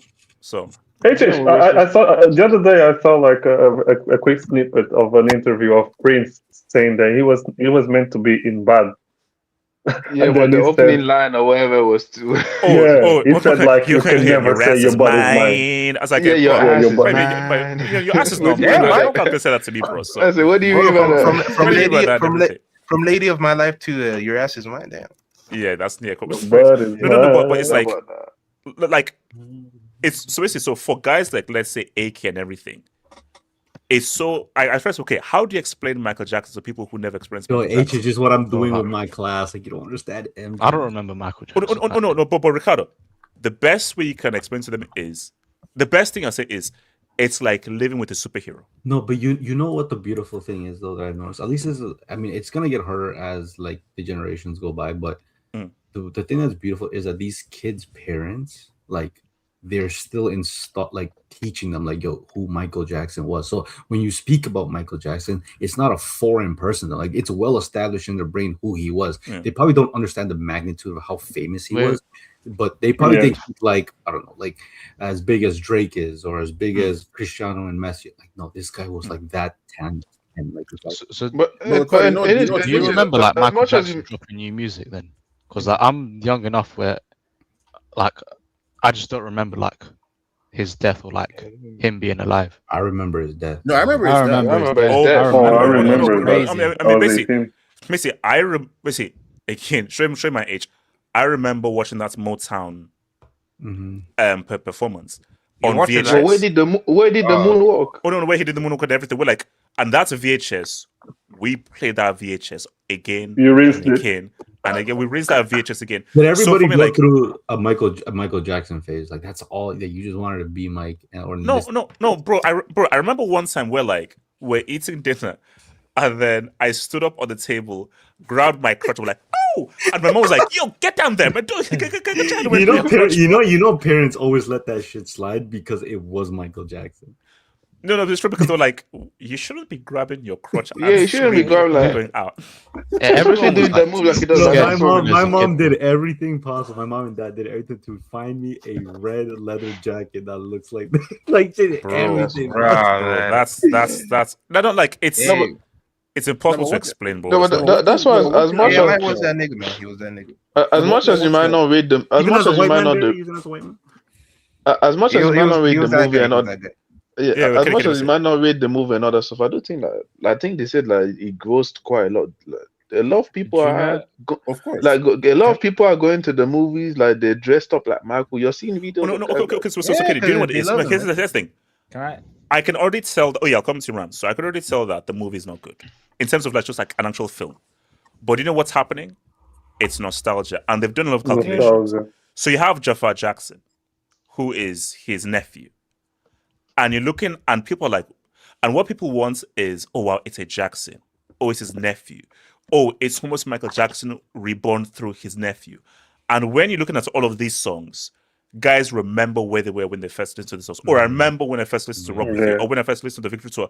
So all those guys who are like in their 30s, their 40s, their 50s are like, bro, I remember, or the 60s, I remember going to the Victory Tour concerts. I remember watching Johnny Carson sing them for the first time. So it's a whole nostalgic feel of what's happening. So it's not about how the film is not good. It's just about it's like Spider-Man No Way Home. Oh, you know, that's a trash film. But wow, 3 Spider-Men at the same time. It's such an event. So Michael, oh wow, this is just looking at watching the content at the system and just you have this whole nostalgic feel, especially the time when music is not very good, what's happening to music, no real artistry, no real talent. They're just a reminder of, oh yeah, there was a guy who was the most pure talent we'd ever seen from a child. So it's nostalgia time. So Ram, what's it? Ram. Can I go after Ram? Yeah. Where do I start with the film, bro? Because I watched the first night it came out.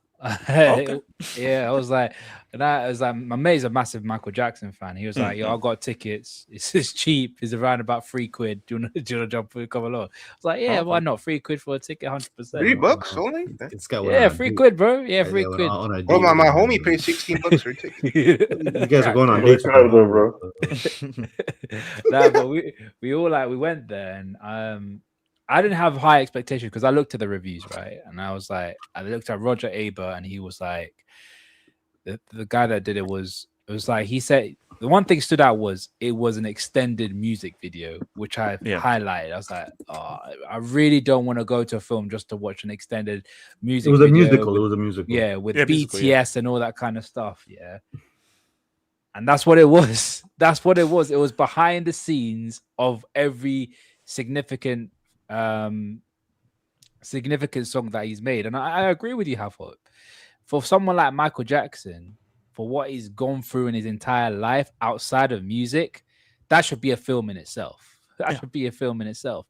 For me, I didn't understand why they didn't structure it as start off with the Jackson 5, then finish at Billie Jean off the wall. Yeah, off the wall. Or Billie Jean. Off the wall. Finish off the wall, but then like cut it at like Billie Jean when it's the height. Yes. Then it would be first film done. Second film is Thriller, just the entire album of Thriller, and obviously what happened with after that and all that stuff. Yeah. I think that should have been a film in its second hit because that was Michael Jackson at his peak, at its absolute peak for me. And then after that should be the latter years, like you're going from like Thriller to like Bad, and then from that, the last film should be from Bad to the end of his career, like what the impact they had afterwards. That's how I should have made it. And you know what, that could have been a massive cash cow for the producers if they did stuff like that. No. Wrong. What you just said is a better artistic product. What they're doing is the cash cow. Because here's the thing. So the producer produced Bohemian Rhapsody. And people's issue with Bohemian Rhapsody was that Freddie Mercury was this extremely extravagant, interesting, very dynamic individual who also obviously had AIDS. So the story, you have a queen, but let's find out about Freddie Mercury, the man. Let's look about his ethnicity, what he was about, the man behind the vocals. But they just say, oh no, let's just look at all the songs, and everything, and it's made 900 million. So they're like, no, what's the cash cow is make a musical. No, but that's the thing. And let guys now just sing along with everything in the cinema. Imagine, right? You have an artistic film with the Jackson 5, right? You start off really strong, like Jackson story about the Jackson 5, his problems with Joe Jackson. Which, well, funny enough, the one thing that really got pissed me off about the film, they didn't explore how demonizing Joe Jackson was. And I was like, no. For what I saw, they're just being like a cartoon villain. So literally, and I'll tell you this, yeah. After the first beating that he gave, there's literally like a cutscene of them going on different stages, and they're like, Joe Jackson's got the belt out. You know what's going to happen, and then immediately cut to them going to some other place in America, bro. That's the shit that I had to watch, and I'm like, bro, you could have made this an really artistically good film, and you didn't. And the reason why I say that could have been a great cash cow, because imagine starting the film, having it artistic and everything, and then cutting at the peak of Michael Jackson when it's Billie Jean, Beat It, Thriller, all that. People are gonna go and watch it because that is the prime. That is the prime of Michael Jackson, where everyone would go and watch, not even for the musical, but also for the stardom that he had. That's why I feel as though that could have been a massive opportunity for them, but they didn't decide to do that. No. But judging from this film is going to make bank, because remember, see, guys like me, I'm in a very small percentage of, I go to the cinema just to watch the film. Don't do that. And watch a film and think that. Most people, it's a social experience. And what you want is something like, what's that? Oh, Frozen. Or The Sound of Music, where you can actually interact with what's happening. So what's happening is guys are there, they're dressing up, they're dancing on stage, they're moonwalking on stage, they're moonwalking in the aisle and everything. And it's like, no, forget story. This is just to celebrate Michael Jackson's music. And what you're seeing is based on Michael Jackson fanship. Guys are going to go 3, 4, 5, 6 times. So they've made their money. But it's just unfortunate that, like, basically, put it this way, for somebody who grew up with Michael Jackson since I can freaking remember, and I've watched his music videos probably 1,000 times each, I don't need to see someone try to imitate Michael Jackson. Bro, I've seen this stuff about 1 billion times. I want to see what I haven't seen, which is, what was it really like growing up in that household? What was it like growing up in Gary, Indiana? What was it like at the dynamic? What was it like now forming the Jackson 5? That's what I want to see. They made Drill very PG, man. It was very, very, very, very PG. No, because my thing is, guys, it's just that this film may not make money. The first film you make, the two main characters are Michael Jackson and Joe Jackson. Yeah. And you get into the real dynamic of this Joe Jackson and what he did and how he pushed these guys to become the Jackson 5. That's your story. But again, these guys, they're not here to tell something artistic. They're just here to make money. I will say though, the reason why I think is gonna make a lot of money. I think it's because the disparity between critics and the audience. Bingo. Because I was of the impression that a lot of people would have the same thoughts that I would have, but I was completely wrong. People loved it. Like the Jackson fandom loved it so much. Yeah. And I was like, okay, this could be interesting. They could make some serious money, because if people are going so against the what's it called? The critics. Yeah. More people go and want to watch the film and be like, who's right? Is it the audience or is it the critics? No. But it's like, it is defined. Like, the last time something like this happened was Star Wars: The Last Jedi, where the critics loved it and general fans, Star Wars fans, despised it because of what they did to Luke Skywalker. So what you're seeing here is guys are like, so because when they saw the critics at first, they were like, yeah, we're gonna watch this 5, 6, 7 times. No. So that's the way you go. This, like, if the critics gave it glowing reviews, yeah, it'll probably make money. But because they're making it a bad review, guys now take it as like, oh, this is now a personal mission and a crusade where we're actually going to prove this guy's wrong. So the narrative now is, oh, let's now prove how wrong the critics are by watching it 5, 6, 7, 8 times and really celebrating Michael Jackson. It doesn't do his legacy justice, the actual film. That's why I'm a little bit annoyed about it. No. As somebody who has such appreciation to Michael Jackson and was so important in my childhood and everything, I can't support that film. I'm sorry. Like, if you're going to do something like Michael Jackson, you can't do something as half-assed as that. You can't. It's an insult to his legacy, bro. So I'm never watching the movie. No way. It's impossible. So I think what's it? SK? What's it? SK? I wanted to circle back a little bit to what like Ricardo was talking about in terms of like the influence of like a Michael Jackson, right? And I was trying to like, because he was talking about how like how parents, like played like the music for like their kids and that kind of stuff. I'm kind of like juxtaposing that with where we're at today. And I think one of the most interesting things is like in today's media, like there's really no one dominating force for like anything, right? Like there's no like if you how do you explain? So basically, every celebrity that's like huge right now are people that were like big 10, 15, 20 years ago. Like there's no real celebrity I can think of that has any kind of like universal I won't say appeal, but universal like presence to the same degree of like not even forget even Michael Jackson, but even just like people that were like big 20 years ago, like your Beyonce's or like your Taylor Swift or stuff like that. So I guess what I'm trying to figure out, or what I'm curious is, how do you like if Michael Jackson was born like 70 years later or something, or 50 years later, or whatever? How do you think that would, not even necessarily, obviously, not even talking quality, but like, how do you think that would affect like how big he could get? And could never be that big. So again, me and my friend were actually having this discussion now. It's a perfect. And we're saying that.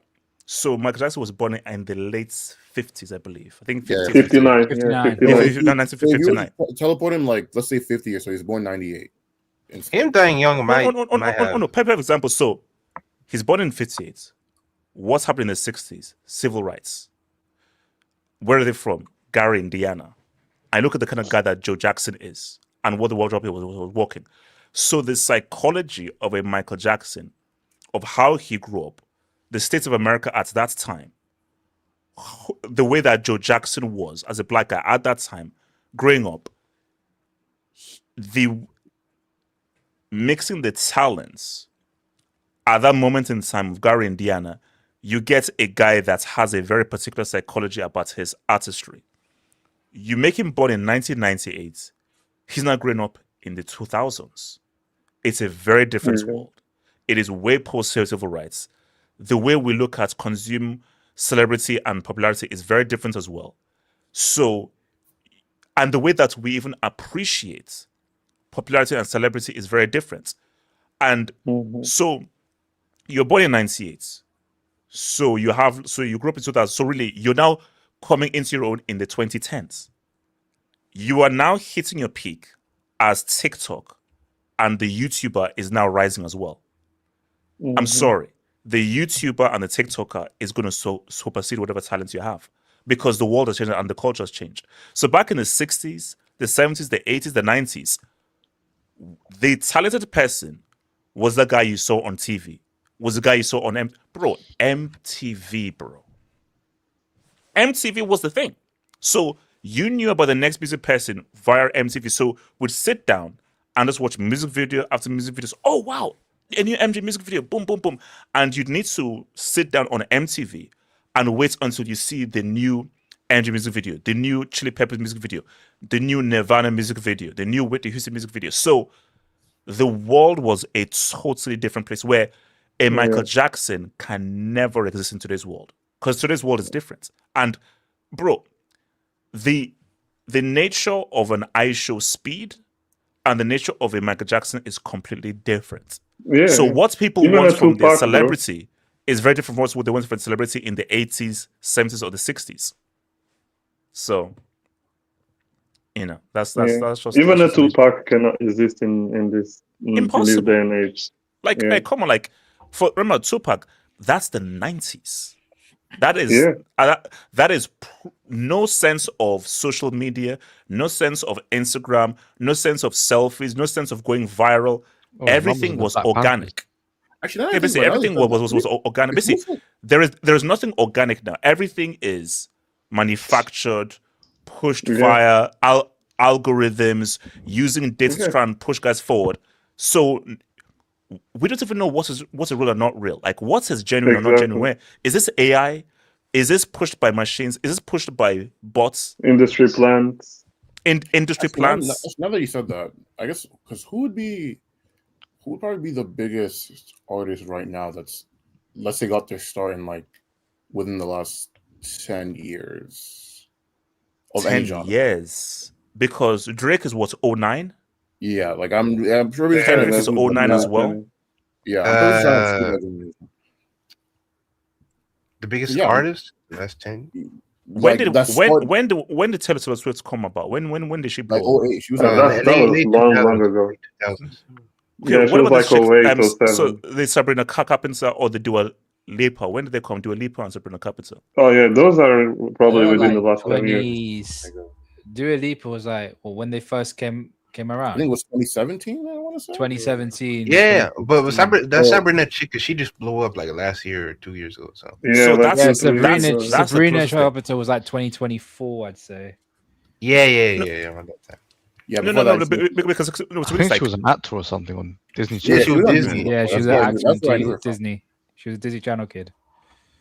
Yeah. So I mean, like for me, like I just think like you can't.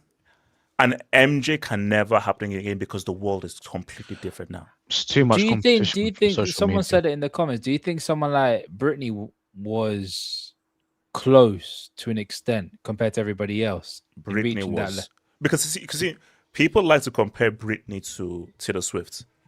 Britney was with no social media, bro. That's 98. No, actually, no, Brissy. Make the comparison. No. Combining Britney with the Spice Girls, bro. Spice Girls and Britney Spears was unlike anything I'd ever seen before in my life. What about I remember Christina? I was there with Michael Jackson. So when Britney and the Spice Girls hit, Christina. I'm gonna be honest. I think Christina Aguilera wasn't like Britney. No, she wasn't. Was she more of the talented one compared to Britney? She was the talented one. We were like, oh no, this girl can sing. No, I would say in terms of popularity, I mean, it didn't reach the level, but Justin Bieber when he was young, like, was insane. Oh yeah, I used to know. His one was he blow up because of YouTube. Is why he blew up. Yes, but YouTube blow up. But my point is that we had on like pretty much anybody in the teenage years, like he was like in terms of child fame. I mean, obviously, you know, Michael Jackson's a different stratosphere, but Justin Bieber was probably the most like since Michael Jackson. I ain't gonna lie, like Justin Bieber. But what's not Usher tax with Justin Bieber? No. That guy was he got it through. I think it was mainly his stardom came from like basically girls really liking. No, because I only knew of him because this is Usher's guy. That Usher is. That was a couple years after. Mentoring. That was a couple years after. That was the beginning of his career. No, because he made that song one time, I believe. Yeah, that was already under Usher, bro. But didn't he do a cover of Justin Timberlake's song? Which that was the thing that. Then there was the whole P Diddy. There's a whole P Diddy thing too. But like that video was scary. No, but he went immediately under the wing of 48 hours with Diddy of every big artist right away. Like his very first song, the one time song, like went insane, and then Baby followed, and then like I mean before there's like One Less Lonely Girl. Like bro, like Justin Bieber was probably the closest. What about the remix? No. But okay. Do you know the thing about Britney is this? So who are Justin Bieber's main fans? You'd say girls, mainly girls. Yeah. The thing about Britney Spears was that she crossed over. So girls wanted to be like Britney, guys wanted to you know what's with Britney. So Britney brought in boys who were obsessed with that girl next door look, and girls were like, oh my gosh, this is who I want to be. So she brought in both audiences. They really rinsed that girl next door thing from 98 to 2001, didn't they? Do you really think like it was an entire, like for example, was it really every demographic of girls? Because like the thing with Justin Bieber, it was like you just had to be a female. It doesn't matter what part of the corner of the world you are, like whatever, you can be brown, you can be black, you can be white. Like Justin Bieber was just that fucking guy. And then to be honest, with the boy part of it, a lot of boys were closeted Justin Bieber fans. They just didn't want to admit it. Like I don't know about that one. I don't know. No. I know his lyrics. Wait, guys were Justin Bieber fans. Growing up, the reality is, boys around that age, but they were mad jealous of who Justin Bieber was. Yeah, exactly, bro. Those girls, man, we were jealous. Nah, but it's mainly a lot of boys found the songs they sang annoying as hell. For me, it sounded good, and because I was a kid back then. Yeah. Barry. Yeah, we were jealous by that motherfucker because he was getting all the girls. They were simply free, and then bro, songs were kind of cool, man. So like, damn, yeah, bro. We're Like, getting it, like, about it's kinda like, cool. because okay, look, Justin Bieber is a year older than me, so like, damn, when you grow up with, when you grow up, God damn.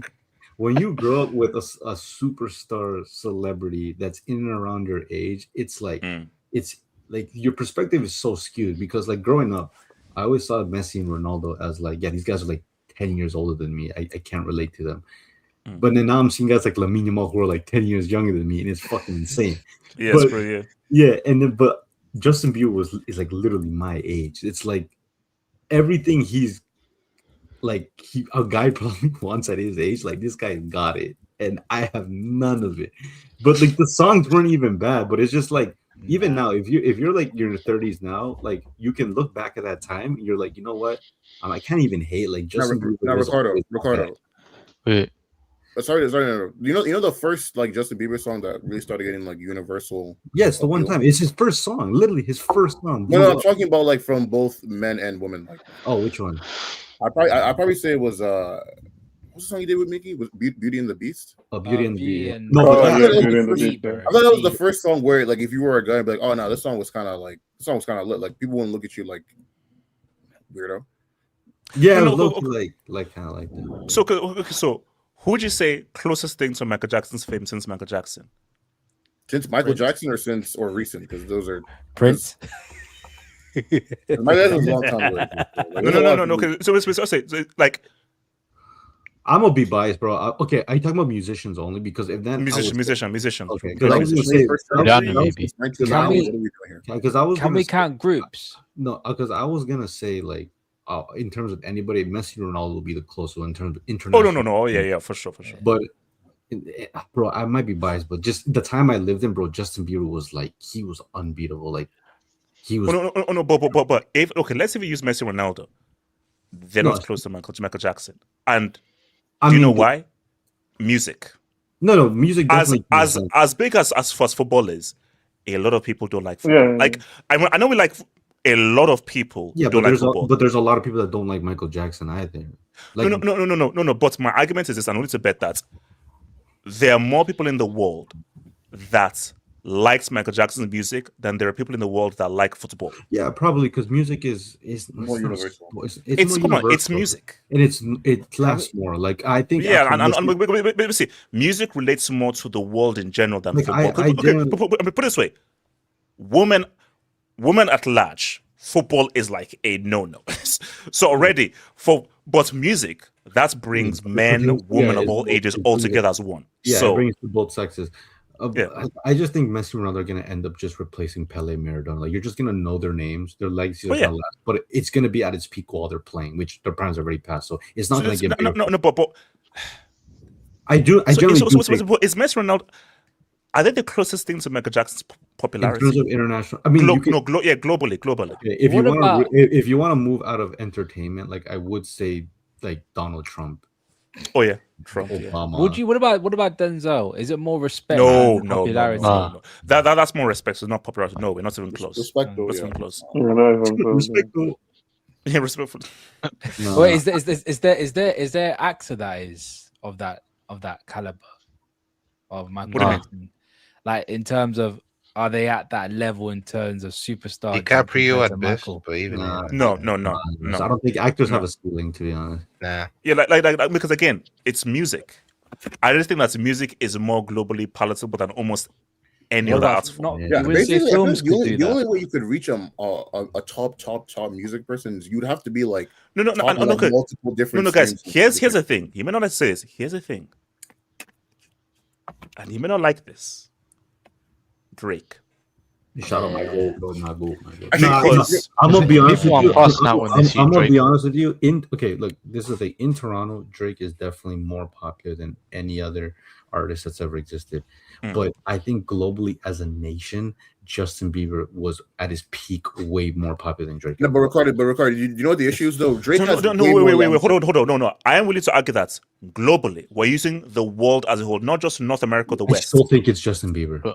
I think it's Drake. Nah. You're honestly, Drake have never a- anything was No. I'm day, Chris, I'm saying right now that song "One Dance" bro, is has reached globally more places than anything Justin Bieber has it done. has not reached more than the No. Wait, Ricardo, Not you see how compared to Justin Bieber Baby. getting pushed around by this guy? Man?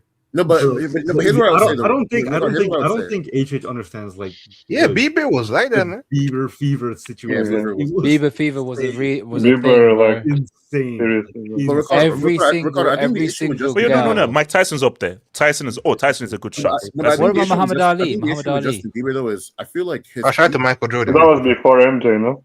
Yeah, I feel like the issue with Justin Bieber is his peak didn't last long enough. Because like, bro, by like 2014. Yeah, it was starting he had like a sort of second renaissance. But his like, it wasn't even irrelevancy. It's that he started a spiral, but because he was that didn't help. Yeah, that didn't help either. No, but because he was seen as this good boy, child pop star, blah blah blah. That even the whole he's not even the most famous NFL player. No, the whole negativity when he was spiraling was still kind of big news. Like you can say Drake's relevance in terms of music, right? But we're talking about like something that transcends music as well. Like it's just the whole life. I think Justin Bieber as a whole has just had more of a grip on his fan base than Drake has. But I think the Drake is the longevity is probably what edges it though, because it's like but you know what I'm gonna is like Michael Jordan, man. I'm telling you, bro, MJ. I'm saying that I don't know. Shout out to the Jam Music too. Fashion as well. The shoes. I think no. I'm putting Jordan over Messi and Ronaldo, bro. In terms of closest thing to Michael Jackson. Didn't Michael Jordan revitalize Nike? Jordan? No, because think about it. This guy single-handedly globalized the entire sport. The reality is, amongst the youth, Michael Jordan isn't as important to him as a figure. He's only important to him as a shoe brand.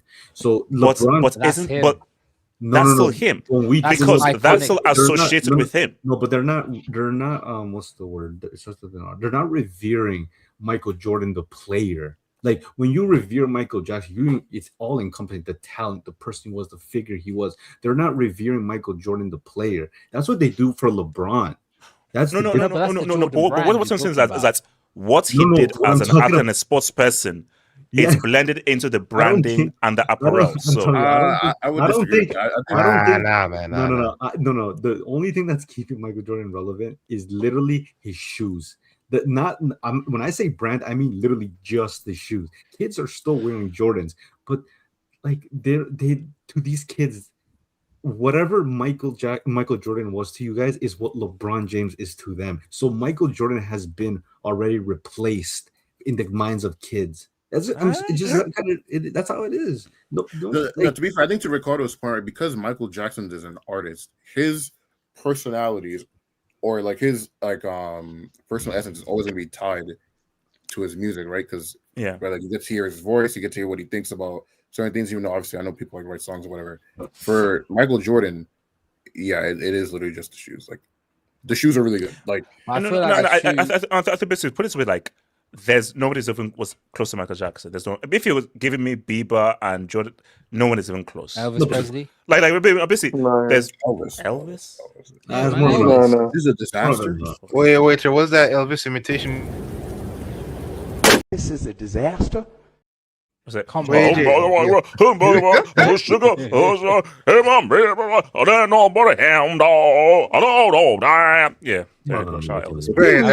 Why? People really used to listen to that. Be like, that shit. I do think Messi and Ronaldo are gonna be more mythologized. Like, I think they'll actually have more longevity than as what their careers meant than Michael Jordan will. Just because, literally, for football, they play for two rival clubs at the same time. I mean, their names are tied for like maybe. For example, if Michael Jordan had been played his whole career like on the Lakers or the Celtics, maybe things would have been different. But I also think the fact that LeBron came like literally less than a decade after Michael Jordan had left. No. But I think the issue is that sports will never be as big as music. No. There is one thing that's bigger than the music that I have hope. There is one thing. It's politics. What? Politics. No. Like No. Here's So, like, for instance, a Trump, certain Trump German, is the closest. Yeah. No. Yeah, As in, Trump. like a certain German and a certain Russian will be Oh, for one. sure, 100%. You know, I heard somebody say that outside of Jesus, Michael Jackson and A. Hitty are the most like legendary figures. Right, don't forget the Russian man. Don't forget the Russian guy. Stalin didn't have that Hitler juice. Yeah, man. Not even close. Yeah, No. Hold on. Seriously, that's right. Hits and Michael Jackson might be the most popular guys after Jesus. What about Elizabeth? Popular, not the right word. No. It's crazy. I've just had a look. Yeah, half up, not like popular. 80, Don't. I think the Queen was up. No, like remember the Queen died in like 80 years later after what's it called? A. Hitty had been off himself. He's actually been more relevant now because of the whole Jewish discourse. Oh, that's crazy. No. That's like, there's a word for that. Half up, immortality, right there. Yeah, I mean, look, bro. Look, no. But my thing though is that like I just think like Michael Jackson's popularity was just stupid, bro. It's literally which is why like for people who didn't live through Michael Jackson, it's impossible to actually experience the words because you literally had to be there. Did they hit some Germans fame? My dad would always say, in every corner of the earth, everyone will know who Michael Jackson is. Bro, every corner. No, but see, Michael Jackson doing anything, like, an album release was a global event. No, it was a global event. My mom is from the mountains of Peru, bro. Like she knew who Michael Bro, we are from bloody Nigeria, right in West Africa. Michael Jackson ruled over the entire country. Someone said Michael Jackson's more famous than Brett. I've seen that one too. My mom was chilling in the Andean mountains with condors and llamas, and she was bumping Michael Jackson. Brother, even the people, even the bears in Antarctica would know who Michael Jackson is. And also, guys, here's the thing, guys. It's not even in comparison. The Beatles and get those Beatles out of here, man. With all due disrespect. Yeah, all due disrespect. Do you know what the Beatles is in comparison? Do you know what the Beatles is in comparison with? I'd argue it's a comparison to Justin Bieber. Probably because of the whole teenage role. That's a comparison. Yeah. Oh no, for me, Eminem now. Eminem who? Please. He's up there, but now. To who? Michael? I don't think there's Michael Jackson. I don't think there's any rapper that's in the same level as Michael Jackson. No. There's no rapper that's the same level as Michael Jackson. No. Not like not there's no, not even Biggie. And Drake would be the closest one. So like I don't know why we bring up Eminem here. No, because look, see. Look, man. Because when you May 15, you better talk nice on my goat. So, bro, tell your goat to stop being washed and recorded. No, basically, when you look at Drake, bro. I remember Iceman, May 15th. Assess him fairly. That's all I'm saying. Assess him fairly. That's all. No. I just need you to go to put out the best album he's put out since More Life, because I don't know what that man's been doing. Yeah. No. But basically, look at basically Drake's run has been legendary, bro. Like it's like in terms of how long he's been one of the best. But if you're not the top, do you feel like? Look, I know. Okay, you guys are probably putting me on one side, but like I've always liked Kendrick Lamar. Right? I can consume him a lot. Moving my fanship with Drake aside, right? I do feel like Kendrick, he kind of fumbled the opportunity to absolutely dominate. But here's the thing, though. I know where you're going, Ricardo. That's not the kind of artist he is. No, I get it. He's more of a no, because see, like the whole funny thing about the whole Kendrick Drake thing is that is a quality over quantity. No, is that they are what they are. Kendrick, you're a conscious rapper artist. Drake, you're a musical hit maker. Kendrick Kendrick can't do what Drake does. Drake can't do what Kendrick does. I get it. I get what you guys come from, and I don't disagree. Like he definitely, it's almost like he's a social type of artist who makes for social relevance, whatever's relevant at the time. He speaks on primarily black issues and stuff like that, and he makes great music. But it just feels like from a lot of people say rap is a sport, right? And the way I view sports is like when it's your time, right? And I just feel like he's been creeping up and always in that conversation as like the number one. But it almost felt like, okay, now Drake is unseated because he's been on top for so long. This is where we're gonna write now for the next 5-6 years of Kendrick absolutely dominating. And it's just like, as a fan of him, I was like, damn, I feel like I was low-key like, we didn't get that. Well, Ricardo, and I'll tell you what, the reason is because Kendrick can't do what Drake does. Because Kendrick's stuff is hits though. Kendrick can make hits. Not like Drake. It doesn't have to be like Drake. That's my thing. No. But to rap isn't what Drake does. So if you look at whether it's Tupac, whether it's Biggie, even Eminem, what rap isn't music. Rap is rap. You're saying stuff. You're trying to put stuff around. It's poetry. Yeah, basically, it's poetry. Music is melodic. And what Drake does is that even when he's rapping in melody. He's rapping in a musical sense. So he's not here to preach to you or to talk to you. He's here to make you dance in a club. He's here to make music for you and your girl. That's what he's there to do. That's not what Kendrick does. I'm not saying you're wrong, and I think like if we assess him based on who he always has been, okay, it's fair.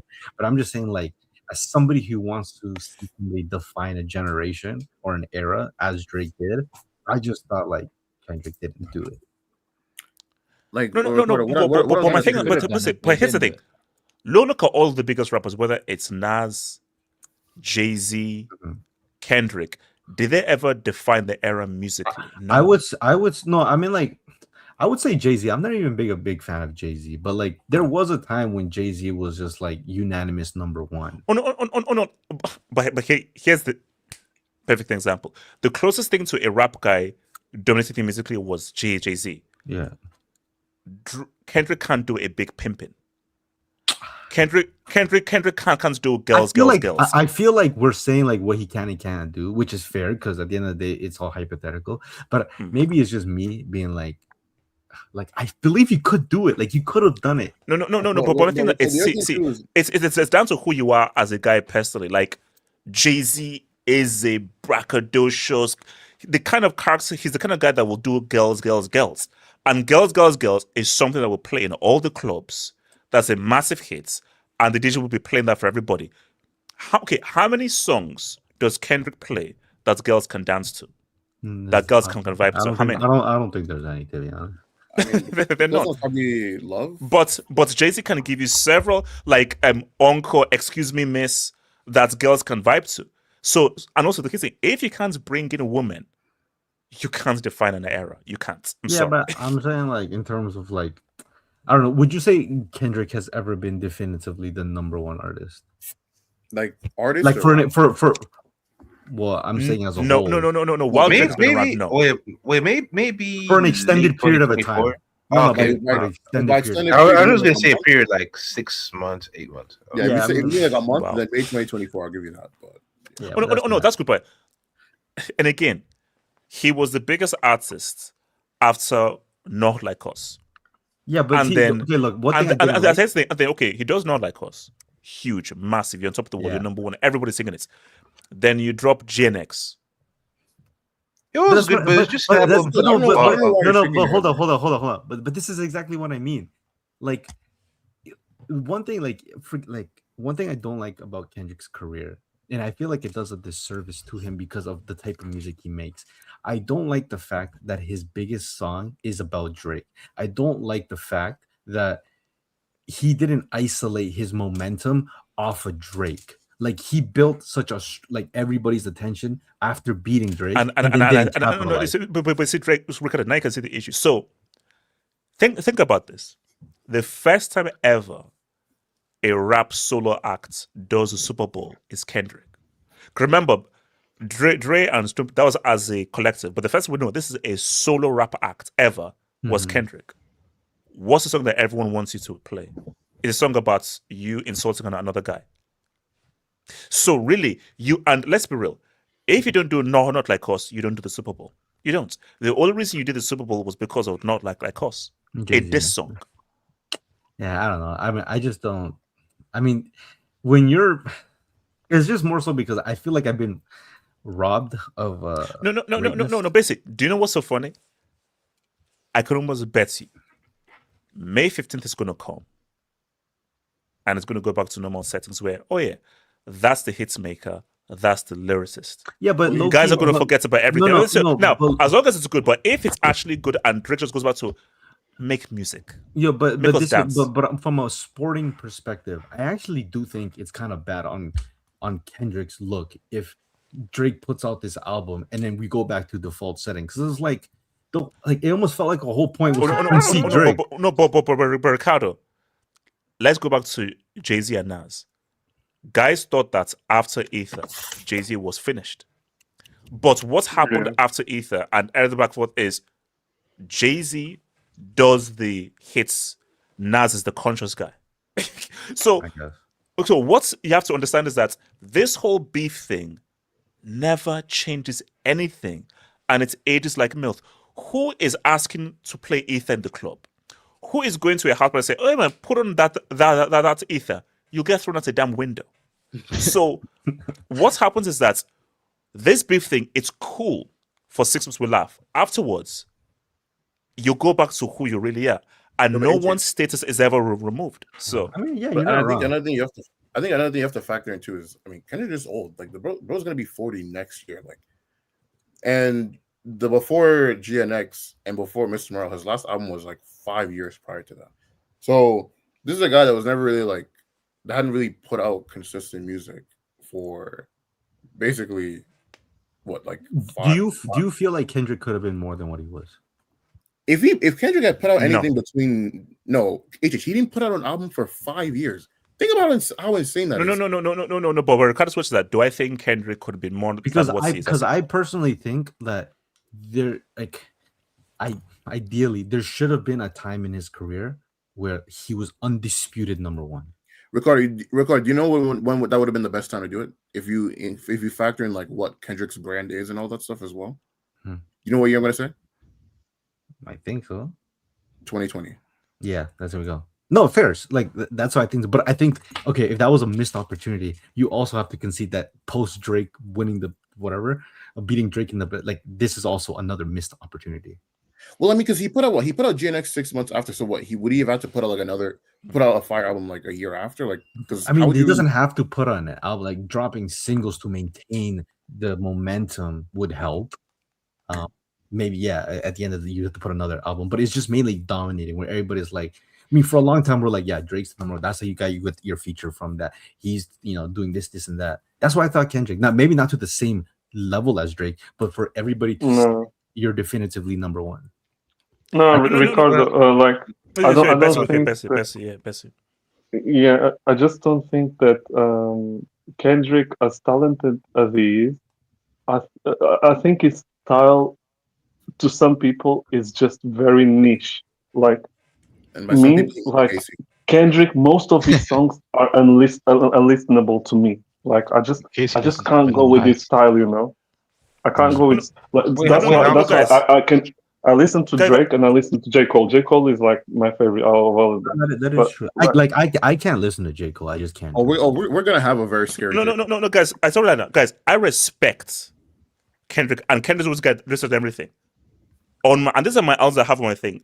The album I have is Thank Me Later, Drake. I don't have a single Kendrick album on my saved albums. and also on my playlist, just like random songs, I've got 2 Drake songs. I don't have a single Kendrick song. On those songs I listen to and everything. Because one thing. Yeah, go for it. Yeah, because when I look at Kendrick's discography, like okay, for example, because Drizzy, Thank Me Later, bro, that's just, you feel good, man. There's a lot of great songs. You're just trying to feel good. But Kendrick's albums, except from JNX, because I think JNX, it was more hits. Like, there was a lot of great songs you could vibe to. But the other ones, it's like, Good Kid. It's just stories. It's just stories, his album. Good Kid. A kid growing at Compton, difficulties. To Pimp a Butterfly, Black Community, difficulties. Damn, his perspective on the world after being famous, after his 2 albums. And Mr. Murada was more personal, like personal problems, lust, just his personal thing. So yeah, his albums are more about stories. But when I look at today, the rap, bro, we have like Playboy Cardi, we have NBA Youngboy. It's just brain rock music, so it doesn't match with what he's doing. Very, very. Ironically enough, the guy the two people that I think should be big in terms of rap right now, that are primarily 2020s, is his cousin and Roddy Ricch. I'd probably say. Baby Keem, yeah. But Baby Keem, that was a good album that he released at Casino a couple of months ago. But the issue too is like there's like a glass bro, like I can't. What's the last album to actually crack 100K first week? Like there's actually like a glass ceiling on how much commercial you can get as a rapper. Like it's actually but you know what's weird again? I'm from the era of you went and you bought the damn CD for like $16.99, $15.99. That's what. So this whole thing of streams and how many streams you get, I don't even know how they even count this stuff now. Do you still buy like authentic like big CDs? Because I want to hear like the best quality of music. Because I know guys, you know what it's like. I still have a CD player. The best quality you're gonna get, like the most authentic quality, is the record. That sounds like you're in the studio. The best quality is a CD, which is what so obviously, Thank Me Later, Voodoo by D'Angelo, and Her, H-E-R. I have those on CD.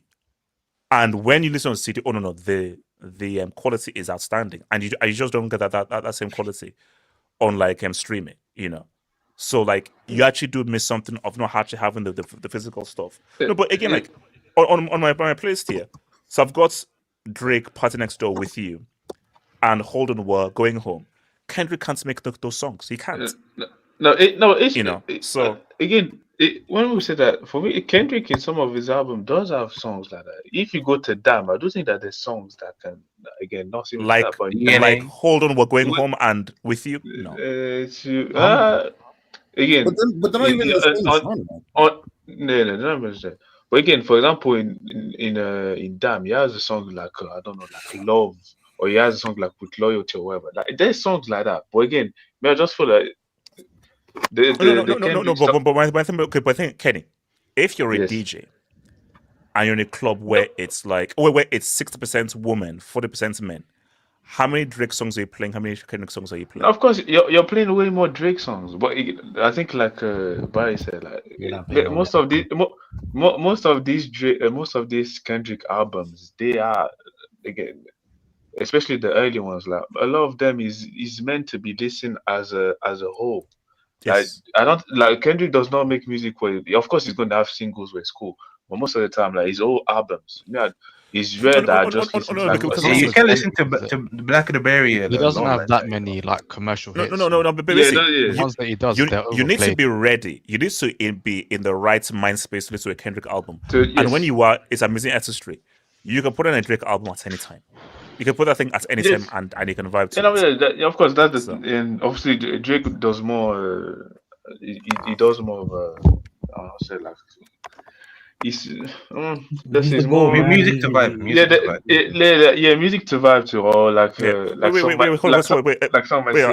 wait, Elijah, are you actually here? Elijah. NBA Comunicado. This is the NBA Comunicado. We've relegated. We've relegated. We're sending the Atlanta Hawks to the Saudi League. If they have a basketball, they got beat up, man. No, Elijah, are they going to be playing the Shanghai Sharks? There's no Shanghai Sharks. They'll be playing the what's that one? What team is in Saudi? Somebody give me a team. Al Ahly. Okay, dude. Al 140 to 89. That's actually that's actually merciful. That's actually merciful. Bro, at a point, it didn't look like they were going to clear 70. No, at some point, Jesus Christ, man. It was barely. I think it was 3 minutes left in the second quarter. I wasn't even paying attention to the game, but I got a notification. And I asked your Denver boys are down at the moment, but it's still a long way to go. So basically, like the Knicks scored almost the same amount of points in one half than the Hawks scored in the whole game. Exactly. LeBron drafted his son to steal his stem cells. Don't give a disaster. Excuse me. No, but you know what's crazy? Though? Is it crazy that is Bronny James the first professional basketball player to not be currently better than his father? Yeah.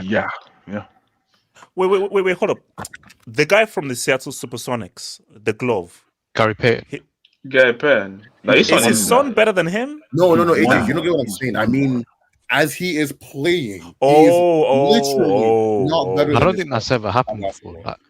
Like, Kenyon Martin was retired by the time his son was in the league. True. Yeah. How many times do the father and son play at the same time?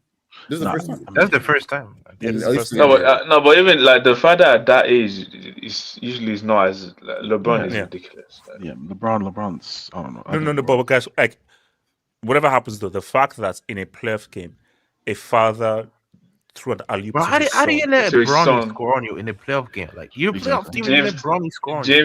James to James. Yo, Bronny was balling that second year. Bro, he scored 5 points, no?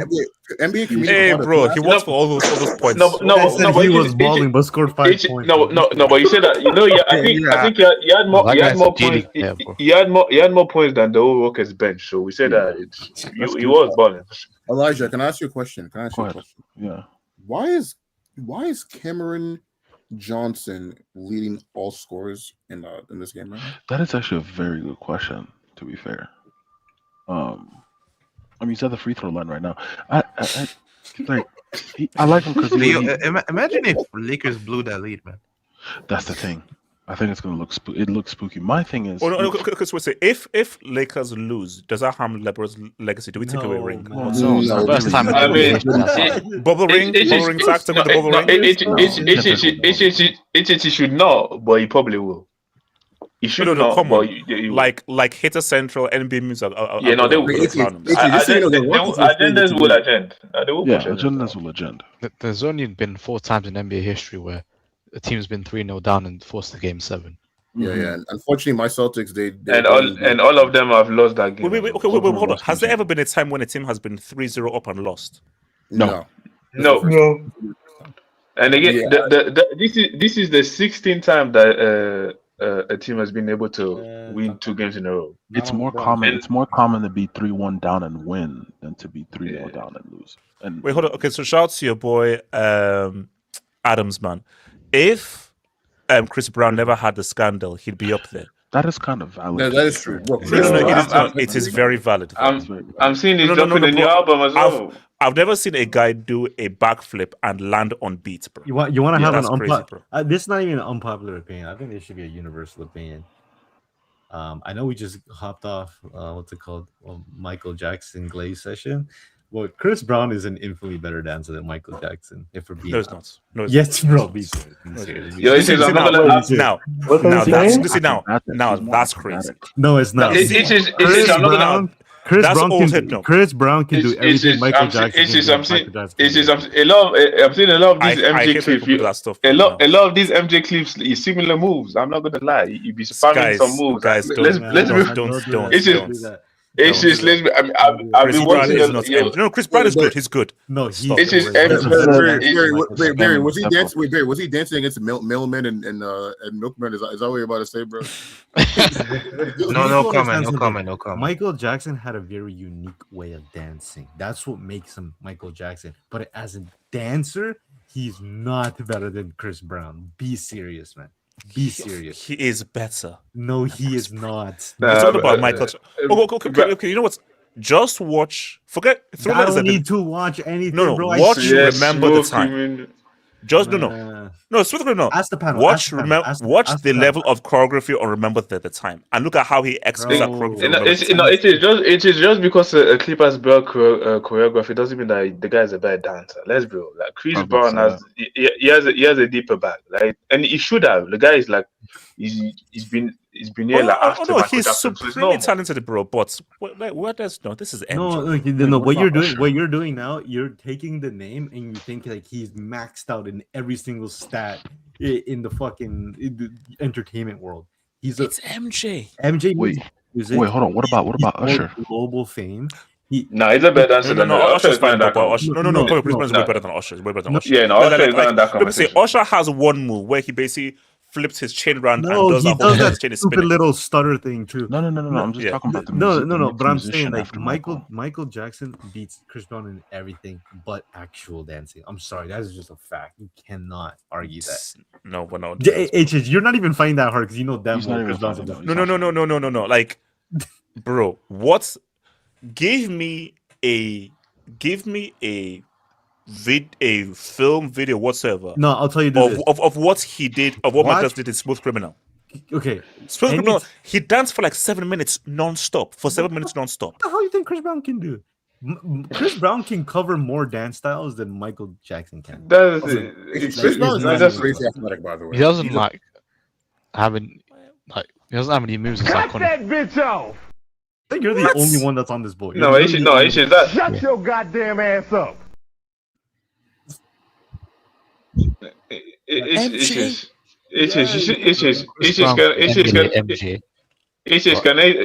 MJ break down to do stuff like that? Let's go. Exactly. Wait, you've not seen MJ doing his breakdance move? Wait, bro, go watch Dancing Machine and the Jackson 5. He was doing that when he was 19 with the Jackson 5 Dancing Machine. What the hell was Chris Brown doing at 16? Wait, you know what breakdancing is like? MJ was not doing no break dancing. Like, come on, yeah, we love MJ, but AJ, you can say that Michael. Man, you guys are being disrespectful now. You can say Michael Jackson is better than Chris Brown at literally everything, but to argue that Michael Jackson is a better dancer than Chris Brown is insane. It's insane. Break dancing did not even exist them times when MJ was with the Jackson 5. That is true. That is true, actually. No, but it is true. That is true. It did not exist this time. Not exist. For me, I always respect the pioneer anyway, and MJ is the original. Okay. So Bessie, since you're a bit old school, where do you stand? Since you've seen both fully at their peak, MJ or Chris Brown, better dancer?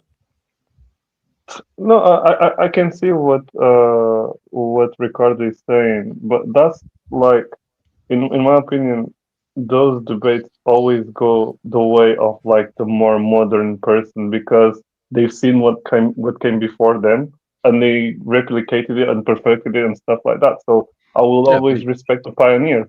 Yeah, the pioneer always walks so that those that come after can. Yeah, exactly. It's the same as like Maradona and Messi and so on and so on. But there is a significant gap. Like, I'm sorry, there just is. Significant. It's now. Bro, It's significant. It's come. It's now. There's a gap. I want to see it, but there's a gap. Okay, there's enough of a gap to come to the conclusion that Chris Brown is better. That is. But not. Bro, I'm just saying Chris Brown can do everything Michael Jackson can do. Wait. Have you watched the MTV 1995 music video awards where he does the dangerous stuff? Oh my God. No. Maybe see it again. Can you pull up CFA's comments? So guys, I've put up a poll. Who is better dancer? Press 1 for MJ, press 2 for Chris Brown. Anyone who presses 2 is a bitch. What's that? Can you please pull up CFA's comments? Who had a worse crime? Hey, yo. Has more PNP. I mean, he does. He does. A good basketball player. It's actually hilarious. Yeah, he's like acrobatically like off the charts, bro. Yeah, but they got some weird shit crazy. No. I think you guys are mixing up acrobatics and kung fu flips with actual dancing. You're actually not that educated. No. All because the guy can do a backflip and land on beats, which is a great feat. But do you know that just as a matter of fact, do you know that there's small like style of dances nowadays as well? Like most of these hip hop dances that you see these guys do, like that did not exist during them MJ times. So there's like Chris Brown is more. He knows most. He's more versatile. He knows more stuff than him. Again, I think that if you look at if you look at the specific way Michael Jackson danced, I can say that he's probably better than Chris Brown. But if you look at the variety, like the amount of style of dance that Chris Brown knows compared to Michael Jackson, he's a better dancer than him. Ricardo, I'm just looking at this Chris Brown thing. Look, here. I'm just looking at some Chris Brown moves now. Compared to Chris Brown. So, say that again? Would you say that MJ is a tree trunk compared to Chris Brown? Hey, yo. I will say this. MJ is a Holland of his particular skill set. And he's a tree trunk? How Holland is a superior goal scorer, and that's all he has. Hey, end the stream, type bro. of dancing genre Michael Jackson is, that's what he is. But Chris Brown just got way more in the bag. He's like Yaya Toure, bro. He can do a little bit of everything. AJ just realizing right now, bro. No, look, it's fine, but they're saying to MJ, bro. I look like, yeah, it's good. He's got some moves, some nice foot moves and everything, but they're saying to MJ, come on. Come on, bro, guys. Not a dance, Chris Brown. AJ signed to his YouTube account to click on one. No, come on. No, guys. MJ, man. MJ, no, bro. You're doing too now. You're doing tricks. No, but you know what I think? It might just be like a generation thing. Come on, it's MJ. Look, guys, I'm out. Guys, one up. Peace out.